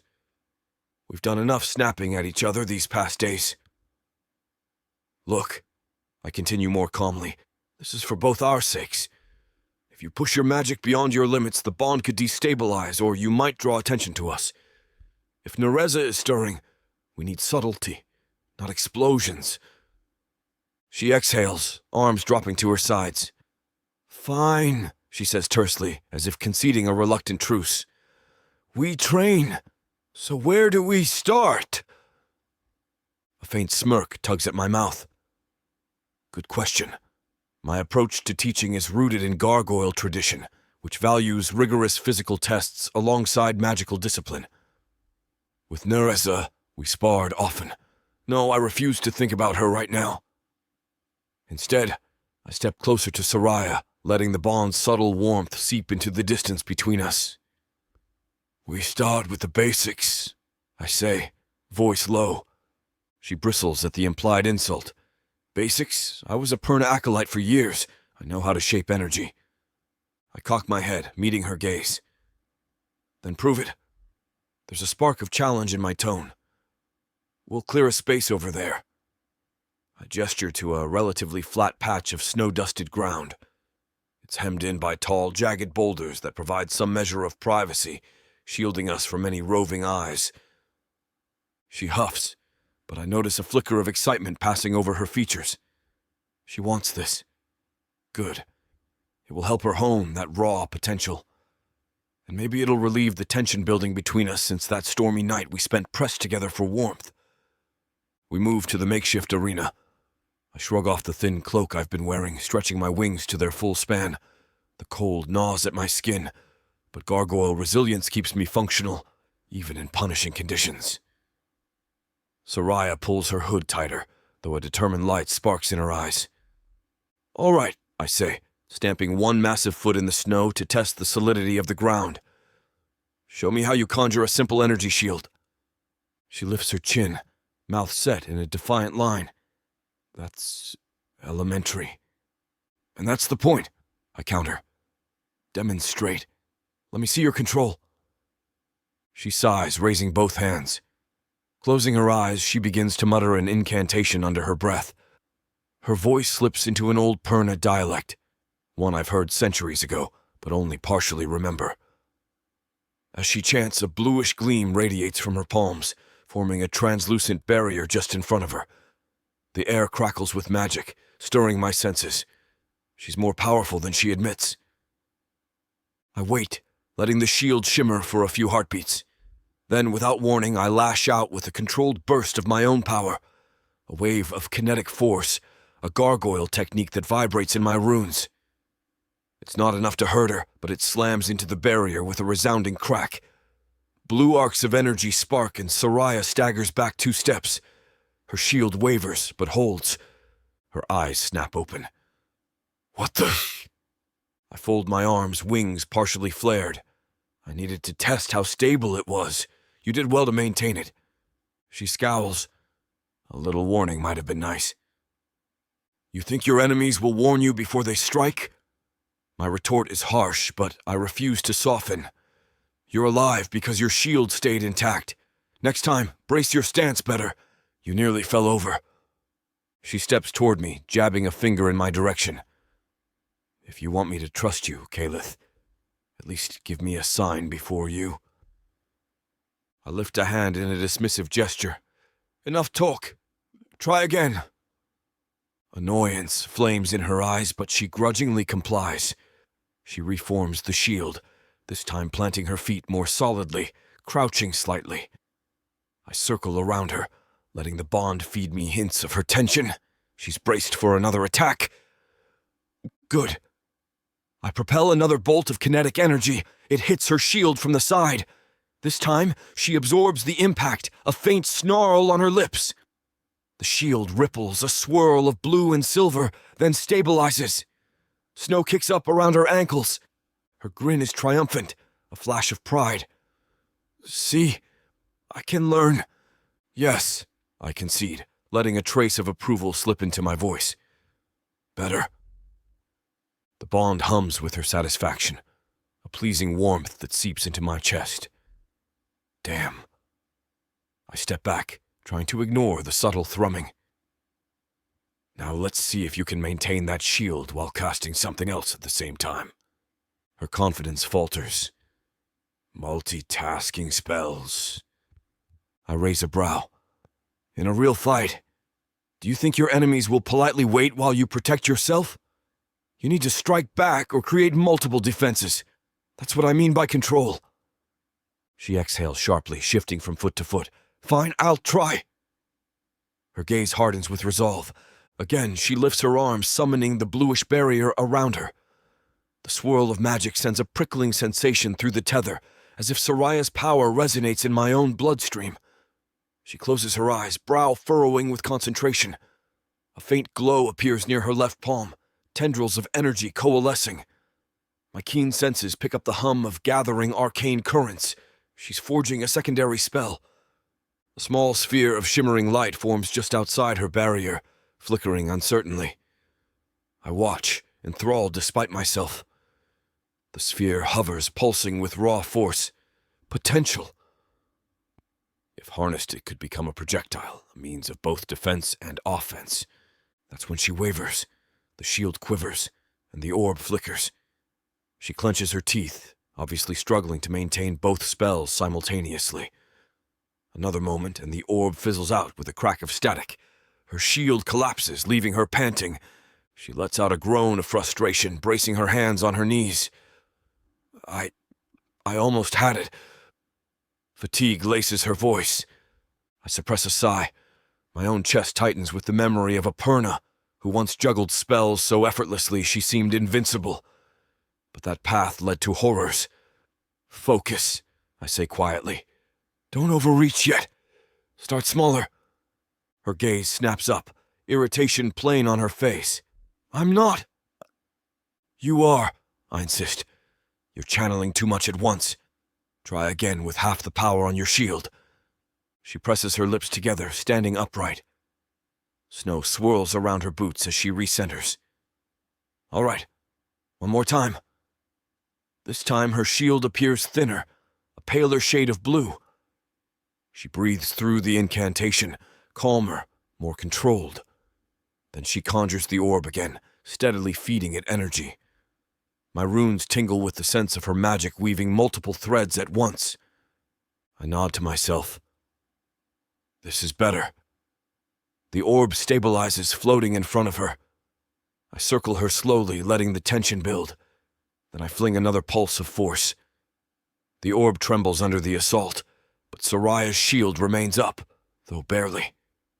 Sparks dance across its surface. She grits her teeth, extending her left hand to direct the orb. It flares bright, then streaks toward me. Surprised, I tense. She's sending a direct attack, a small bolt of condensed arcane force. I half smile. Good. With a swift motion, I unfurl my wings and summon my gargoyle barrier, similar to harnessing the Earth's resonance. The orb hits my invisible shield, bursting into a harmless shower of sparks. Her shield collapses as her energy falters and she staggers back, exhausted. She's breathing hard, but her eyes sparkle with triumph. "I did it," she gasps. A reluctant grin tugs at my lips. "You did. Not bad." She shoots me a challenging look. "Not bad? That was passable," I interrupt, though the warmth I feel for her success is genuine. "We'll keep practicing until it becomes second nature. You won't have time to think in a real fight." She exhales, rolling her shoulders. The brand on her wrist flickers under the faint sun, and I sense a pang of sympathy for the burden she carries. "Fine," she says, though her tone is less defensive now. "Just give me a moment to breathe before you throw another attack at me." I incline my head in a curt nod. "Take your time. There's no point in burning you out on day one." She collapses onto a nearby rock, rubbing her palms together. Her breath comes in visible puffs in the cold. I remain standing, scanning the horizon for any signs of movement. Draveth, or worse. The valley is still, except for the whistle of wind over the snowy plain. My tail flicks in restless arcs. My mind drifts to gargoyle combat training. It's typically brutal, forging warriors who can fight off orcs, monstrous beasts, even rival gargoyles. The Perna approach is different, focused on spellcraft, cunning, and layered wards. Yet Sariah stands in that intersection, needing to blend both worlds if she hopes to survive. It might just be enough to tip the scales in our favor. She exhales slowly, then stands again. "I'm ready," she announces, sounding almost eager. There's a determined gleam in her eyes. I let a rare smile curve my lips. "Good. This time we'll practice close quarters. No spells unless absolutely necessary. Use your physical agility." She snorts. "I'm not exactly built like a gargoyle, you know." "I noticed," I say dryly. Indeed, her lean frame is a stark contrast to my heavy musculature and stone-hard skin. But you can still dodge, parry, and redirect attacks. If you fight Draveth or any Perna trained in melee, you'll need more than spells." She squares her shoulders. "All right, let's do it." I shift into a combative stance, legs braced. My wings extend slightly for balance. When she draws near, I feint a blow at her upper arm, not enough to injure, but to test her reaction. She yelps and ducks, stumbling a little. I track her movement, tail thrashing behind me to keep balanced. She glares, then tries to jab me in the side. My stone-like skin barely registers the impact, but I appreciate her tenacity. "Sweep the leg," I instruct, blocking her next strike with my forearm. "Use your momentum." Her eyes narrow. "Fine." She ducks low, swinging her leg in an arc. It meets my calf with a surprising amount of force. I barely budge, but she capitalizes on the moment to pivot around me, fists raised. A flicker of admiration sparks in my chest. She's quick. If she had more practice, she could catch me off guard.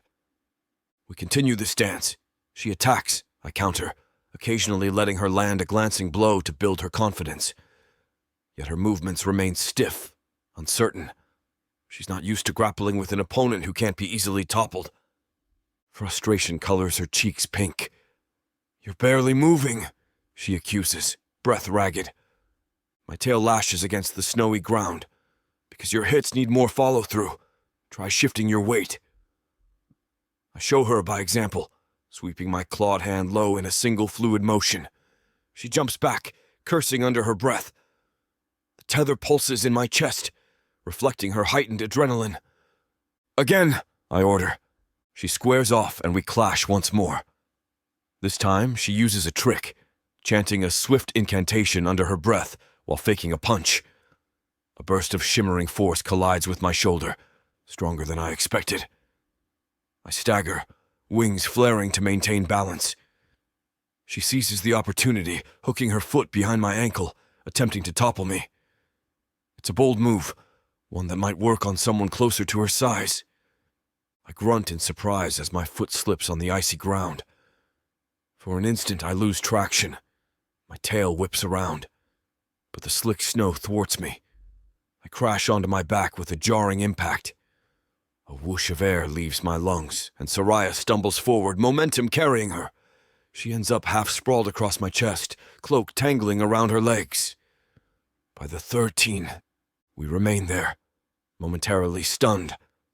My wings are pinned under me, the stone-like ridges scraping against the packed snow.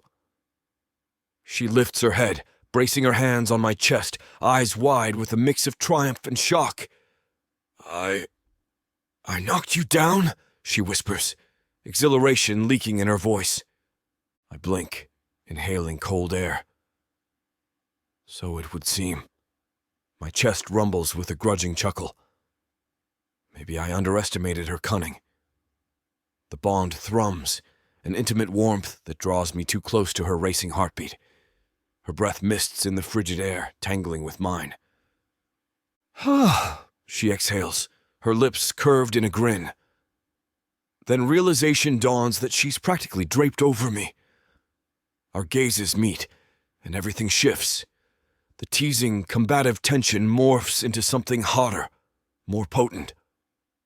I feel her pulse thrumming under the brand on her wrist, sense the quickening beat in her veins through our tether. Heat coils in my core, and for an instant, I forget the cold altogether. Her cheeks flush deeper. She tries to scramble off me, but her foot tangles in my tail. She squeaks, and I shift to help untangle us. Our limbs collide, and she ends up braced over me, face mere inches from mine. I swallow, awareness roiling in my chest. Her hair, streaked with silver, drapes over her shoulder, nearly brushing my face. The tether's hum intensifies, filling my ears like the echo of my own pulse.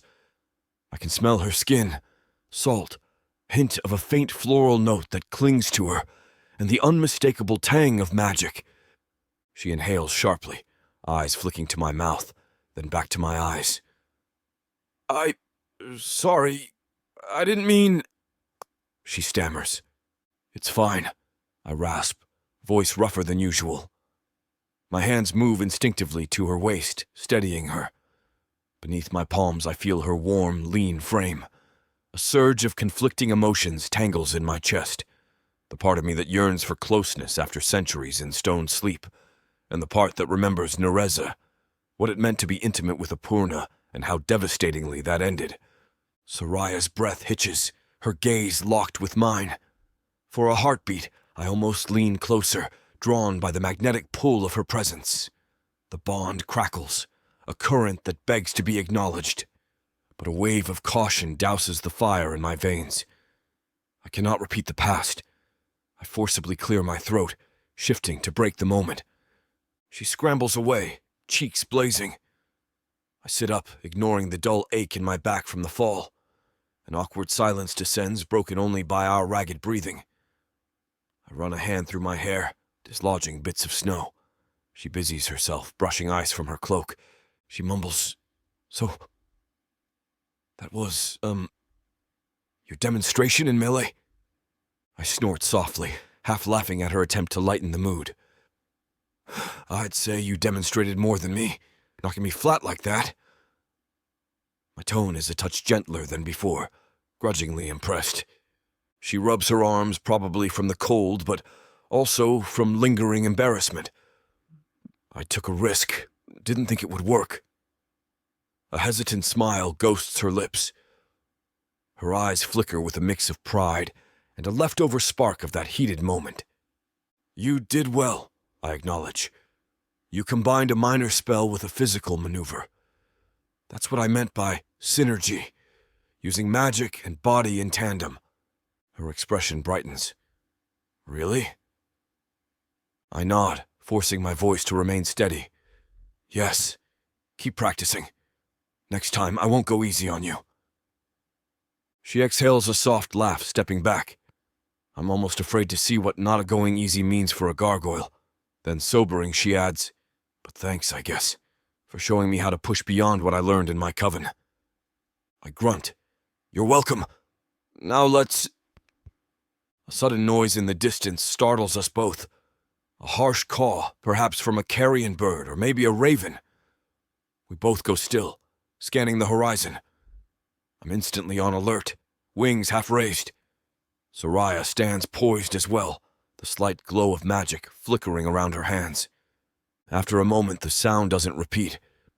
I relax marginally, though my heart still pounds from the scare and that unexpected near intimacy. Probably just wildlife, I murmur, though I remain vigilant. The bond's tension has sharpened, as if reflecting our combined wariness. Sariah looks at me, worry etched in her features. We should do a perimeter check before we settle down. We don't need a random predator or Draveth's scouts catching us off guard. I incline my head. Agreed. Then, as we gather our cloaks and prepare to move, I add, we'll continue training tomorrow. For now, let's be certain we're safe. Her expression shifts to something approaching relief, though a trace of lingering heat remains in her eyes. Sure. Tomorrow? The word holds an undercurrent of promise and wariness. We leave the small clearing, trudging side by side across the snowy expanse to our makeshift campsite. The earlier tension from our sparring still crackles in the air, though we keep our distance. My back aches from where I hit the ground, but a faint sense of amusement underlies the pain. Sariah might not realize it, but toppling a gargoyle is no small feat, even if my slip on the ice gave her an advantage. She glances at me occasionally, as though testing the waters of conversation. The bond hums, making me hyper-aware of her presence. I can sense her pulse calm as the minutes pass, the flush receding from her cheeks. My own breathing steadies, yet my thoughts race with complicated feelings. Admiration, guilt, desire, caution. After centuries sealed in stone, I didn't expect to find myself in such a precarious alliance, nor did I expect to be so drawn to a mortal woman with a brand on her wrist and fearsome magic surging in her veins. Before these reflections can trap me, I focus on the immediate task. We circle the perimeter of our camp, a shallow depression behind a tangle of rocks, and find nothing amiss. The wind picks up, sending swirling flurries of snow in our faces. Sariah shivers, hugging her arms. I step ahead, letting my broad frame shield her from the worst gusts. The bond thrums with subtle warmth, reminding me how closely our fates are entangled. We return to our shelter, a crude arrangement of stone slabs and the remains of an old wall that we piece together. The sun hovers low, the sky awash with wan light, creating long shadows across the snow. Evening will come soon, bringing colder temperatures. My wings shift, tail flicking as I scan for anything we can use for firewood. The environment is sparse, but we've managed to scrounge enough dry branches to keep a small flame alive each night. Sariah helps arrange the kindling, her breath puffing in the cold. She kneels, murmuring a soft incantation. A spark of Purna magic ignites the sticks, and flames crackle to life. I settle on a flat rock opposite her, letting the heat wash over my stone-cold limbs. My runes glow faintly, resonating with the comfort of open flame. For a while, we sit in companionable silence. The day's training weighs on Sariah, I can tell. Her eyelids occasionally droop, and she rubs her temples as though warding off a headache. I wonder if the tether amplifies her fatigue, or if it's the bruises forming on her arms from our sparring. Guilt twists in my gut. I'm pushing her hard, but we have no choice. We're running out of time, out of safe spaces. Better she be bruised in training than dead in a real fight. Eventually, she clears her throat, looking at me over the fire. You mentioned synergy. How exactly do we use that? I arch a brow. You felt it just now, didn't you? When you combined your spell with your physical strike, my power responded as if our energies recognized each other. She nods, eyes flicking to the runes etched on my chest. Yeah, but it was fleeting. Do you know how to make it more purposeful? I press my lips together, recalling a time long ago when I synchronized magic with a Purna in battle. I have ideas, I say cautiously, but it requires deep trust. You must let me channel my gargoyle magic through you while you weave your poorness spells around it. If either of us hesitates or resists, it could backfire. She grimaces. Trust is complicated. Her gaze falls to the brand on her wrist, the memory of betrayal flickering in her eyes. I inhale slowly. I know, I murmur. My own baggage threatens to surge up, memories of Narza's corruption and the way she used synergy to twist her magic into something monstrous. We'll proceed carefully. But synergy can amplify your spells, make them stronger than you could manage alone. That might be the edge we need if we ever face Draveth. Or worse. She stares into the flames, silent for a long moment. Then she nods, a tremor in her voice. All right. I'm willing to try. If it means we stand a chance against what's coming, I'll do it. Her courage, tempered by apprehension, stirs a flash of admiration in me. We'll work toward it, I promise. Slowly. She smiles faintly. A swirl of gratitude and relief flows through the tether, and I can't help but notice how the connection between us grows more tangible with every hour we spend together, combative or otherwise. It's as though our souls are learning each other's rhythms, forging a reluctant harmony. Dangerous, I remind myself, yet perhaps necessary. Night descends and the wind howls over the ridge, carrying the distant cries of wild creatures. We stoke the fire to maintain warmth, sharing a pitiful ration of dried meat and brittle roots we scavenged. The conversation dips into quieter territory. The potential route to Snowfall Glen, the possibility of forging alliances with Purnas who might greet a gargoyle and an exiled Purna with hostility. We speak in hushed tones, acknowledging how precarious every step is. At one point, she touches the brand on her wrist, gaze distant. Draveth said I was too reckless, that I'd become a threat like the Niksari. You've seen me in combat now. Am I truly so dangerous? I watch her, recalling her raw bursts of energy, the fierce determination in her eyes, the thin line between control and chaos. Dangerous, I say softly. Yes, you are. But that doesn't mean you'll become a Niksari. Power doesn't corrupt on its own. It's how you wield it. She exhales, blinking. Thanks, I think. I shift, wings flexing. It's a compliment. If you harness that power responsibly, you could do great things.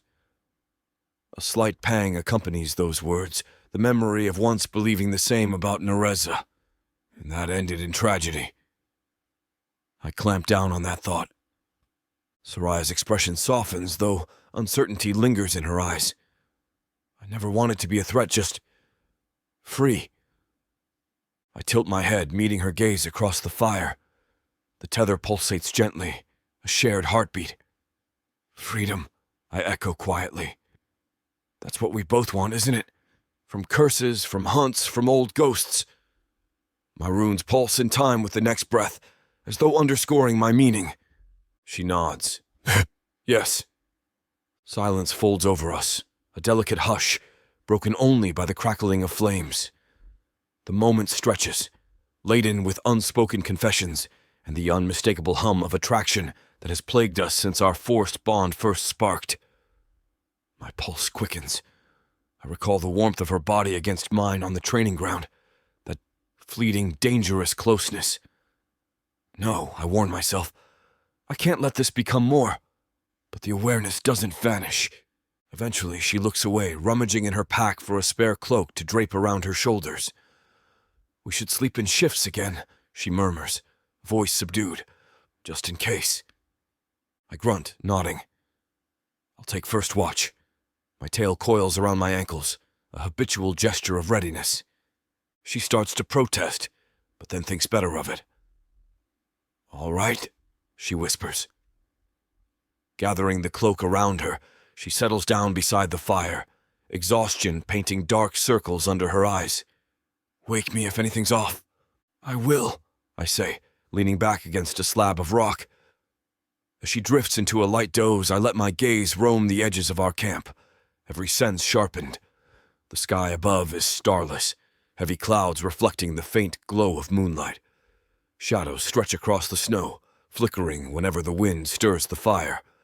Time slips by, measured by the crackle of burning wood and the gentle rise and fall of Sariah's breathing. I remain vigilant, wings half furled, attuned to any hint of an intruder, my thoughts stray to the training session. I recall the surge of pride I felt at her progress, and the dizzying flush of desire when she landed on top of me. My tail thuds lightly against the ground as I wrestle with the emotions that conjures. The night grows deeper. My runes glimmer faintly, reflecting the subtle tension I can't quite shake. Finally, after hours of silent watch, I move to wake Sariah for her turn. She stirs, blinking groggily as I crouch beside her. Our gazes meet in the dim firelight, and for a moment there's a softness there that neither of us can deny. "Your watch," I say quietly. She rubs her eyes, nodding. "All right." We switch places, and I slump against the rock, allowing a shallow doze to claim me. My body craves true stone sleep, but that would render me immobile, helpless. Not an option in these conditions. At least a partial rest might steady my nerves. When I drift into a half-sleep, memories swirl. The temple, Narza's face twisted with power, Sariah's triumphant expression as she topples me, the brand on her wrist glowing with a faint silver tinge. My heart tightens at the collision of past and present. I must not fail again. Sometime later, Sariah wakes me gently, her hand on my shoulder. Dawn's pale light creeps across the snow. We exchange a few tired words, gather what remains of the firewood, and prepare for the next leg of our journey. Despite our fatigue, there's a charged anticipation in the air.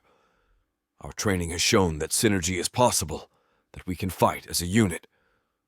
A small victory. We set off once more, the bond humming steadily as if acknowledging our renewed determination. The tension remains, both the friction of two very different people forced together and the subtler strain of an attraction neither of us wants to admit. Yet beneath that friction, trust stirs, forged by the act of knocking each other around in the snow, the bruises we wear like badges of progress, the spark of magic we tested in tandem. And so we walk, side by side, an exiled Purna and a gargoyle warrior, both haunted by mistakes and longing for freedom. Our footprints trail across the snowy plain, weaving a path toward uncertain horizons. The morning wind is chill, biting at our exposed skin, but the ephemeral heat of shared purpose shields us from the worst of it. In my chest, the runes glow softly, accompanied by a quieter glow in the place where Sariah's magic touches mine through the bond. I sense her glancing at me with a mixture of caution and something else, something that sends a prickle of warmth through my veins. I don't let it show on my face. This is the strangest alliance I've ever formed, equal parts necessity and something that could become more if we let it. But for now, we focus on survival and strengthening our defenses. If I'm to ensure that Narza remains a dark legend rather than a living nightmare, I need Sariah at her best, fierce, controlled, and unafraid of her own power. Let the old grudges and half-forgotten betrayals linger in the past. Let tomorrow's threats come. We'll be ready. Or as ready as two outcasts can be. A faint grin touches my mouth, invisible to anyone but the wind. You did well, Purna. With each step, the tension of our tether morphs into a tenuous camaraderie, laced with the possibility of deeper synergy, both in battle and, perhaps, in the intangible space we share between heartbeats. This huge orc brings out the animal in me. In a world where humans have been driven underground, living like rats is the only way to stay safe from the marauding orcs. All my life, my only job has been to make sure I have enough to eat. These orcs of the Burning Sun clan will vow to keep their human mates safe. There is a nobleness to these giant savages, alpha male warriors who will protect their women at all costs. Get this complete series of books following the Burning Sun clan for 70% off. Each book is a full-length monster romance that features a giant orc with eyes for his beloved, curvy human. Happily ever after guaranteed. Protheka's magic is eternal. This bundle will show you that size really does matter.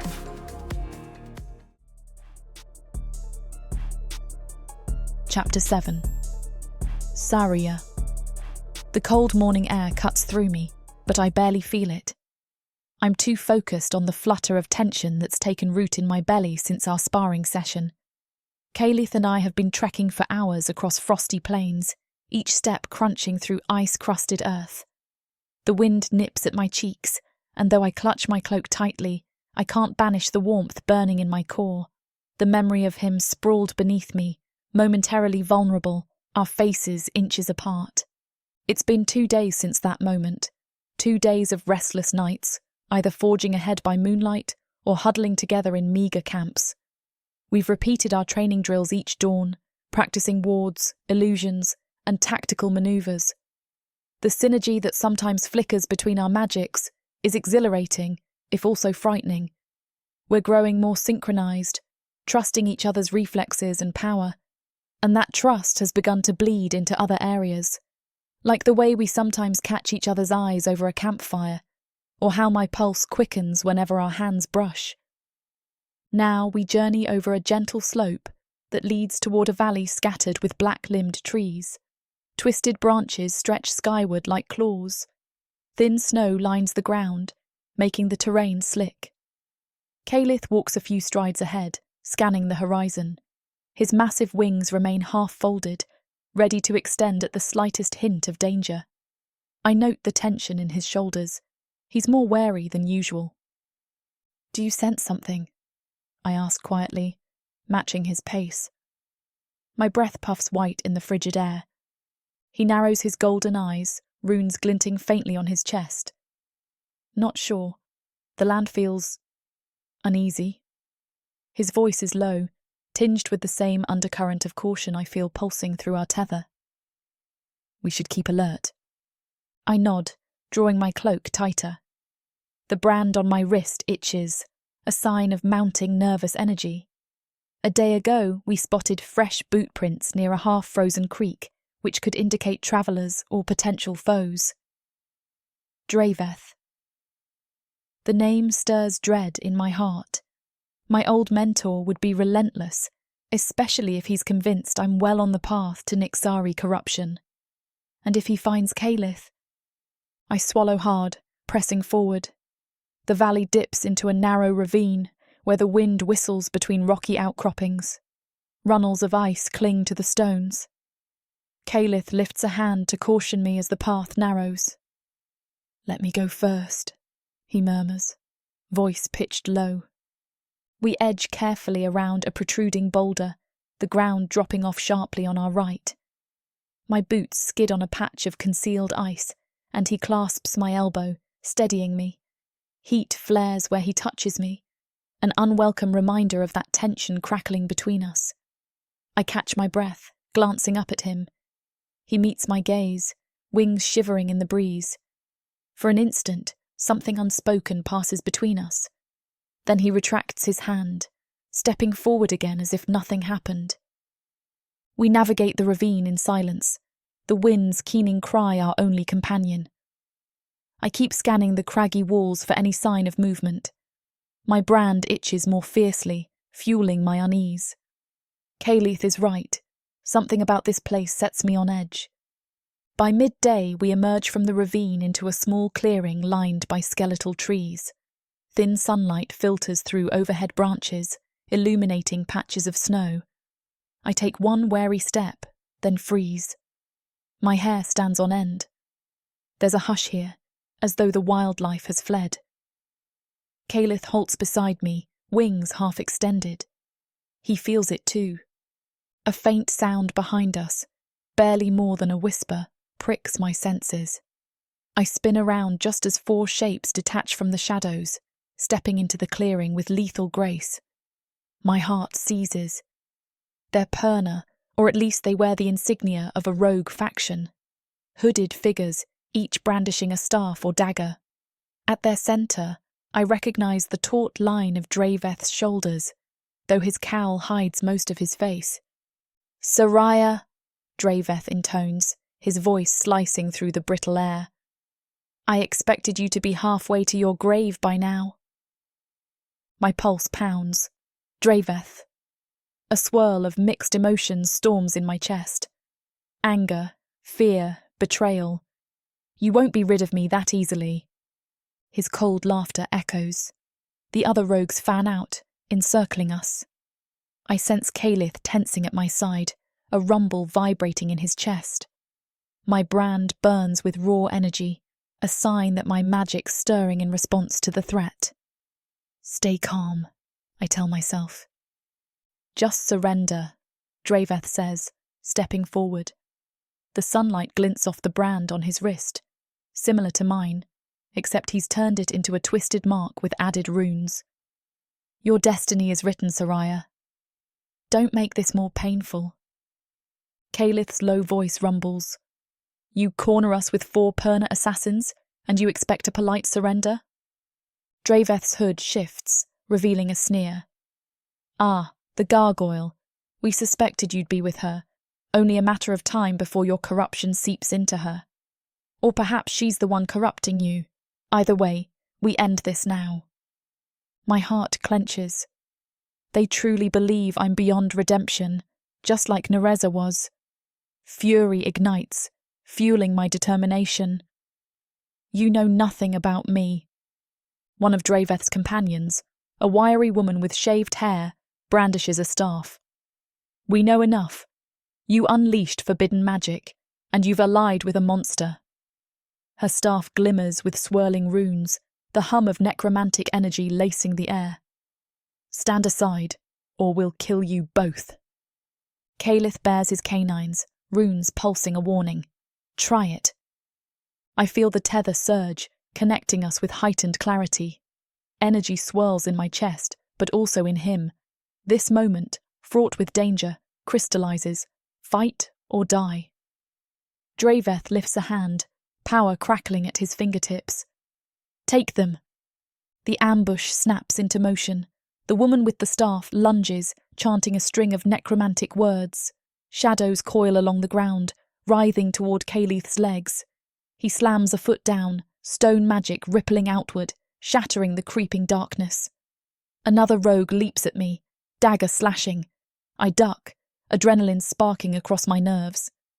Calith roars, wings flaring wide, swiping a clawed hand at 2 attackers who try to flank him. They scatter, hurling magical bolts that blaze with chaotic colour. He blocks one with a quick upward slash of his own kinetic wave, but the second hits him in the side. He staggers, growling in pain. I snarl, raising my hands. My mind races, sifting through old incantations. "Focus, Sariah. Combine your training." I conjure a shimmering ward around Calith. The tether hums, enabling me to sense exactly where he's hurting. My barrier absorbs another blast from the necromancer's staff. Draveth steps into my peripheral vision, chanting under his breath. My instincts scream. He's summoning something vile. Shadows swirl around his fingers like ribbons of living darkness. "You left the coven once," he hisses. "Now you'll die by the power you once revered." I grip my teeth. My brand flares painfully, reacting to the magic Draveth wields. Old ties, twisted with malice. Number I gather my own arcane strength, forging a sphere of radiant light in my palms. The Perna next to Draveth tries to intercept me, but Calith lunges, fists crackling with earthen force. He knocks the rogue away, sending them sprawling in the snow. Draveth releases his conjuration, a skeletal serpent of pure shadow that slithers across the ground toward me. Terror quakes in my chest. The serpent's crimson eyes glow with unholy light. "You should never have defied me," Draveth intones. Before it can strike, I hurl my sphere of light. The 2 magics collide in a dazzling flash, arcs of black and silver dancing across the clearing. My sphere wavers, the serpent pushing back, venomous fangs snapping inches from my face. I grit my teeth, pouring more energy into the sphere. "Come on, Sariah." Behind me, Calith is grappling with 2 rogues. I sense his pain through the tether, feel the grit of his determination. He thrashes, claws raking across an attacker's chest. A scream echoes. The second rogue flings a blade wreathed in greenish flames. Calith barely dodges, stone shards erupting underfoot. "Sariah!" he roars, voice straining. "Don't lose yourself!" I see his fight out of the corner of my eye, but Draveth's serpent demands my full attention. My arms tremble as it lashes against my sphere. Draveth's power is stronger than I remember, fueled by hate and twisted convictions. "You're a stain on the Perna legacy," he growls, voice echoing. "Better to kill you than let you become Nixari." Rage flares inside me. I am not another Narza. The memory of all I've lost, all I've struggled for, ignites a fierce resolve. With a cry, I channel my synergy with Calith, drawing on the faint echoes of his earthen magic that linger in the tether. A swirl of fiery energy merges with my sphere, intensifying it into a searing, brilliant beam. The serpent screeches, black coils thrashing. Draveth's eyes widen in alarm, but it's too late. My beam engulfs the creature in a burst of white-hot radiance. It unravels, leaving behind a swirl of fading shadow. For a heartbeat, Draveth looks stunned. Then fury contorts his features, and he hurls a final bolt of chaotic magic at me. I barely dodge, stumbling sideways. Pain explodes in my left shoulder as the bolt grazes me. Agony burns through my arm, and I gasp, dropping to one knee. Draveth advances, but Calith roars across the clearing, shattering the last rogue's staff. He wheels around, wings thrusting him forward in a lunge that puts him between me and Draveth. "Touch her again," Calith growls, "and I'll tear your spine out." Draveth snarls, whirling to block Calith's strike. His movements swirl with dark magic, forcing Calith to shift to defence. The remaining rogues form up behind Draveth, battered but not broken. My heart races. We're outnumbered, and Calith is wounded. We need to break free. Mustering my strength, I rise unsteadily, ignoring the pain in my shoulder. Lightning flares from one rogue's dagger, aimed at Calith's flank. Without thinking, I fling a desperate spell, part shield, part raw energy wave. It crackles through the air, intercepting the dagger's strike. The blast rips across the clearing, swirling with chaotic sparks. Everything erupts in a flash of white. For a terrifying moment, I lose myself in a surge of raw power that tears across my vision. It's not a neat, controlled spell. It's a torrent of energy, fueled by adrenaline and anger. The ground shudders, snow flying in every direction. I hear Calith shout, then feel the tether yank painfully in my chest. I can't see anything but white brilliance. The aura of the blast expands outward, a near-lethal wave that slams into friend and foe alike. When the flash finally subsides, my vision spots with dancing motes. I blink rapidly, chest heaving. What have I done? The clearing is scorched in a rough circle, the snow melted away. The 2 remaining rogues lie sprawled, unconscious or close to it. Draveth is on one knee, gripping his staff with trembling hands, face twisted in shock. Calith stands a few paces from me, braced on one arm, eyes wide. He looks rattled, as if he barely weathered the explosion. My knees threaten to buckle. The force of that blast lingers in my bones, a raw, lethal power I didn't know I possessed. "Calith," I whisper, voice shaking. He staggers up, runes on his chest flickering. A cut bleeds along his temple, and his left forearm is scorched. But he's alive. "Sariah," he manages, tone hushed. "Are you—" I nod weakly, though my shoulder blazes with agony. Beyond us, Draveth's eyes lock on me, a mixture of fear and rage contorting his face. "You see," he rasps, "she's a walking catastrophe. She'll become a Nixari for sure." Blood trickles from his brow.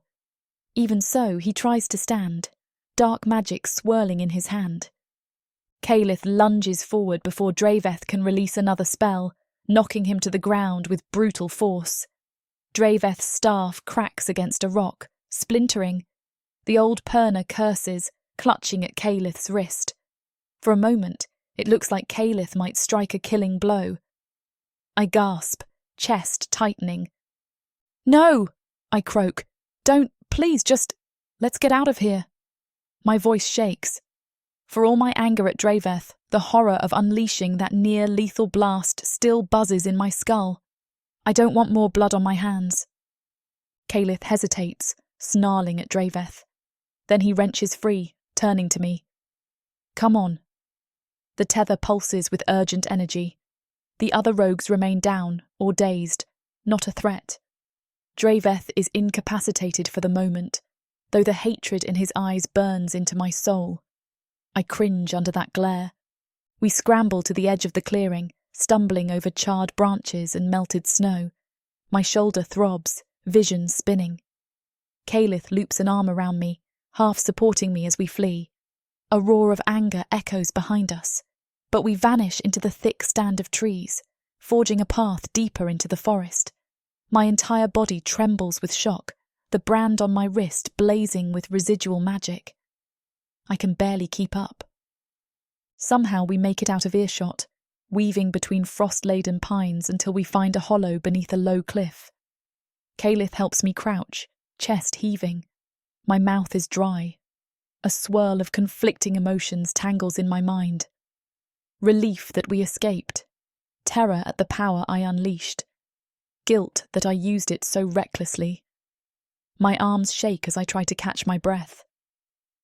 Calith kneels beside me, inspecting my wounded shoulder. "You're bleeding," he mutters. He pulls aside the tear in my cloak, revealing an angry burn where Draveth's magic grazed me. My vision flashes with pain, and I clench my jaw to stifle a cry. I look up, noticing the cut on Calith's temple again. Blood smears the side of his face, a stark contrast against his onyx skin. "You're hurt too," I manage, voice ragged. He exhales. "I'll heal.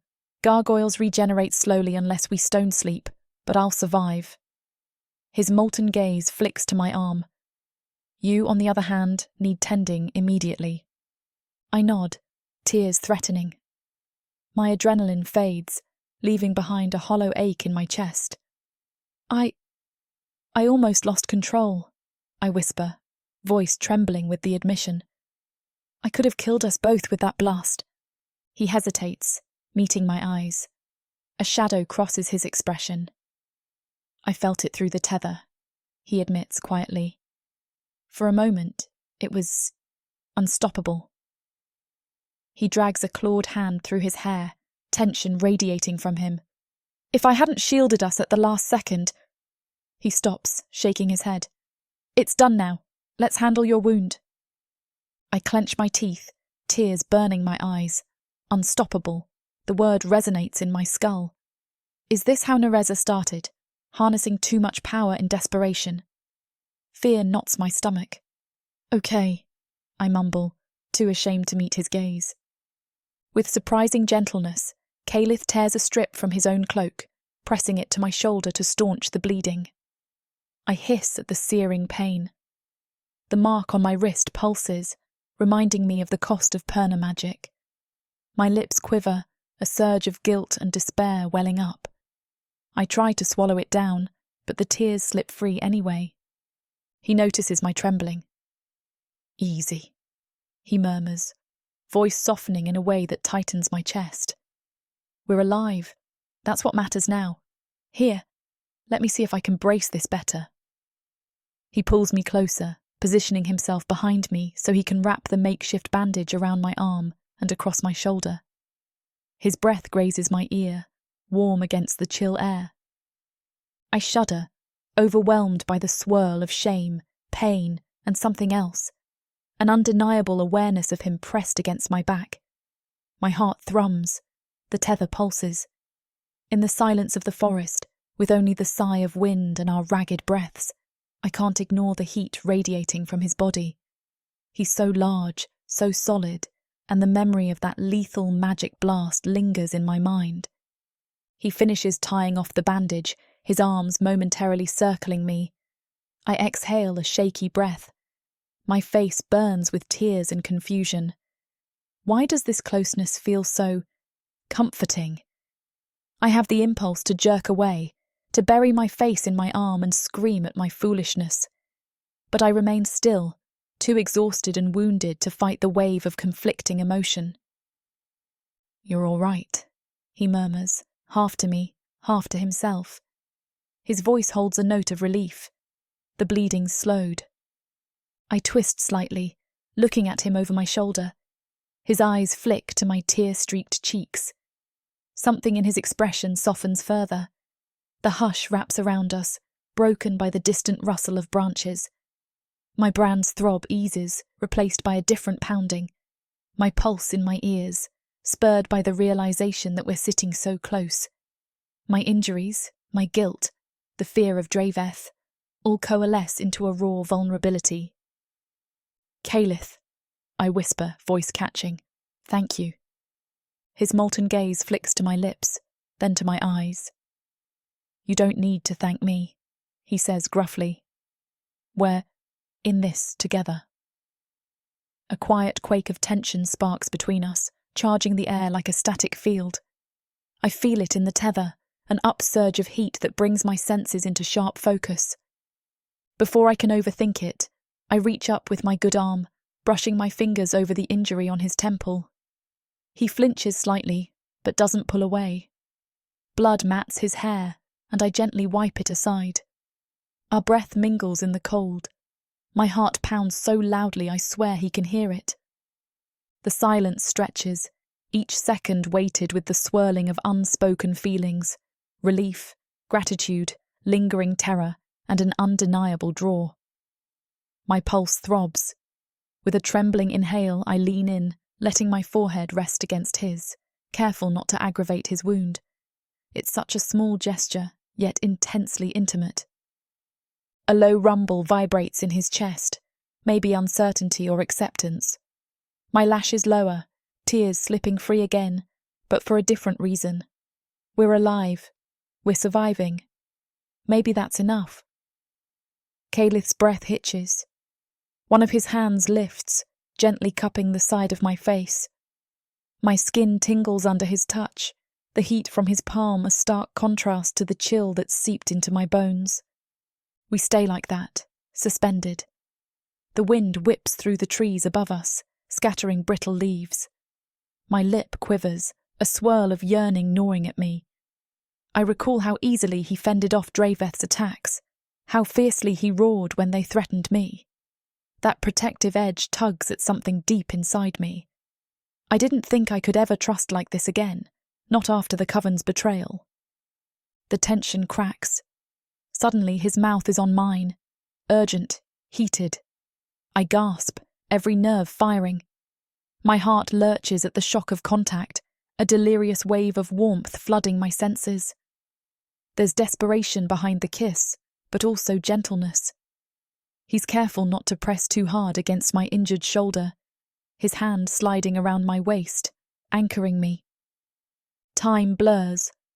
I surrender to the surge of feeling that roars through me, tangling my fingers in his hair. The tether pulses wildly, magical energy dancing under my skin, intensifying the taste of him on my lips. For a breathless moment, the world melts away. No Draveth, no curses, no monstrous ex-lovers from centuries past. Just Calith and me, breathing in unison. Then logic slams back into me like a wall of cold water. What am I doing? Fear and confusion churn in my gut. I break the kiss, pulling back with a stifled gasp. My breath fogs in the air as I stare at him. His eyes mirror the shock and lingering hunger I feel. My heart hammers, a swirl of emotions tangling my thoughts. I'm sorry, I stammer, voice trembling. This is... He looks torn, an echo of longing shadowed by guilt. Don't apologise, he manages hoarsely, though he's already shifting away, wings tensing as if he's ready to bolt. Sariah, Words fail him, and he exhales, pressing a palm over the runes on his chest. Narza, the memory flickers in his gaze, a haunting sorrow. I rub my hands to my heated cheek, panic creeping in. Calith, are you? He exhales raggedly, then lifts his eyes to meet mine. We can't do this, he says, voice laced with conflict. Not now. Not while Draveth is still after us and Narza's shadow looms. We can't risk repeating old tragedies. Regret thrums beneath each word. Tears sting my eyes anew. I want to argue, to say that we need each other, that I'm not Narza, that we can forge a different path. But he's right, at least about the danger swirling around us. My mind reels. I'm torn between the heady rush of that kiss and the sobering truth that we're literally on borrowed time. Am I truly heading down the same route as the monstrous Nixari? I force a shuddering breath, nodding. I know. He lowers his gaze, fists clenching. We'll talk about it, later. Right now, we should keep moving. Draveth might rally again. I bite my lip, hating how my body still throbs with the imprint of his lips, even as fear knots in my stomach. Okay, I whisper, voice raw. We help each other stand, ignoring the pangs in our battered bodies. My shoulder screams in protest, and Calith hisses at the cut on his temple. But we manage to gather ourselves enough to limp deeper into the forest, leaving behind the site of our near-death skirmish. As we trudge onward, the hush of snowfall accompanies us. My mind reels from the collision of violence and that dizzying kiss. My heart feels torn wide open, guilt creeping in at the edges. Have I doomed him to heartbreak? Or maybe we've both clung to each other in desperation. Either way, we can't simply ignore what just happened. The mark on my wrist still smoulders with residual magic, a reminder of how close I came to unleashing something unstoppable. My lips tingle where his mouth crushed mine. Contradictions swirl in my head, mirrored by the bond's flickering pulses. We don't speak much as we seek cover in a new hiding spot, a hollow at the foot of a massive pine. The thick canopy overhead shelters us from the falling snow. By the time we settle, night is creeping in, the sky turning a leaden grey. Calith busies himself setting wards around the perimeter, using a combination of gargoyle glyphs and bits of leftover perna wards we scavenged. I rummage for anything to start a fire. My shoulder throbs every time I move. Eventually, we collapse into a tense, breathless quiet. I concentrate on igniting a small flame with trembling fingers, ignoring the swirl of longing and guilt that roils in my chest. He observes me from the corner of his eye, runes faintly glowing in the gloom. The wariness in his posture is tangible, layered with a flicker of regret. We're both reeling. We're both uncertain how to proceed after that moment we shared. At last, a meagre fire crackles, dancing shadows over the snow-packed ground. I cradle my injured arm, trying not to wince. Calith folds his wings around himself, gaze distant. We'll rest here, he mutters. At dawn we move again. If Draveth recovers, he might try another ambush. I nod numbly. Silence stretches between us, thick with unspoken words. My body aches, my magic hovers dangerously close to the surface, and my lips still burn with the memory of that kiss. Anxiety churns in my belly, but part of me clings to the hope that this was more than a momentary lapse born of adrenaline. Yet, if I dwell on it, I might unravel. I shift, curling my cloak around me for warmth, leaning against the trunk of the pine. Calith remains near the fire, arms folded, jaw set in a grim line. The tether hums with our ragged emotional states. I feel his gaze slide to me occasionally, as though he can't help but check that I'm still breathing. Despite the tension, that awareness soothes me more than I'd like to admit. As the night wears on, exhaustion claims us. My eyes droop, head throbbing. I drift in and out of a restless doze, haunted by nightmares of Draveth's shadow serpent, the lethal burst of my own magic, and glimpses of Narza's twisted visage. I jolt awake, heart hammering, only to find Calith crouched beside me, murmuring words I can't fully decipher. His hand brushes my forehead, and I slip back into uneasy slumber, comforted by his presence. When dawn finally creeps into the sky, pale light reveals a fresh dusting of snow over the pines. My shoulder is stiff, the bandage crusted with dried blood. Calith stands at the edge of our camp, scanning the horizon. The injury on his head has partially clotted, though dark bruises colour his arms. He seems lost in thought, or perhaps just waiting for me to stir. My cheeks warm as I recall the kiss and the confusion that followed. We haven't addressed it. The moment we locked eyes earlier, he'd turned away, his expression a mix of longing and pain. Maybe it's better to focus on survival. I push myself up, biting back a groan. We should go, I say softly, my voice echoing in the hush. We have to put as much distance between us and Draveth as possible. He nods, turning. In the morning light, his features appear drawn, tension shadowing his eyes. Agreed. He hesitates, then speaks in a low tone. Your wound, does it need new dressing? I glance at my shoulder, wincing at the seeping blood. Yes, but it can wait until we're in a safer spot. His gaze flickers to my lips, then moves to my eyes, so quick I might have imagined it. He nods. Let's move. No mention of the searing kiss or the raw emotions swirling beneath the surface. I swallow the sting of disappointment, reminding myself we have bigger concerns right now. And so we set off through the forest, forging a path east.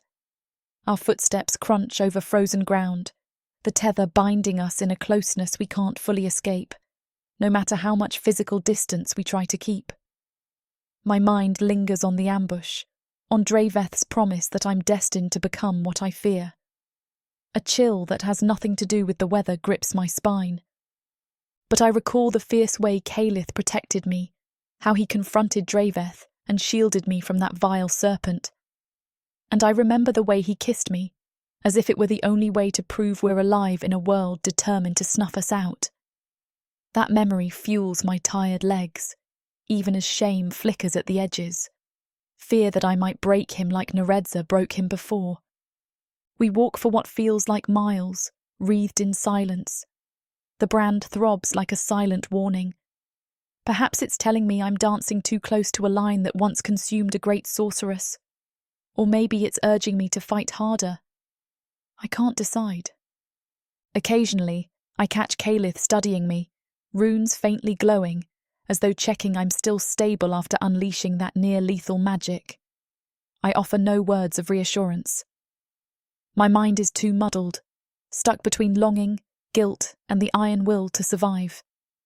He doesn't press. Our bond resonates with unspoken tension, tangible as the frosty air. Mid-morning brings a weak sun that does little to warm us, but at least the wind eases. We find a slope dotted with pine trees, their needles thick enough to block Draveth's line of sight should he try to track us. Once we're under their canopy, Calith finally gestures for a halt. Let me see your shoulder, he says, voice subdued. The air between us crackles with the memory of last night's closeness. I nod silently, letting him peel away my torn cloak. He refashions the bandage with quiet efficiency, careful not to jostle my injury.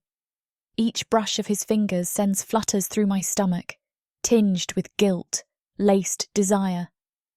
I sense his own tension in the press of his lips, the measured control in his motions.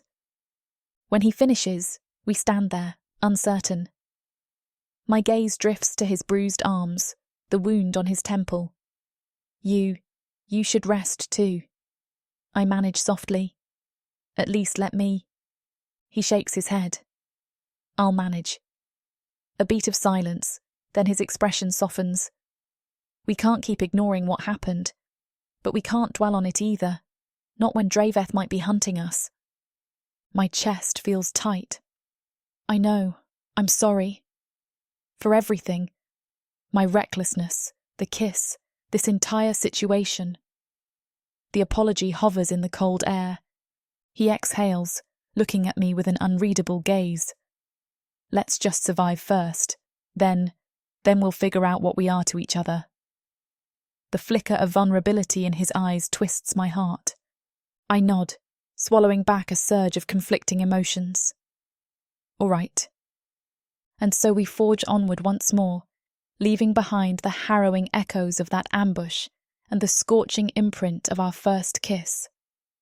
My shoulder throbs, my magic simmers dangerously near the surface, and every step reminds me that Draveth's words still linger, sowing seeds of doubt in my mind. Am I truly fated to bring destruction? But a quiet whisper of hope resounds in my chest, carried by the tether's persistent hum. Calith stands beside me, battered but steadfast. For better or worse, we're bound together, forging a path through a world that wants us both undone. Maybe if we hold on to that fleeting spark of intimacy, we can keep the darkness from consuming us, both the external threats and the shadows lurking in our own hearts. I breathe in, steel my resolve, and place one foot in front of the other, determined to prove Draveth wrong, and to discover whether that singular heated moment between a gargoyle and an exiled Perna can blossom into something stronger than fear. Chapter 8. Calith. The sky churns with bruised clouds, roiling in dark swaths that blot out what little light remains of the day. I can sense the building pressure in the air, a raw electric charge that tugs at the runes etched into my skin. Snow, and perhaps something far more violent, will strike soon. I glance at Sariah, who trudges beside me, cloak drawn tightly around her shoulders. Despite the outward calm, I detect her own swirling anxiety through our bond. We've been pushing through these ravines for hours, dogged by the specter of Draveth and his rogue Perna. My side still aches from a glancing blow of necromantic magic, and her shoulder is heavily bandaged after that brutal ambush. We shouldn't keep moving in this condition, I think grimly, but shelter is scarce in this craggy wasteland. Wind gusts across the barren slopes, pelting us with icy flecks that sting my face. My wings bristle in protest. The temperature is dropping swiftly, and an unnatural hush settles over the land. Lightning flickers in the distance, thunder rumbling close behind. Sariah raises her eyes to the threatening sky. I see the reflection of fear there, but also an unwavering resolve, a steel in her posture that continues to surprise me. Even battered and exhausted, she marches onward, determined not to yield. I shift closer, scanning the rock formations for any hint of a cave or outcropping that might shield us from the incoming tempest. My gargoyle senses prickle with the nearness of static, as if the atmosphere itself sizzles with latent magic. "Storm's coming," I say, voice rough. Sariah's lips quirk in a humorless half-smile. I noticed. She's trembling, whether from cold or the aftermath of our battles. I'm not certain. I press a clawed hand to her uninjured arm. Instantly, the tether twangs in my chest, a reminder that her presence is as integral to me now as my own flesh and blood. We need cover. Her gaze meets mine, tension flickering in those storm-gray eyes. Storm within and storm without. She nods. I think I see something ahead. She gestures toward a dark cleft in the rocks, partially obscured by fallen debris. It might be a cave, or it might be a dead end. Either way, we have no real choice. We move rapidly, bracing against the rising wind. The sky deepens into a swirling cauldron of black and purple. Lightning spears across the clouds, thunder shaking the earth. My runes buzz, reacting to the sudden influx of chaotic energy. When we reach the cleft, I help shift aside a slab of broken rock. A narrow passage yawns beyond, leading into darkness. She hesitates on the threshold, brow furrowed. I sense her wariness. Caves can be traps. But out here, with the storm intensifying, Staying in the open is suicide. I angle my body to slip inside first, wings folding tight. I move with practiced caution, a faint glow from my chest runes illuminating jagged walls of stone. The air smells damp, tinged with minerals. Water drips somewhere, echoing in the cramped corridor. I beckon for Sariah to follow. She ducks under the low entrance, cloak catching on a jut of rock. With a curse, she tugs it free. Her exhalation clouds in the cold. Further in, the corridor widens enough for me to stand at my full height, though the ceiling remains uncomfortably close to my horns. We walk carefully, each step accompanied by the gritty crunch of gravel underfoot. The tunnel branches left and right. We choose the left by unspoken agreement, the faint sound of wind funneling from that direction. Soon we emerge into a broader cavern, perhaps twice my wingspan across. The walls bow inward like an ancient ribcage. Boulders litter the floor, but the roof is intact. Best of all, the air is less biting. We can make camp here, at least for the night. A deafening peal of thunder reverberates outside, and Sariah flinches. She presses her back to the wall, breathing raggedly. Her face is pale, either from exhaustion or the toll of too many close calls. I gasp at the sight, my chest tightening. I want to ask if she's all right, but the bond already provides me with an echo of her swirling turmoil. Guilt, fear, anger, a throbbing sense of vulnerability, and something else, an undercurrent of wanting that mirrors my own. Tentatively, I lift a hand to her good shoulder. She doesn't recoil. Her eyes flick from my palm up to my face, and I catch the flicker of conflict there. "Let's rest," I say, voice gentler than usual. "I'll see if the walls are stable." She nods mutely, letting me guide her to a relatively smooth patch of ground where she can sit. Outside, the storm unleashes a barrage of hail, the clatter echoing through the corridors. The temperature plummets further, wind howling. I search around for any stray debris or dried vegetation that might serve as kindling. There's little to be found, but I scrape together enough to form a small mound. Better than nothing. Sariah stirs, kneeling to touch the pile. Her Perna magic flickers at her fingertips, conjuring a spark. The twigs glow, embers dancing to life, casting a shaky light across the cavern. Warmth doesn't truly radiate from the meager flame, but psychologically, it's a lifeline. We huddle around it, wings brushing shoulders, breath mingling in the gloom. Lightning flashes, illuminating the entrance, momentarily revealing the swirling fury outside. The wind shrieks with inhuman force, as if the gods themselves rage. Our bond resonates with the environment's chaotic energy, heightening every sensation. My runes flare, responding to both the storm and her presence. "You're hurt," she says suddenly, nodding to the red stain peeking through the tear in my side. I'd almost forgotten the wound inflicted by that rogue Perna's blade. A shallow cut, but it never had time to properly heal. "I'll manage," I reply, forcing nonchalance. In truth, my side throbs fiercely. She eyes me, then tears a strip from her cloak. "Let me bandage it. It's bleeding again."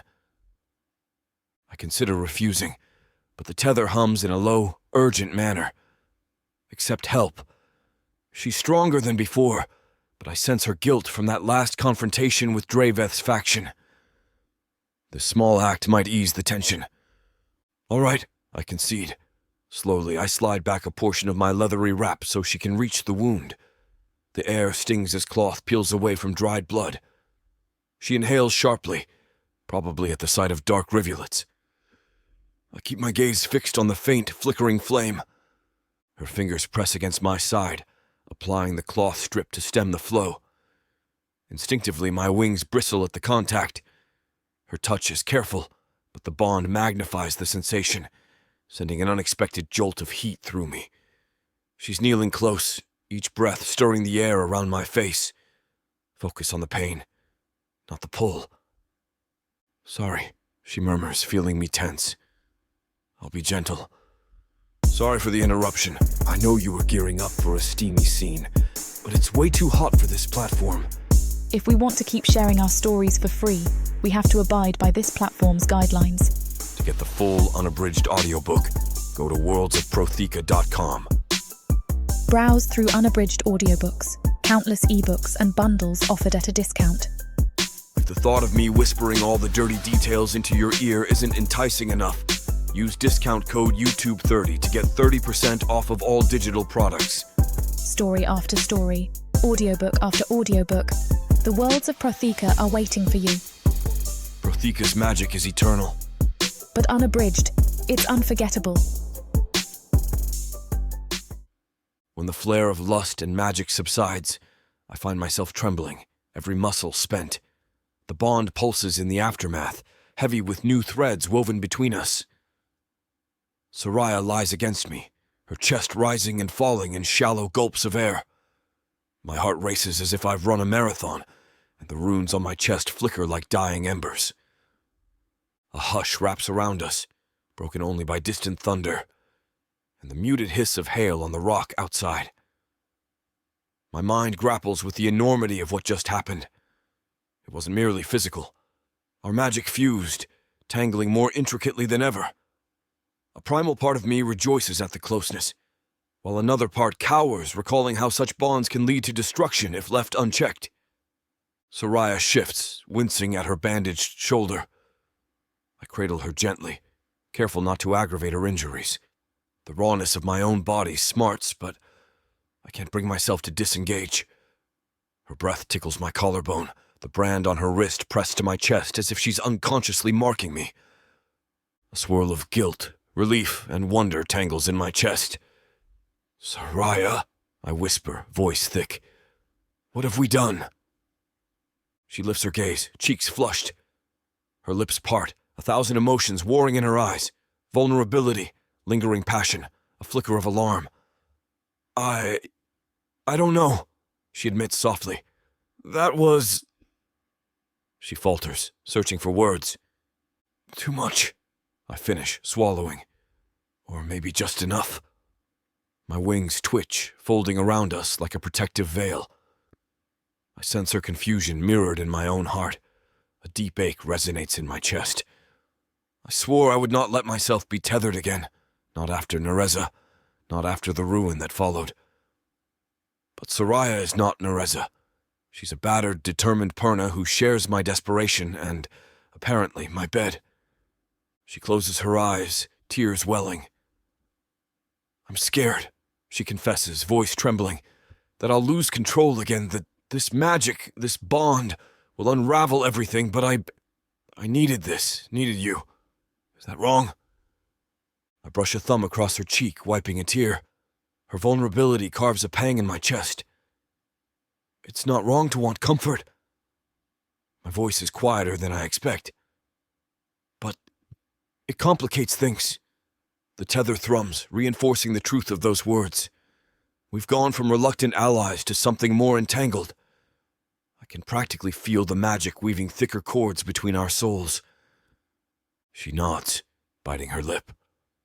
The flickering firelight catches the silver in her hair. "I know," she whispers. "But for once, I don't regret it." Her hand slides hesitantly over my chest, tracing a faint line near my runes. The contact sends a subtle shiver through me. A faint, sad smile curves my lips. "Nor do I admit." The confession hangs in the stale air, as real and palpable as the leaden storm beyond the cave walls. Another peal of thunder rumbles, softer now as if the tempest begins to move off. The air thick with ozone and the lingering tang of arcane energy weighs us down. I shift to prop myself on one elbow, gently disentangling our limbs. She winces when my movement tugs on her shoulder, so I cradle her head in my palm, mindful of every bruise. A swirl of guilt resurfaces. "Are you all right?" I ask quietly, scanning her expression for any sign of regret or pain I might have missed.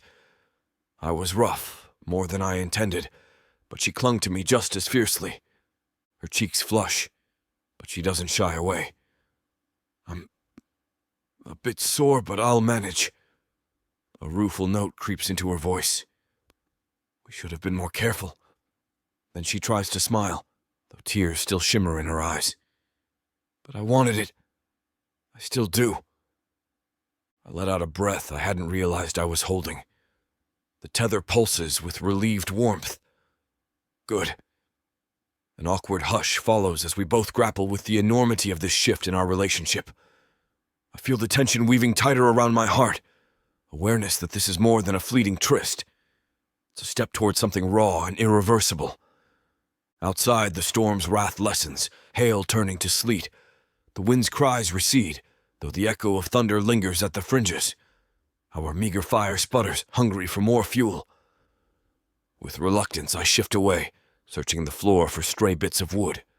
My body protests, a dull ache radiating from multiple bruises, the reopened cut in my side stinging under the fresh bandage.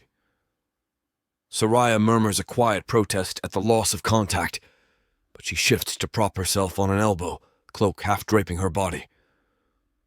I deposit a handful of leftover twigs onto the fire, coaxing the flames higher. Shadows dance across the cavern walls, revealing our disheveled forms, her hair tangled, my wings still half unfurled. The sight cracks something inside me. I once swore never to be this vulnerable again. Yet here I am, entwined with a Purna who nearly blasted half a clearing with untamed magic. My pulse pounds, a mixture of dread and exhilaration. She sits up, the cloak sliding to reveal a bruise along her rib. I grimace. I did that, I realize out loud, guilt twisting my gut. She glances down, cheeks coloring. We were both intense. She pulls the cloak around her, trying to hide the bruise from my view. It's all right. I'm not fragile. A shaky breath escapes her and I see the flicker of memory, the vicious fight, the near-death confrontation with Draveth. We needed a release. Her words hold truth, fear, anger, longing, desperation. They all churned into that fervent encounter. Yet as the echoes fade, the weight of what it means to share this bond looms larger. I rake a hand through my hair, dislodging bits of dust and stone. We'll figure it out, I say finally, more a vow to myself than a statement of fact, or we'll sink beneath the tide of powers larger than us. She nods, brushing silver-streaked hair from her eyes.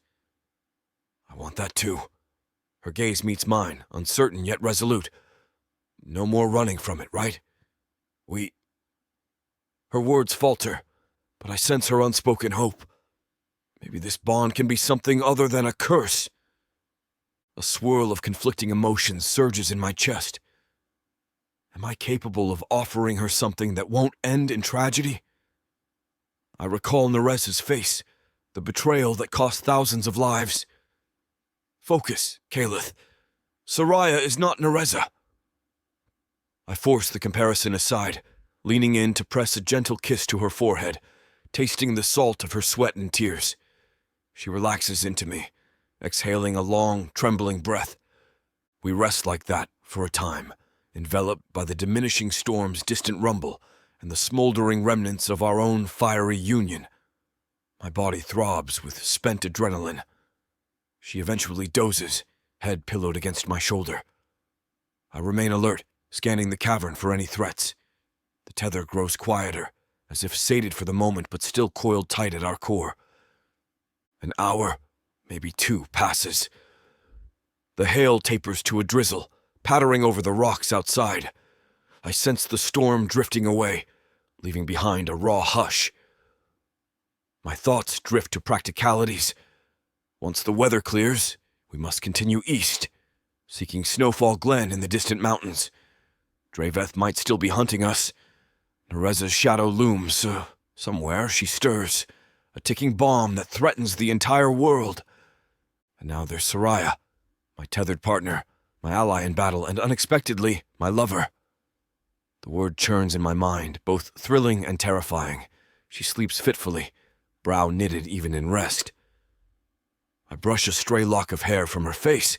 She's so small compared to me, yet her magic wields terrifying force. The blast she unleashed could have wiped us out if I hadn't shielded at the last instant. Eventually, she stirs, blinking hazy eyes. "I'm awake," she murmurs, voice thick with fatigue. She notices my watchful posture and sits up, cringing at her bruises. "We survived the storm, then?" Her gaze darts to the cave entrance, where a faint glow indicates the weather's easing. I nod. "It's mostly past." A weighted silence stretches, acknowledging that bigger storms still brew within our hearts. Romance was never meant to be simple. With a grunt, I haul myself to my feet, ignoring the protest of my injuries. "We should see how the path looks. Maybe we can move while the break in the weather lasts." She huddles in the cloak, the flush on her cheeks returning when she notices the state of our rumpled clothes. Tension thickens, awareness of what we shared. She slowly stands, picking up the garments we hastily tossed aside. I turn to give her space, though the tether aches subtly at the increased distance. My own body is a patchwork of bruises and dried blood, but I tug on my leathers, wings shifting uncomfortably. The fresh bandage at my side remains sticky with congealed gore. When we're both clothed again, we gather around the feeble fire, wordlessly sharing a ration of stale dried meat and whatever leftover water we can find in the cave's drips. The atmosphere is uneasy, overshadowed by the knowledge that something monumental transpired between us. Do we talk about it now, or bury it? She's the first to break the silence. "Caleth," she says softly, fiddling with a loose thread on her cloak. About what happened?" I raise a hand, halting her. My wings half furl behind me, tail flicking over the cavern floor.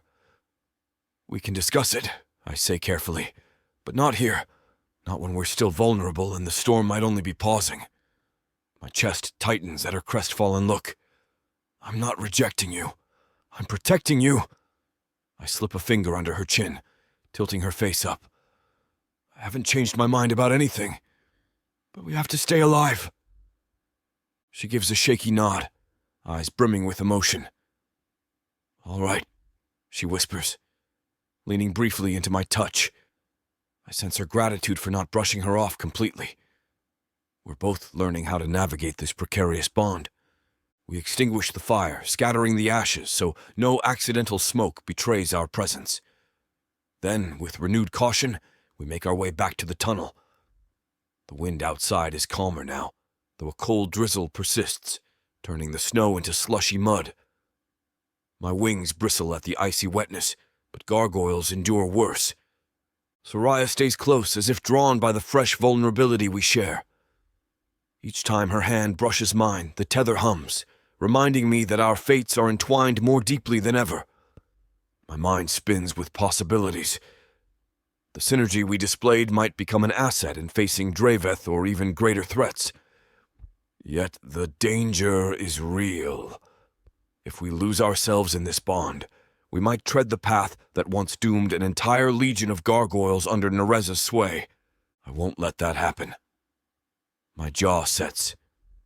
We'll harness this connection carefully, forging a weapon from our shared power without succumbing to madness.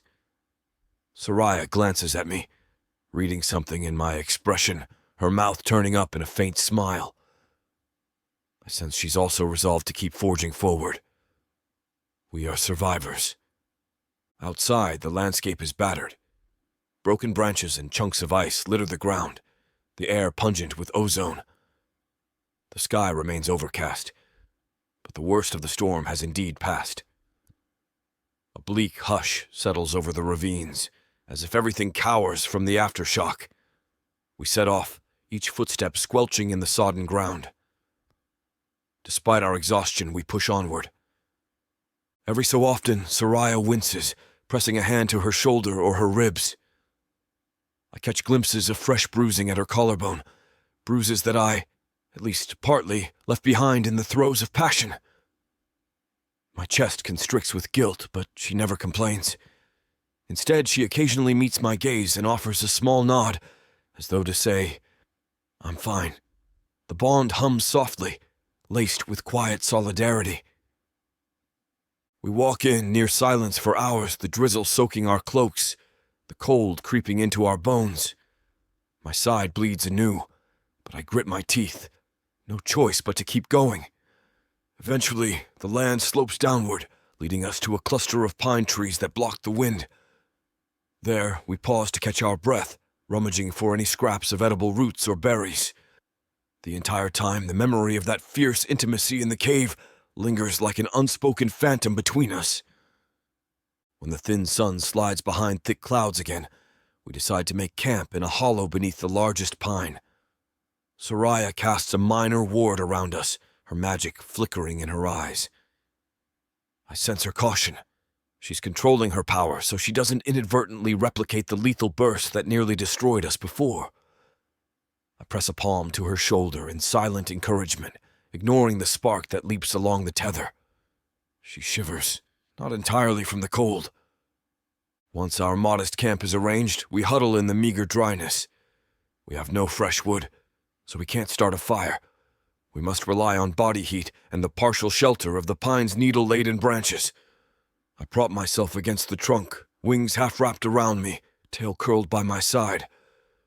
Sariah settles close, hugging her knees. The hush that falls is thick with unspoken questions. The tension between us has eased somewhat, but the magnitude of what we've done weighs heavily. She lifts her head after a while, exhaling a cloud of white breath. "Caleth," she says quietly, "that cave, that storm, everything." I nod, heart pounding. I know. My voice emerges calmer than I feel. She clenches her fists, then relaxes them as though wrestling with how to frame her thoughts. "I don't regret it," she whispers at last, "but I'm terrified of what it means." Her eyes flick to the brand on her wrist. We're supposed to be fighting for our lives, not forging deeper ties. I finish softly, watching her expression. I share that fear, but it happened. We can't deny it. She rests her forehead on her knees, words muffled.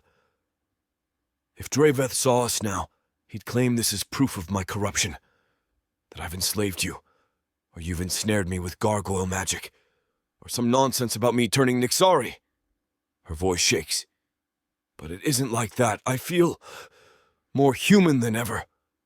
A wave of tenderness tugs at me. She is human, for all that the Purna consider themselves above normal mortals. Carefully, I shift closer, hooking a wing around her to shield her from the chill. She glances up, startled, then sighs, leaning into me.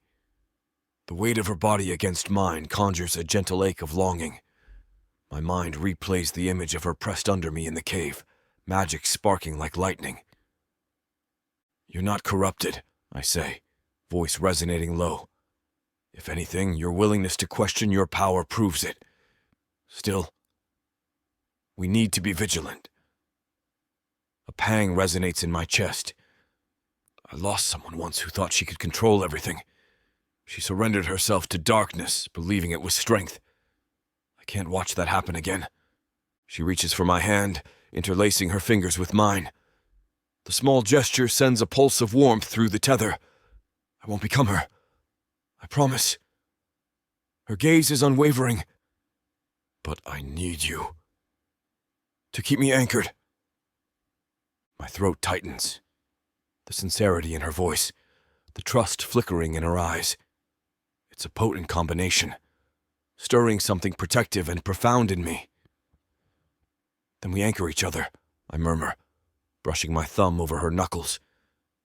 Neither of us can outrun fate alone. She nods, eyes glistening. A fragile smile trembles on her lips. Together, she echoes, the word a vow that resonates in the hush. We share a breath, hearts beating in tandem. Outside, the drizzle tapers, leaving a faint hush over the pines. We remain close, letting exhaustion lull us. Our bond hums with a strange comfort, as though content in the knowledge we've taken a step closer to unity, dangerous though it may be. In that quiet, I sense the aftermath of our intimacy twining around us. The tether feels more entrenched, like fresh vines that have latched onto deeper roots. It's more than mere lust. I know that with a dread-laced certainty. We cannot walk away from each other easily now. The knowledge brings both solace and fear. What if we fail to harness this bond? What if Draveth is right about Perna and gargoyle couplings ending in ruin? Yet, as Sariah's eyes drift shut against my shoulder, I steel myself with silent resolve. We'll find a way to survive, and if that means forging a new path for Perna and gargoyle alike, so be it. My wings curve protectively around her as we slip into a restless doze, haunted by the echoes of the storm behind us and the uncertain battles ahead. Yes, we've taken a dangerous step, forging an intimacy that transcends simple alliance. But maybe, in the heart of this savage world, that intimacy is exactly what we need. Something worth fighting for, something that can ignite our combined magic without consuming our souls. And if that means facing the ghosts of our pasts, then I vow to do so, no matter the cost. We are bound together now, I think, as her slow, steady breaths lull me toward partial sleep, and there's no turning back. Chapter 9. Sariah. I wake to the echo of dripping water and the smell of damp pine needles. My entire body feels weighed down by last night's exhaustion and by the 1,000 emotions tangled beneath my skin. The cave is gone, the memory of that storm swirling in my thoughts, but the pine boughs overhead remind me that we haven't ventured far. We're tucked against a tree trunk somewhere in the ravines. Through the fuzzy haze of sleep, I recall Calith's arms wrapped around me during the night, wings partially sheltering us both from the bitter cold. I open my eyes slowly, half expecting to find him looming inches away. But the space beside me is empty. An immediate pang hits my chest, a strange mixture of relief and disappointment. Relief because I'm still rattled by the intensity of what we shared. Disappointment because another part of me secretly yearns for his presence. My cheeks burn at the memory of how intimately we clung to each other in that cave, the firelight dancing across our bruised bodies. The tether thrums at my core, a living testament to the deepening connection that both terrifies and excites me. Guilt and longing twist together, forming a knot in my stomach. Too good, my mind echoes. It was too powerful, too consuming, as though the line between my magic and his blurred in the heat of that moment. Now, in the thin sunlight, I feel exposed. My brand twinges, as if scolding me for letting my guard slip so completely. I push myself upright, wincing at the soreness in my shoulder. The bandage there has stiffened with dried blood. My ribs protest every movement. It's hardly surprising, given the feral way we fought, the savage battles with Draveth's rogues, and then the storm of passion that followed. I'm battered, inside and out. Drawing a shaky breath, I look around. A makeshift ring of pine needles circles our sleeping spot. Calith must have tidied up some wards last night. My chest clenches. He's so meticulous about protecting me. Or is it just survival, given our tether forces us to share fates? Shoving the thought aside, I shuffle out from under the tree's drooping boughs. Morning sunlight fights through a swirl of grey clouds overhead, casting pale beams onto the ravine's rocky floor. Hints of frost cling to the ground, shimmering faintly. The hush that blankets this place feels uneasy, as though the world holds its breath. We're not safe, I remind myself, hugging my cloak tighter. Draveth could be anywhere. Or worse, that monstrous threat Calith once sealed away. I find him a short distance away, crouched beside a small trickle of water that cuts through the rocks. His onyx-toned back is partially exposed, the runes carved into his skin catching the stray sunlight. He's trying to rinse dried blood from a tear in his leathers, jaw set in a tight line. My heart pangs at the sight of his injuries, fresh bruises purpling the skin near his shoulder, scarring from old battles marking his ribs, the beast and the guardian, all in one. He hears me approach, his molten gaze flicks up, intense as ever. I can't tell if he's angry or merely guarded, My pulse quickens. My mind whirls with regrets and half-formed apologies, uncertain how to begin. We can't just pretend last night didn't happen. I clear my throat. You're up early. He grunts, returning his attention to the tear in his side. Couldn't sleep. Thought I'd see if I could stop this from getting worse. His voice holds that rough edge I've come to recognise, part fatigue, part suppressed emotion. I hesitate, hugging my arms. Does it hurt? Calith glances at me, runes flickering faintly. We're gargoyles. We heal slow, but we handle pain. He pauses, then adds more softly. I'm all right. I sense the unspoken tension. But are you? Are we? My gaze drops to the water, the slow drip forming tiny ripples that distort our reflections. You left before I woke, I say quietly, not sure if I sound accusatory or just sad. His shoulders tighten. I needed space. To think. Another brief pause. It was a lot. I nod, a lump swelling in my throat. We're in the same boat, then, both reeling from how easy it was to drown in each other. I chew my lower lip. It's all right, I get it. But do I? My brand stings, an uncomfortable reminder of the power we unleashed. He wipes water from his hands, stands slowly, wings folding with restless energy. We should get moving soon, he says, voice laced with a hint of briskness. Our rations are low. The land around here seems picked clean by whatever travellers pass through. Draveth could find us if we linger, or other threats. I blow out a breath, frustration welling. Always the practical concerns. Yes, you're right. My gaze sweeps the ravines. But do we even know which direction is safe anymore? My mind conjures the image of a war-torn field behind us, Draveth lurking somewhere in the shadows and looming over everything. The possibility that Narza truly stirs. The monstrous Nixari who once nearly destroyed Calith's entire race. He exhales, tail flicking. We aim for Snowfall Glen, remember? That was the plan. The Pernas there might know how to sever or stabilise this tether, or at least give us insight. He avoids meeting my eyes when he mentions the tether, as though it embarrasses him now, after we used that bond so intimately. I muster courage. We can do that. My voice wavers. Are we good? The question is small, uncertain, a reflection of the swirling fear in my chest.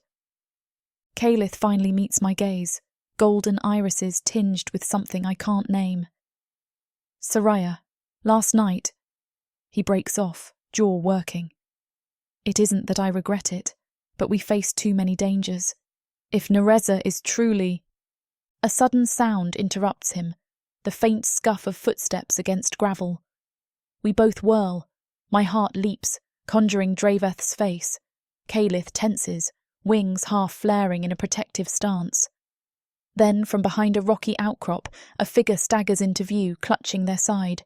The shape is smallish, cloaked, hunched in obvious pain. As they approach, I spot a familiar brand on their wrist. A Perna mark. Another rogue? My stomach clenches. Calith growls, stepping forward. Who's there? The stranger rasps, Wait, don't attack. Then they crumple to their knees. Shock ripples through me. Beneath the hood, I catch a glimpse of a sallow complexion, eyes wide with terror. Blood stains their cloak. They can't be more than a youth, older than me by a handful of years, but still somewhat young for a Perna. My brand tingles, resonance flaring. Calith glances at me, uncertain. I swallow, stepping closer, magic crackling at my fingertips just in case. Who are you? They lift their head, breath ragged. Please, help, ran from Draveth. He's hunting anyone who won't follow his cause. Their voice cracks, heavy with desperation. A chill seizes my spine. Even among rogues, Draveth fosters no mercy. I exchange a look with Calith. He's tense, but a flicker of pity crosses his features. "We can't trust them," he mutters. "They could be bait." The stranger coughs violently, slumping forward. Blood spatters the ground. No trap. Draveth, not far, but I escaped. To warn that... Their words cut off with a ragged gasp. I step forward, ignoring Caleth's restraining hand. My heart almost stops at the sight of so much blood. No one deserves to die like this. "Easy," I whisper, crouching. A tang of iron stings my nose. "What do you need to tell us?" They clutch my sleeve, eyes fevered. "Narza!" they choke out, voice trembling. "The Nixari, she's awakened. The seal, it's shattered." They cough again, flecks of blood staining their lips. "Draveth raves that you're Sariah's the cause." Their gaze flicks to me, terror gleaming. "He says Narza can sense your magic, wants you taken or killed. Oh gods!" My pulse pounds so loudly I barely register the continued pleas. Narza, awake. Ice floods my veins. The unthinkable is happening. Caleth's sacrifice was undone when I broke that ancient ward, and now the worst nightmares come to life. My brand throbs in protest, as if scorning my stupidity. I did this. Did I truly? Caleth growls, stepping around us. His runes flare a moment, darkness sharpening his face. "Impossible," he hisses, though desperation weaves through his tone. "She can't be fully active. The wards would require more time." The wounded Perna coughs a wet laugh, eyes rolling. She's unstoppable now. Draveth's band, cowering. Some have joined her. Oh gods, oh gods. Their voice cracks, ending in a choking sob. She destroyed a coven. They say she left no survivors. The darkness consumed them. Tears glisten in their eyes, echoing pure horror. A few refused to bow, so she turned them to stone, or something worse. We fled. Their gaze meets mine, raw with fear.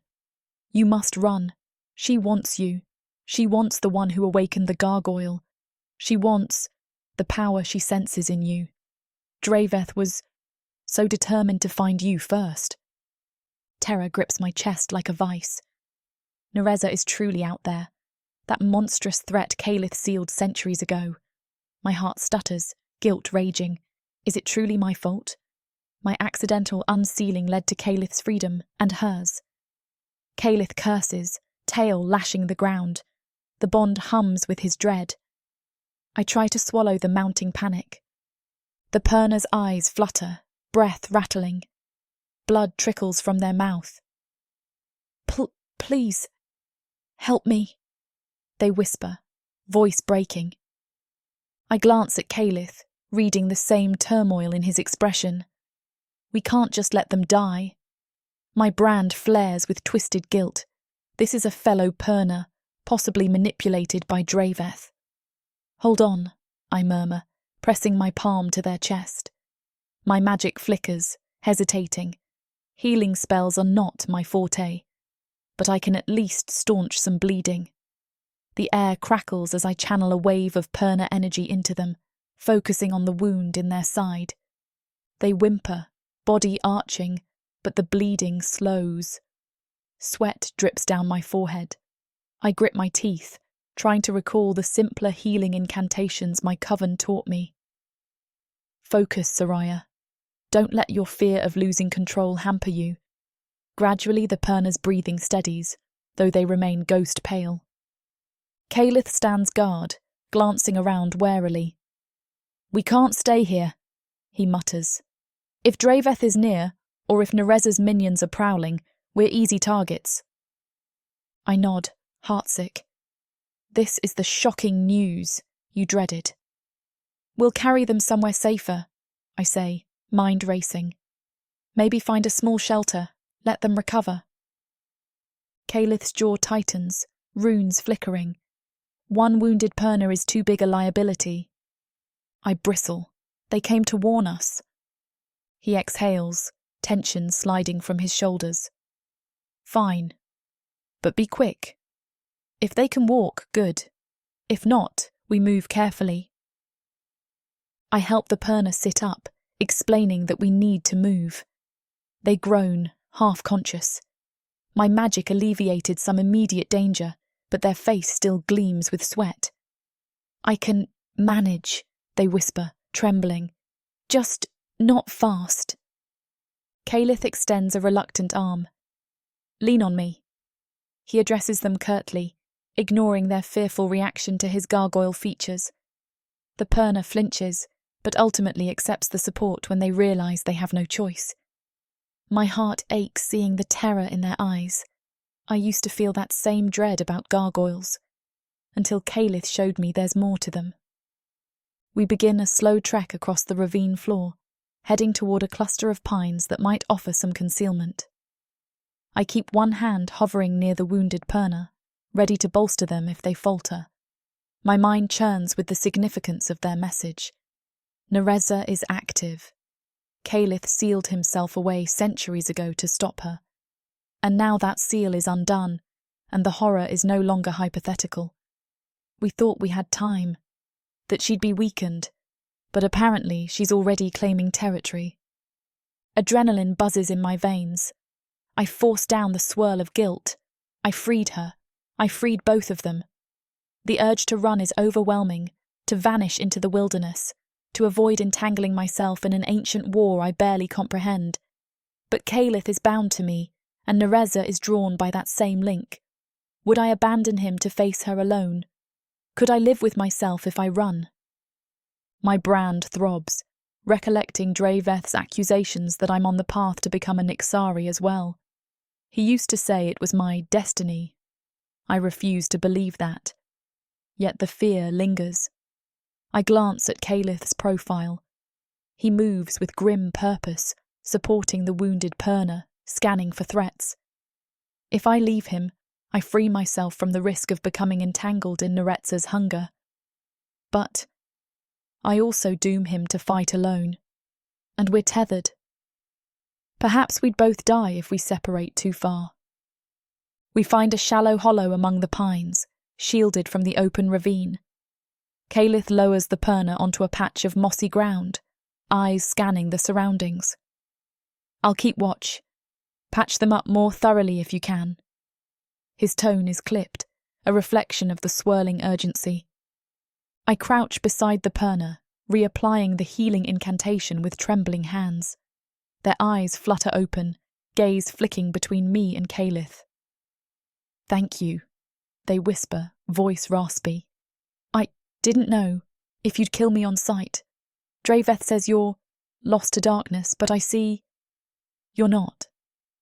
A hollow laugh escapes my throat. He's the one consumed by darkness. Or at least allied with it. And you said Narza is unstoppable now? They shudder. That's what they believe. She attacked the outskirts of an old Perna settlement. The survivors talked about black wings, stone-limbed creatures answering her call. Gargoyles, but twisted. Their eyes flick nervously to Calith, who stands at the perimeter. No offence. But these gargoyles are monstrous, nothing like him. My heartbeat stutters. Twisted gargoyles? Spawned from Narza's corrupted lineage? Calith warned me that she used chaos magic to transform his kin before. If she's truly resuming that practice, Protheka is in grave peril. What about the other Perna? Are they rallying? Or do they fear Draveth more than Narza? The wounded figure shakes their head, eyes distant. They fear her. Some want to negotiate, to bend the knee rather than face annihilation. Others believe Draveth's cause might shield them from her wrath. Many are scattering, seeking refuge in hidden enclaves, like Snowfall Glen. My pulse quickens. Snowfall Glen, that's where we're headed. Though the path is fraught. Do you know a safe route? The Perna winces, pressing a trembling hand to their bandaged side. Maybe. West of the ravine there's an abandoned lookout. The old trails behind it lead to a pass that crosses the mountains near the glen. but it's rumoured that both Draveth's rogues and Narza's new brood watch those paths. I blow out a breath, anxiety coiling. We either brave that route or wander lost in these ravines forever. The Perna coughs, leaning back, their energy spent. "I'm sorry," they mumble. "I can't come with you. Not strong enough. I'll hide here, rest. If Draveth or Narza finds me first, so be it." A chill runs down my spine. No. I glance at Calith. He meets my eyes, expression grim. We can't drag a half-dead Perna along, but leaving them to fend alone feels cruel. Yet what choice do we have? Calith speaks up, voice low and measured. "I can leave wards to mask your presence. It won't be perfect, but it may give you time to recover." He steps closer, studying the Perna with a mix of caution and pity. "If you value your life, you'll remain hidden. Draveth is lethal, but Narza..." He trails off, voice tight. The Perna closes their eyes, tears slipping down their cheeks. "Thank you. I'll stay out of sight. The path to Snowfall Glen. It's your best chance." Their eyes flutter open, focusing on me. "You must stop her or warn the Glen. They have power. They might join you." I swallow hard, a swirl of fear tangling with duty. "We'll do what we can." My voice trembles. I never asked to be the one who has to stand between a monstrous Nixari and total annihilation. Yet Calith and I are tethered, and we can't outrun the past. We linger a few more minutes, Calith scrawling rudimentary wards across nearby stones with his claw, using faint glimmers of gargoyle magic. The Perna watches him with awe and a hint of fear. My heart clenches. That used to be me, seeing gargoyles as looming nightmares. Now I see Calith as something else. When the wards are in place, we depart, leaving behind a whispered prayer that the Perna recovers. The tether pulses with a sense of urgency. Narza is awake. Neither Calith nor I speak as we pick our way through the ravine, heading west in search of that old lookout. We're in motion again, but the weight is heavier now. The faint drizzle of earlier has subsided, leaving the air thick with tension. After an hour of silent walking, I can't bear the quiet. "She's truly back," I murmur, voice taut. I didn't want to believe it. Calith's shoulders tense, wings flexing. "I knew it was a risk. When you undid my seal, you undid hers too. But I hoped we had more time, or that she'd still be weakened." A bitter laugh escapes me. "She's apparently strong enough to destroy entire covens." My chest aches with guilt. "Calith, He stops abruptly, pivoting to face me. His eyes burn with repressed turmoil. "Don't," he growls softly. "Don't shoulder all blame. She always had the cunning to break free eventually. My seal was never a permanent fix." His tail lashes the ground. "She's unstoppable alone. But maybe not if we stand together." My throat tightens. Stand together. The memory of the cave, the fierce intimacy, the synergy of our magics surges in my mind. "That's just it," I whisper. "I want to escape, stay away from you, from this bond, from the fear that I'll become another Nixari. If I keep tapping my magic, if we keep letting the tether deepen." My voice wobbles. I'm terrified. Yet, I can't leave.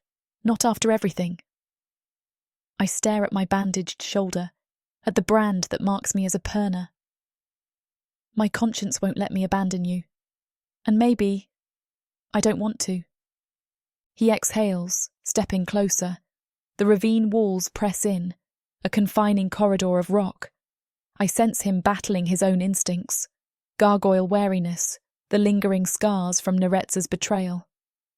"I understand," he murmurs, a quiet admission that slices through my chest. "I've considered pushing you away to keep you safe, but we're tethered, in more ways than one." Tears prickle my eyes. "So what do we do?" My voice cracks. "Fight a monstrous Nixari with half-baked synergy, hoping we don't blow ourselves up in the process?" A faint, bitter smile touches his lips. That's the gist of it. He lifts a hand, brushes it gently along my arm. My body reacts to the contact, the tether flaring with a complicated warmth. I know you considered leaving, but it would kill me. Likely kill both of us, or at least shatter this bond in a catastrophic way. I nod, swallowing the knot in my throat.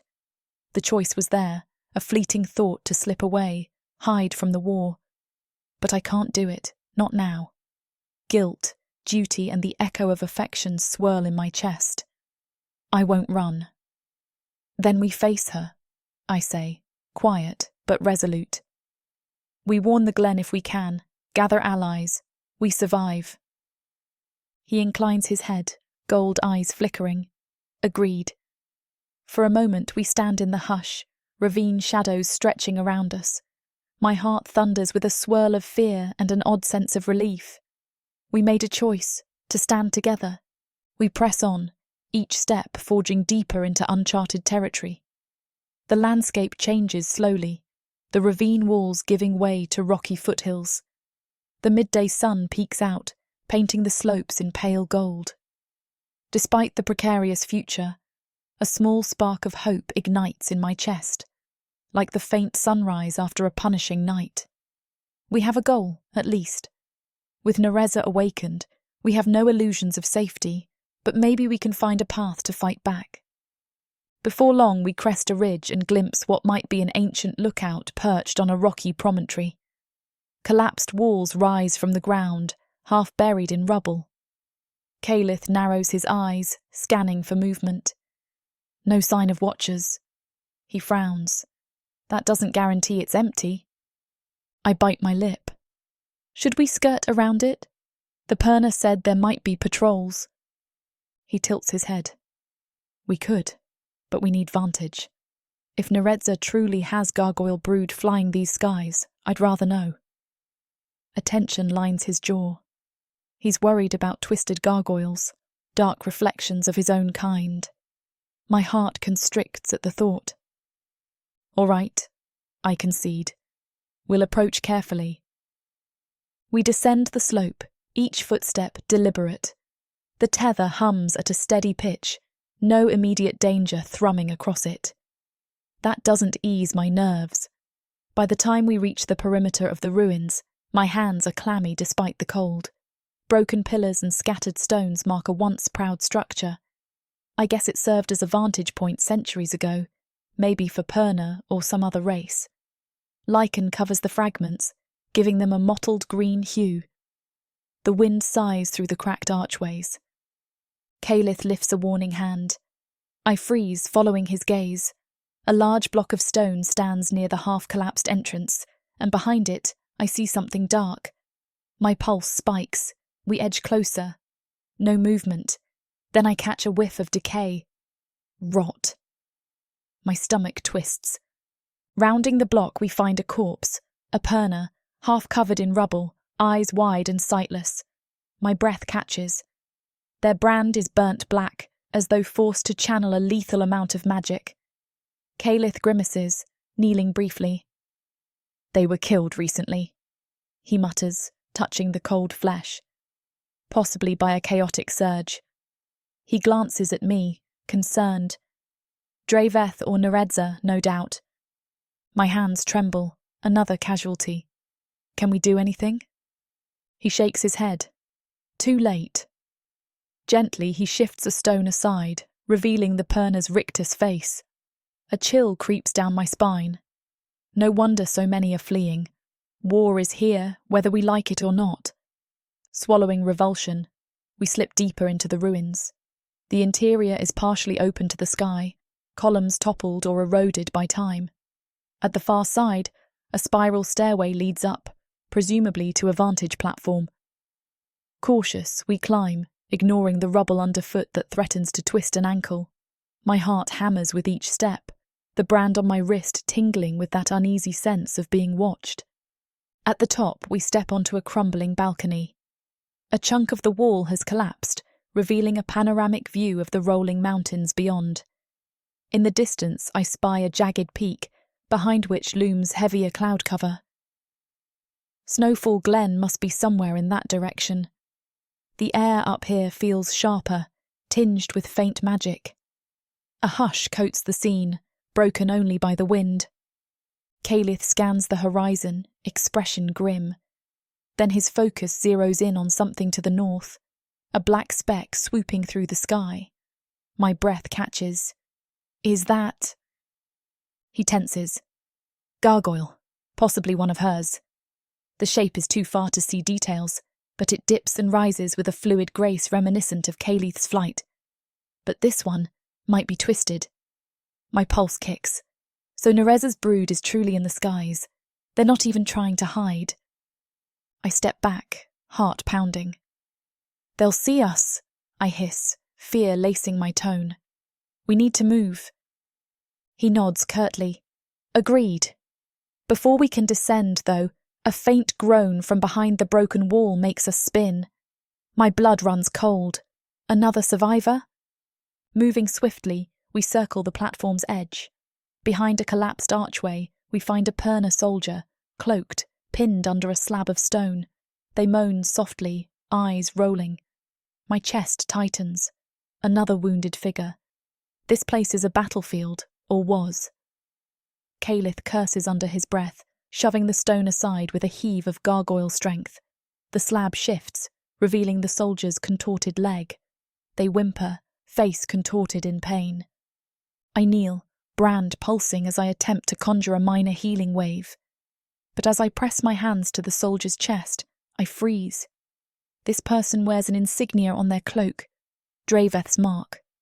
My heart stutters. Calith sees it too. His eyes flash with warning. We might be saving someone loyal to our enemy. The soldier's eyes flutter open, glimpsing Calith's towering form. They snarl, though it's weak. Back! Filthy gargoyle! They cough, spitting blood. Where is Draveth? My throat tightens. He's not here, I say, voice unsteady. We found you under this rubble. Who attacked? They choke, trying to speak. A single creature, black wings, carved through us. Their pupils dilate with terror. We tried to hold this lookout. Then, darkness fell, and it... Oh gods, it was her. Narza. The soldier shudders violently, tears leaking from the corners of their eyes. She laughed, said we were unworthy, that we'd served our purpose. Draveth was gone by then, left us behind to slow her. Everyone's dead. I hid, but the arch collapsed. Calith's jaw clenches. Draveth fled, leaving his own men to die. The soldier closes their eyes, chest hitching with ragged sobs. He said, Sariah is the key. Must find her. Must kill her. Or Narza will take her. He left us here to buy him time, but she found us first. They let out a broken laugh. We failed, all of us. My pulse roars, sickness rolling in my gut. I'm being hunted by both sides. You're Draveth's soldier, yet you blame him for your plight? A bitter sneer contorts the soldier's lips. He used us, said we'd be heroes, stopping the next Nixari, but he never cared about our survival, just his own twisted vendetta. Now, it's over. Their gaze shifts to me, flickering with hatred and despair. If you truly are Sariah, run. She'll find you. She'll devour you from within. We're all doomed. My brand sears, an echo of the soldier's final declaration. They slump back, breathing shallowly. I can sense they're close to death. Calith stands behind me, face carved in grim lines. In an impulsive burst of pity, I press my hand to the soldier's wound, trying to channel a flicker of healing. But their injuries are catastrophic. Shattered leg, likely internal bleeding.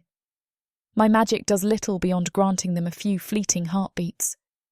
They cough, spitting blood, eyes distant. Leave me, they croak, voice barely audible. No point. A final shudder racks their body and their eyes glaze. A pang of horror seizes me, Another death, thrown away in a conflict swirling around me. I clench my teeth, fury rising at Draveth's ruthless abandonment and Narza's merciless slaughter. Calith rests a hand on my shoulder, tension humming in the tether. "We can't linger," he says, voice tight. "They might have reinforcements, or worse, that black-winged creature could return." A swirl of despair and determination churns in my chest. "I know," I whisper, pulling back from the corpse. My mind replays the soldier's final words. "She'll devour you. We're all doomed." With trembling hands, I wipe away tears of frustration. We hurry down the broken spiral stairs, hearts hammering. Once outside, Calith and I keep a watchful eye on the skies. That black speck of a gargoyle brood might be circling overhead. We slip into the foothills, forging a winding path away from the ruins. The gravity of the Perna's revelations weighs on us. Narza is on the move, cutting down Draveth's men as well as innocent covens. My brand itches with a sense of foreboding. She wants me, wants Calith, wants the power we share, because I inadvertently freed her. My thoughts spiral, half lost in self-blame, half lost in the swirl of fear. If she's unstoppable, what hope do we have? The memory of last night's closeness stings anew, overshadowed by the looming war. Every muscle in my body clenches, the brand's dull ache unrelenting. Another wave of panic threatens, urging me to break away from Calith, to hide in the far corners of Protheka until all this madness passes. But that fleeting urge collides with the bond's tether. My chest tightens. I can't abandon him. No matter my fear, I can't walk away from the only ally who might stand a chance against Narza's tyranny. My conscience flares too. If I run, Draveth or Narza will still find me. Hiding solves nothing, and a deeper, quieter truth. I don't want to leave him. Not after he's risked so much, not after we forged something raw and intimate in the cave. My heart lurches with a mixture of shame and longing. We press onward for several hours, hardly speaking. The terrain grows rugged, the wind biting. Eventually we find a rocky ledge overlooking a narrow valley. I lean against a boulder, panting from the climb, body screaming in fatigue. Calith stands near the edge, scanning the horizon. His runes glow softly in the dimming daylight. The bond resonates with his internal conflict, fear for the future, anger at Narza's betrayal centuries ago, concern for me. We are so entangled now. Swallowing hard, I approach him, ignoring the protest of my aching ribs. "Calith," I say, voice hushed. He turns, eyes reflecting the last rays of sun. My chest feels tight. "I'm staying. I thought about running, but I can't. We face her together." His expression softens, relief warring with tension. "I didn't doubt you," he murmurs, though I sense that part of him was bracing for my departure. He lifts a clawed hand to cup my cheek, gently, mindful of my bruises. The tether hums. Whatever comes, we stand as one. Emotion tightens my throat. I lean into his touch, tears blurring my vision. "I'm so sorry," I whisper, "for unleashing this on you, on everyone." The guilt surfaces again, raw and unfiltered. "But I won't abandon you." He exhales, pulling me closer, wings shifting as if to shield me from the rest of the world. "We had a false victory, Sariah," he says quietly. "We thought we could outrun the consequences, that a bit of training and synergy would suffice. Now we see the truth. Narza is here, strong, and she wants us." His molten eyes search mine. We find the glen, warn them, and then we decide how to fight. I nod, lips trembling. In his embrace I feel both solace and dread. The knowledge that Narza's returned devours any sense of short-lived peace. The half-formed illusions of safety we clung to vanish. We've reached a turning point, a midpoint, in a story that can only end in confrontation. My heart thuds with a potent mix of fear and adrenaline. We must rise to the challenge or be consumed. Gently, I press my forehead to Calith's chest, listening to the subdued rumble of his heartbeat. The runes etched in his skin glow with quiet warmth, resonating in time with my brand. In that contact, I sense his acceptance of me, bruises, regrets, and all. My arms slip around his waist, fighting tears. We don't have to speak. The bond thrums with shared resolve. A final sliver of sunlight dips behind the mountains, painting the sky in bruised oranges and purples. We stand in silence, hearts pounding with the weight of a new understanding. Narza is free. And so are we, in a twisted reflection. Free to choose how we face this destiny, free to cling to each other, despite the terror. The tether binds us in ways we never expected, forging a path we can't walk alone. At length, Calith lifts his head, scanning the darkening valley. "Nightfall soon. We need shelter," he says, practical as ever, though his arms linger around me. My heart twists with gratitude for his presence. We're battered, but we're alive. And together, we might stand a chance. The memory of Draveth's terrified rogues, of the twisted gargoyles under Narza's command, fuels my determination. I step back, drawing a shaky breath. "Right, let's keep going." My voice wavers, but the flicker of conviction brightens behind my eyes. The brand pulses in silent agreement. We can't turn from this fight. We can't cower, nor can we sever ourselves from the bond that might be our best weapon. So we descend the ridge, forging onward through the twilight, every footstep a vow that we refuse to let Narza shape our fates. The hidden flames of last night's passion still simmer between us, an unbreakable link that staves off despair. My regrets remain, but they no longer drown me. There's too much at stake. Every time Calith's gaze meets mine, I sense the same fierce resolve, echoing the promise we made. We'll face the looming war side by side. And though fear tangles in my stomach, though a monstrous fate looms on the horizon in the form of an awakened Nixari, I dare to hope. Because for the first time, I'm not alone in this fight. I have him. I have the bond that anchors us both. And in that unity, maybe, just maybe, we'll find the strength to save ourselves, and possibly the world, from the darkness unleashed. I keep that hope close, letting it burn in my heart as we journey through the night, heading east toward the uncertain refuge of Snowfall Glen. A bitter wind nips at my cheeks, but Calith's warmth lingers at my side. The brand on my hand pulses a steady beat. With each step, the tether hums with the unspoken vow that we will not falter, no matter what horrors Narza brings.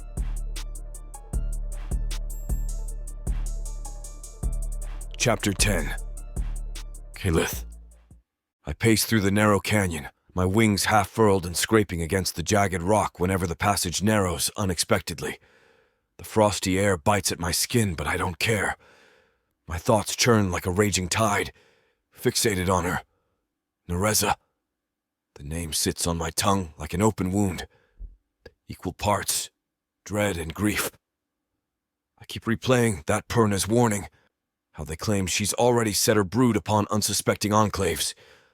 I prayed we had more time. Foolish. Now we're forging ahead in desperation, Sariah beside me, both battered and haunted by the knowledge that the worst evil I've ever known stalks this land once more. We push ourselves hard. The stony ground crunches beneath our boots, each step echoing with the unrelenting tension between us. I sense Sariah's fatigue thrumming along our tether, an undercurrent of her emotional and physical strain. She said she wouldn't leave me, that she'd stand against Narza with me. But I can't banish the creeping fear that my presence endangers her more than anything else. If Narza truly focuses on me, on the bond I now share with Sariah, then we've already walked into the crosshairs of the darkest force in Protheka. A cold wind gusts cutting through the ravine with a lonely howl. I catch a glimpse of Sariah's face, flushed from the chill. Her eyes glimmer with resilience, but I note a lingering shadow there. The guilt of unleashing me. And in so doing, unleashing Narza. I want to reassure her that I hold no illusions of blame. Narza might have been freed. My sacrifice was never infallible. But how can I offer comfort when the memory of Narza's betrayal resurfaces in every silent moment? My tail flicks in agitation, stirring dust from the rocky path. Sariah notices, though she doesn't comment. We've said all that needs saying for the moment. Our footsteps quicken, spurred by the rising sense that something lurks just beyond the next turn. At last, the canyon broadens into a small clearing of sorts, a wide, flat space hemmed by towering cliffs. Dull sunshine filters through overhead, revealing a patchy scatter of pine needles and uprooted bushes. The place feels strangely deserted, almost too still. My instincts scream caution. Sariah halts beside me, chest heaving slightly from our brisk pace. "Kalith?"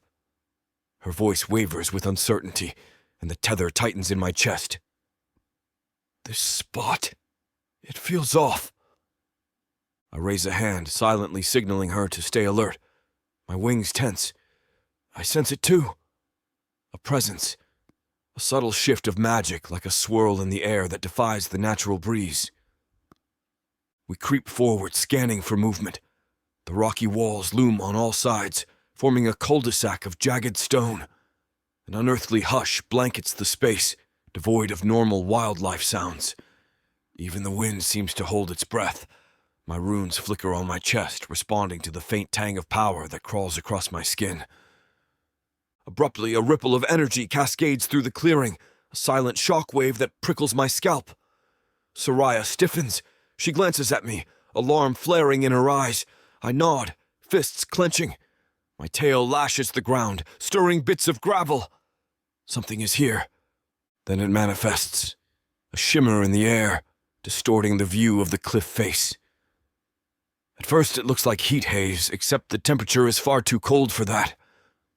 Gradually it coalesces into a figure tall and regal, draped in layers of dark, flowing cloth that ripple like living shadows. My heart seizes. Narza. She appears both translucent and solid, her visage half illuminated by an eerie radiance. Her eyes glint with that chilling red sheen I remember all too well. Once they were bright with cunning, now they burn with void-like intensity. My chest tightens. The same woman who once soared beside me under a different sun, centuries ago. The same woman who tore gargoyle clans asunder. Sariah inhales sharply, brand flaring with reflexive magic. I step protectively in front of her, wings partially spread. The tether thumps in my chest, adrenaline surging. This can't be her corporeal form. She's projecting an apparition, some advanced sorcery perhaps, but the power behind it is unmistakable. "Narza," I say, voice echoing off the cliffs. The name tastes of ashes. I try to keep my tone steady, though my mind roils with the memory of her laugh, the shape of her mouth, the warmth we once shared. She stands before me now, changed beyond recognition, yet heartbreakingly familiar. She smiles, a slow, predatory curl of her lips. My stomach churns at the glimpses of sharp canines. "Kalith," she purrs, voice resonating with that old seductive timbre. "It's been too long." My claws dig into my palms. "Not long enough," I growl. She chuckles, sound echoing unnaturally. "I see you're awake, and tethered to another Purna, no less." Her gaze slides to Sariah, eerie red eyes raking over her. "How easily you replace me." Her tone is mock-hurt, layered with cold amusement. Sariah stiffens behind me, magic coiling at her fingertips. "He doesn't belong to you," she snaps, anger flaring. I feel her fear trembling through the bond, but she stands her ground. My chest warms with grudging admiration. Narza's laugh hushes the air. "Little Purna, you have no idea how deep my hold on him runs." Her attention shifts back to me, voice dripping with nostalgia. Remember what we shared, Calith? The nights we soared through the sky, the promises of peace. I can restore it. I can fix what was broken. My heart twists. She's dangling the memory of our bond as if it still matters. I remember how you turned that dream into a nightmare, I snarl. You twisted gargoyles, killed thousands. Pain claws at my gut, memories of my kin reduced to mindless abominations. I sealed us away to stop you. She tilts her head, dark hair drifting around her shoulders like living tendrils. Yes, you sealed me, and yourself. I've forgiven you for that, you know. A hint of wry amusement flickers in her tone. We were both misguided, but now the seal is undone, and our time has come again. Sariah's brand flares with tension, a pulse of magic that resonates in my runes. Stay back! I hiss over my shoulder, wanting Sariah to remain behind me. I can't bear the thought of Narza's illusions sinking their claws into her. Narza's mouth curves in a sly smile. Oh, Calith. Always the protector, but you forget. I was the one who sought power to protect you. The curses that devoured your kind were accidents at first, a side effect of the raw chaos I wielded. I only wanted to preserve gargoyles, to shield them from extinction. She sweeps a hand, the motion trailing dark ribbons of energy that swirl around the edges of her apparition. And I succeeded. In a fashion. Look at the brood I now command. Your kin, reborn and improved. We can restore them all if you rejoin me. My wings flex reflexively, an ache settling in my chest. She claims the monstrous brood is my kin. Improved? A swirl of revulsion and lingering guilt tangles inside me. You turn them into twisted shells, I bite out. Slaves to your chaos, that's not salvation. Narza shrugs, eyes gleaming with unnatural light. Semantics. They thrive, unstoppable. We can guide them, together. Let me fix that inconvenient bond you share with the little Perna. Let me free you of it, so you can return to me unbound. A wave of cold rakes my body. My wings twitch in alarm. She's offering to sever the tether that Sariah and I have struggled with. A temptation.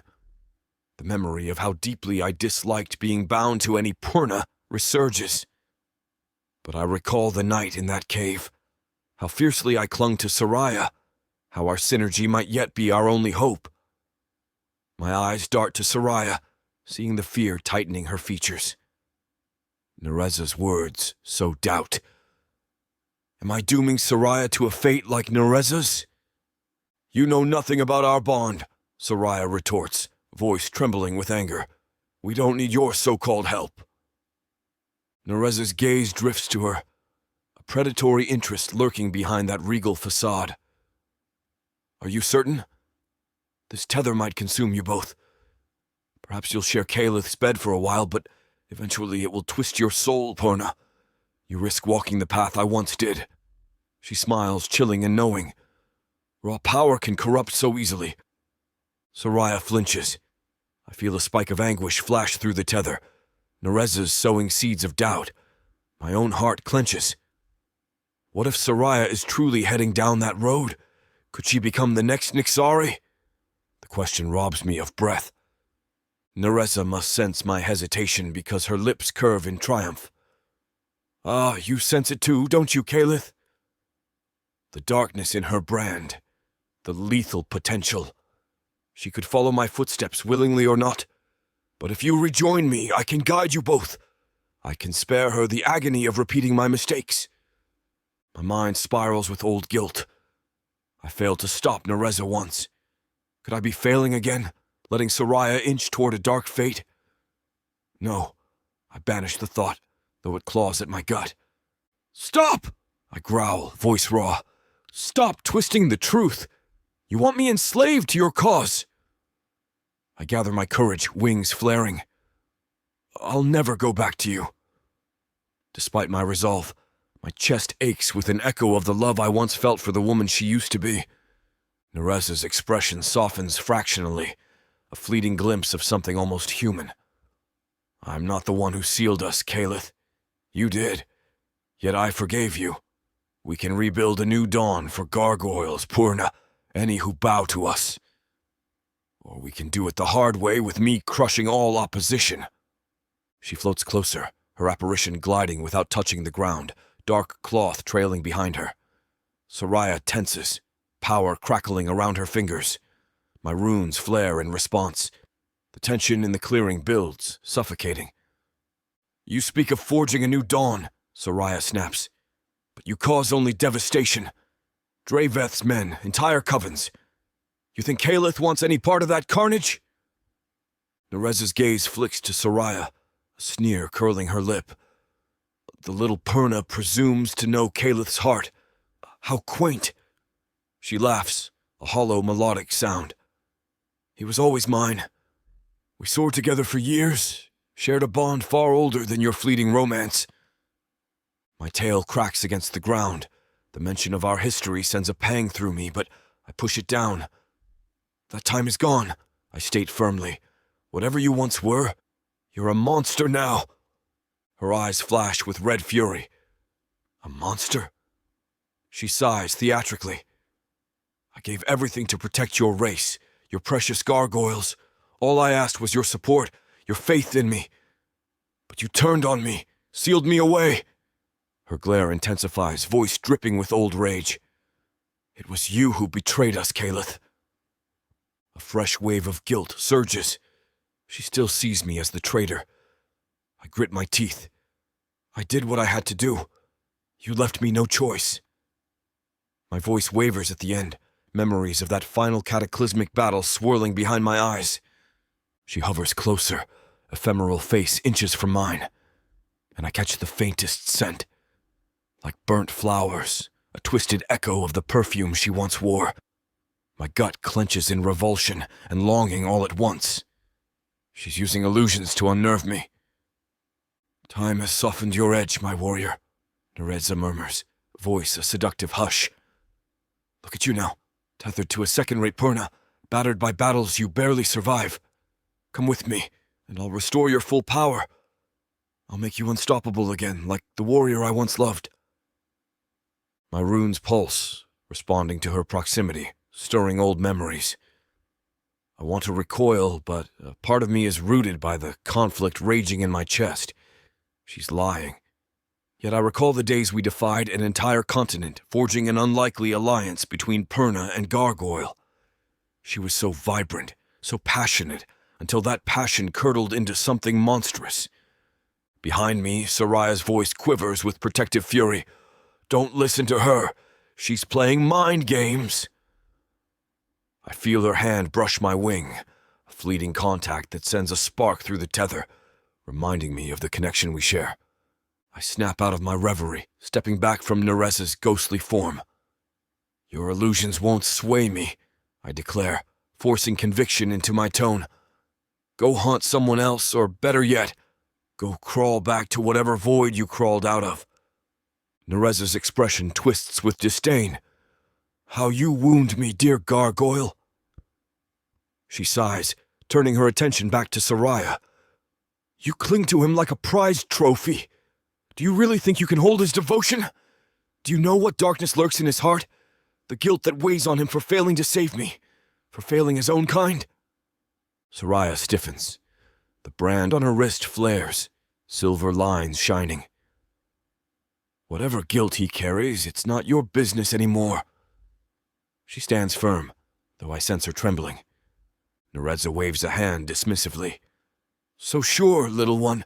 He's a gargoyle bound to a Purna, exactly the scenario that once drove me to madness. You think you won't share my fate? Chaos can be seductive, especially when forced to juggle lethal synergy. You're on that path already, Sariah. One slip, and you might outdo even my record. A chill crawls down my spine. She's sowing seeds of fear. Sariah's powers are vast, I know that. I also know she dreads turning into a monster. Narza senses that vulnerability.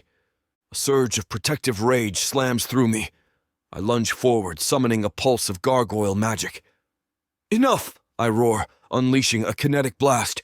It ripples the air, scattering dust. If she were physically present, the force would slam her. But Narza's apparition merely flickers, intangible. She smirks at my display.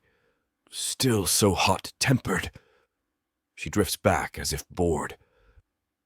Very well. Continue your charade with your new Perna.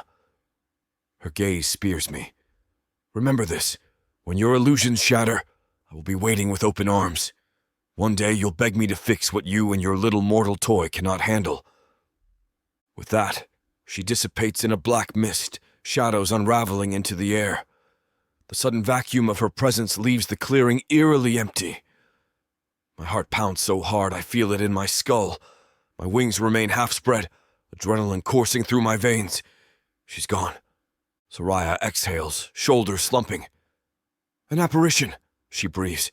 A projection of her power, but it felt so... real. I nod, chest tight with roiling emotion. My mind replays her final taunt. One day, you'll beg me to fix what you and your mortal toy cannot handle. My fists clench, claws digging into my palms. I refuse to let that prophecy come true. Sariah steps closer, brand still glowing with residual tension. Kalith, are you... I jerk away from her touch, tail lashing. Panic tangles with my shame. I can't let her see the cracks Narza reopened. My old guilt surges, images of the woman I once loved turned monstrous. The fear that Sariah might follow that path. I must keep her at arm's length. Stay back, I order, voice sharper than intended. Hurt flickers in her eyes. What? I turn, refusing to meet her gaze. The bond thrums painfully, but I force it away. She's right about one thing. I failed once to stop a Perna from tipping into darkness. I can't let that happen again. My throat constricts, each word biting. The more you cling to me, the more we risk a repeat of Narza's story. Sariah's face pales. You think I'd become like her? Indignation wars with heartbreak in her tone. I drag a clawed hand on my jaw, frustration burning in my gut. I don't know, I hiss. I can't ignore the possibility. I sense the potential for massive power in you, Sariah. That blast you unleashed against Draveth. It was nearly catastrophic. Now, Narza, she sees that potential too. She draws a shaky breath, tears glimmering at the corners of her eyes. You're pushing me away because you're afraid I'll morph into another Nixari. Guilt stabs me. Yes, and no. I'm trying to protect you, and myself, I snap. She wants you as a weapon, or maybe she just wants you out of the picture. Either way, it's safer if you stay at a distance. My runes flicker with agitation, the bond throbbing as if protesting this logic. She stares at me, lips pressed in a tight line. I thought we agreed to face this together. Her voice trembles with hurt. Or was that a lie? My chest hurts, memories of our intimate union tangling with the image of Narza's sneer. I ball my fists, searching for the right words. We can't be reckless. I let my guard down once, and she nearly destroyed the world. I can't let that happen again, Sariah. I can't watch you slip into darkness. The tears in her eyes threaten to fall. Her brand pulses, silver lines fracturing the gloom. So you'd rather keep me at arm's length, treat me like a bomb about to go off? She gives a hollow laugh, heartbreak lacing it. That's not fair. I exhale shakily. Fairness has nothing to do with it. Narza is awake. She singled you out. That alone means we must be cautious. My voice gentles, though I keep an edge of resolution. I won't let her corruption claim you, or me. She stands rigid, tears sliding down her cheeks. You're letting her words poison your faith in me. She wants exactly this outcome, planting seeds of distrust. She said she could sever our bond. Are you tempted by that? A surge of longing. A bondless existence, no risk of repeating my mistakes. But then the memory of how Sariah's presence saved me from turning cynical, how her synergy with me might be our only shield. Confusion churns. Maybe, I whisper, honesty tasting bitter. I'm torn. She flinches, blinking away tears. So I see. The brand's glow subsides, leaving her face etched with sorrow.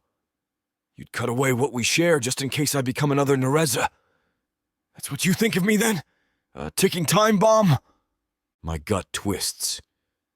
I can't bear the devastation in her eyes. I don't want it, I say quietly, but Narza has a way of making nightmares real. Silence weighs between us, thick with unsaid apologies. The tether buzzes with a current of grief and anger. Sariah tears her gaze away, hugging herself. Fine, she manages, voice trembling. Keep your distance if it helps you sleep at night. But you can't push me out completely. We're bound, physically, magically, and I won't run. She swallows hard, tears glittering. She's already stolen so much from you. Don't let her steal this too. Her words cut deep, lodging in the hollow of my chest. She's right. Narza is playing mind games, using my guilt as a weapon. Yet I feel cornered, as though every path leads to heartbreak. But Sariah deserves better than my cold rejection. I close my eyes, struggling to breathe. Sariah, I begin, voice fractured. I'm sorry. The tether shivers, reflecting the sincerity of that apology. Narza's reappearance shook me more than I expected. Old wounds reopened. She says nothing, but her posture loosens a fraction, arms slipping from around her waist. Her tears still cling to her lashes, but she's listening. At least she isn't storming off. I draw a ragged breath, forcing my wings to relax. I won't sever the bond. Not now. Not if it means letting her manipulate me again. My throat aches. But I need time. I need to be sure we aren't hurtling toward the same tragedy. Sariah nods, jaw tight. Then let's find a way to prove it. Together. Her voice is laced with quiet determination. Narza wants us to crumble under fear. We can't give her that victory. A flicker of admiration stirs in me. She's so damn steadfast, even when I lash out. I exhale, searching her gaze. All right. We keep going. We keep each other safe. Sariah swallows, lifting her chin with a trembling nod. Her eyes brim with a swirl of emotion, heartbreak, hope, and a fierce vow. Yes. Our silent accord stands as we gather ourselves. My tail flicks across the ground, stirring a small cloud of dust that glitters in the waning sunlight. The rocky clearing remains empty, no sign of Narza's apparition, but her presence lingers, a ghostly tension that won't dissipate so easily. She's tested our resolve, and we teeter precariously between old ghosts and new loyalties. Let's leave this place, I say, voice still tight. I sense no reason to remain. Sariah nods, wiping her cheeks with a trembling hand. We set off, forging a path toward the narrower exit. My mind whirls, half locked on the memory of Narza's face, half consuming itself with worry for Sariah. The tether pulses with our combined distress, but also with a quiet thread of solidarity. We're shaken, but not broken. We pass through the ravine's corridor in tense silence. The sky overhead bleeds into dusk, painting the horizon with muted pink and violet. I keep scanning for any sign of twisted gargoyles or Draveth's rogues, but none appear. My runes flicker, still unsettled from the confrontation. Her face was heartbreakingly familiar, like a half-remembered dream turned nightmare. Eventually, the canyon walls recede into a rolling stretch of rocky terrain. We halt near a large boulder that partially shields us from the sharp wind. Sariah runs a shaking hand through her hair. She looks drained, brand faded to a dull silver. The swirl of pink across the sky casts gentle shadows on her face, accentuating the weariness in her eyes. I bite back a wave of regret for my harsh words. We'll rest here, I say quietly. Nightfall approaches. No sense wandering blindly. My voice is calmer now, though the tension still vibrates in my chest. Sariah swallows, wiping at her cheeks again. She nods, kneeling to check her pack for any leftover rations. I'll see if we can start a small fire, she murmurs, voice subdued. I watch her rummage, a pang in my chest. She's trying to hold it together, but Narza's threats rattled her deeply, and I contributed to her pain by letting my fear overshadow my trust. I'm a fool. The wind howls softly around us, tugging at my hair. I tear my gaze from Sariah, scanning the empty horizon. Narza could show up anywhere, at any time. She's proven she can project illusions, or maybe it was some twisted astral form. Regardless, we're not safe. We must keep pressing onward. But for tonight, we huddle against this boulder. Sariah manages to coax a weak flame from a few scraps of kindling we salvaged. I stand guard, arms crossed, wings folded tight. The tether thrums with unspoken tension. In the flicker of firelight, I glimpse Sariah's pained expression each time she catches me looking. My heart twists. She sees me second-guessing everything. Eventually, she sits down, exhaustion folding her posture. I settle beside her, though I leave a few inches between us. My mind replays Narza's words. She can fix your bond. She can spare Sariah from repeating my fate. A kernel of doubt nags at me. Am I being selfish, chaining Sariah to me despite the risk? But I can't forget how fervently Sariah declared her choice to stay. Minutes stretch. The night sky glitters with distant stars, oblivious to our turmoil. Sariah clears her throat softly. "Kaleth," she murmurs. "We'll face her together, won't we?" A tremor underlines her question. I meet her gaze, breath-catching. She's so vulnerable now, but still unwavering. My voice emerges low. "Yes, I swear it." The tether pulses, reaffirming the vow. "But I won't let her poison your mind. If I sense you slipping into darkness..." She tenses, tears threatening. "You'll do what, exactly?" Her tone is guarded. I grimace. I don't know. The admission pains me. I can't lose you the way I lost her. I'd sooner carve out my own heart. Her expression softens, though tears shimmer. Then stop pushing me away because of your fear. I swallow, reaching for her hand. When she doesn't pull back, I gently clasp her fingers. Our eyes lock in the flickering firelight. "I'm sorry," I manage, voice hoarse. I let her words, my guilt, cloud my trust in you. My chest feels tight, old wounds bleeding anew. I see so much of her in you, but you're not the same. I need to remember that. She exhales shakily, offering a small, trembling smile. "Thank you. I'm not sure who I am these days, but I'm not her. I promise." A quiet hush falls, the tension between us easing by a fraction. We remain close to the fire, letting the warmth chase away some of the night's chill. The star-strewn sky stretches overhead, like an indifferent witness to our confessions. We're battered, but not broken. I watch Sariah's face, illuminated in the soft glow. Traces of tears cling to her lashes, bruises smudge her cheeks, but she's still so achingly strong. In the hush, I realize how deeply I care for her. This mortal who stumbled into my prison and freed me, who shares a tether that both saves and dooms us.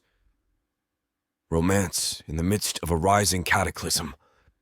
It defies logic, but it's real. When I gently squeeze her hand, the tether pulses with a reassuring warmth. She leans her head against my shoulder, sighing softly.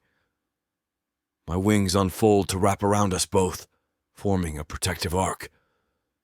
I bury my face in the scent of her hair, ignoring the swirl of shame that lingers from my earlier outburst. Narza's illusions can't strip this from me. We sit like that, listening to the wind, letting the crackle of flames fill the silence. At length, Sariah dozes off, exhaustion claiming her. I stay awake, guarding her rest. My mind churns with images of Narza's translucent form, that sneer her whispered promises. The question of whether I might have given in if I'd been more alone gnaws at me. No, I tell myself that life is over. Yet the bond's presence in my chest reminds me how precarious everything is. Narza's shadow looms, and she knows how to manipulate me. She called to me, reminding me of what we shared, the seductive dream of unstoppable power. I must remain vigilant. Glancing down at Sariah's sleeping face, I vow I'll protect her from that corruption, from Narza's manipulations, and from my own misguided fears. Sariah is not Narza. Repeating that truth in my head, I stroke a clawed finger across her hair, ignoring the pang of guilt for having doubted her. She needs me steady, not riddled with self-loathing. A new wave of determination surges in my chest. We have to reach Snowfall Glen. We have to rally what forces we can, warn them, find a real solution. If Narza roams Protheka, slaughtering or enslaving any who stand against her, we can't confront her alone. Not yet. We must gather allies, strengthen our synergy. Only then can we stand a chance. My gaze lifts to the stars, their pale glow reminding me of the night centuries ago when I soared with Narza under a different sky, believing we'd found a way to save gargoyles. We were so young, so blind. My jaw tightens. Never again. Gradually, the night deepens, the fire dying to embers. I maintain my watch, ignoring the ache in my ribs. The tether throbs softly with Sariah's rhythmic breathing, a comforting pulse that anchors me in the present. Narza can taunt me all she wants. I won't falter. The memory of that fleeting moment we shared in the cave, the raw intimacy, the collision of hearts, reminds me I have more to fight for now than just revenge. I have Sariah's future in my hands as well. Morning will come, and with it another day of perilous travel. Narza's brood might hunt us from the skies, Draveth's rogues might ambush us from the ground, and our own fears might tear us apart from within. But for tonight, Sariah rests in my arms, alive, defiant, refusing to let me face my past alone. I curl my tail around her ankles protectively, wings forming a shelter from the biting wind. As my eyes skim her sleeping face, a fierce tenderness floods my chest. I won't let Narza's manipulations destroy this bond. She might have threatened me with old guilt, might have tried to paint Sariah as the next monster, but I won't succumb to that twisted narrative. When Sariah stirs in her sleep, I murmur a low reassurance, feeling the tether soothe her nightmares. The storms of my mind calm, replaced by a quiet vow that resonates in every breath. We will face Narza. We will survive her illusions and her manipulations. And if she dares to strike at what we share, she'll learn the gargoyle she once twisted beyond recognition has grown wise enough and strong enough to stand against her darkness. I hold Sariah tighter, letting the faint dawn's glimmer on the horizon signal the end of this tumultuous night. The first appearance of Narza has shaken us to the core, yet I feel a renewed fire burning in my soul. My guilt no longer shackles me completely. My determination to protect Sariah and to keep her from turning into the monster Narza claims she could be fuels my every breath. Tomorrow we move closer to Snowfall Glen, closer to answers. But for now, in the last hours of night, I guard the woman who awakened me. Despite the turmoil swirling around us, a fragile hope sparks in my chest. Narza won't break us. As the sky grays with approaching dawn, I kiss Sariah's temple, a silent promise that I'll stand by her side, no matter what horrors the day brings.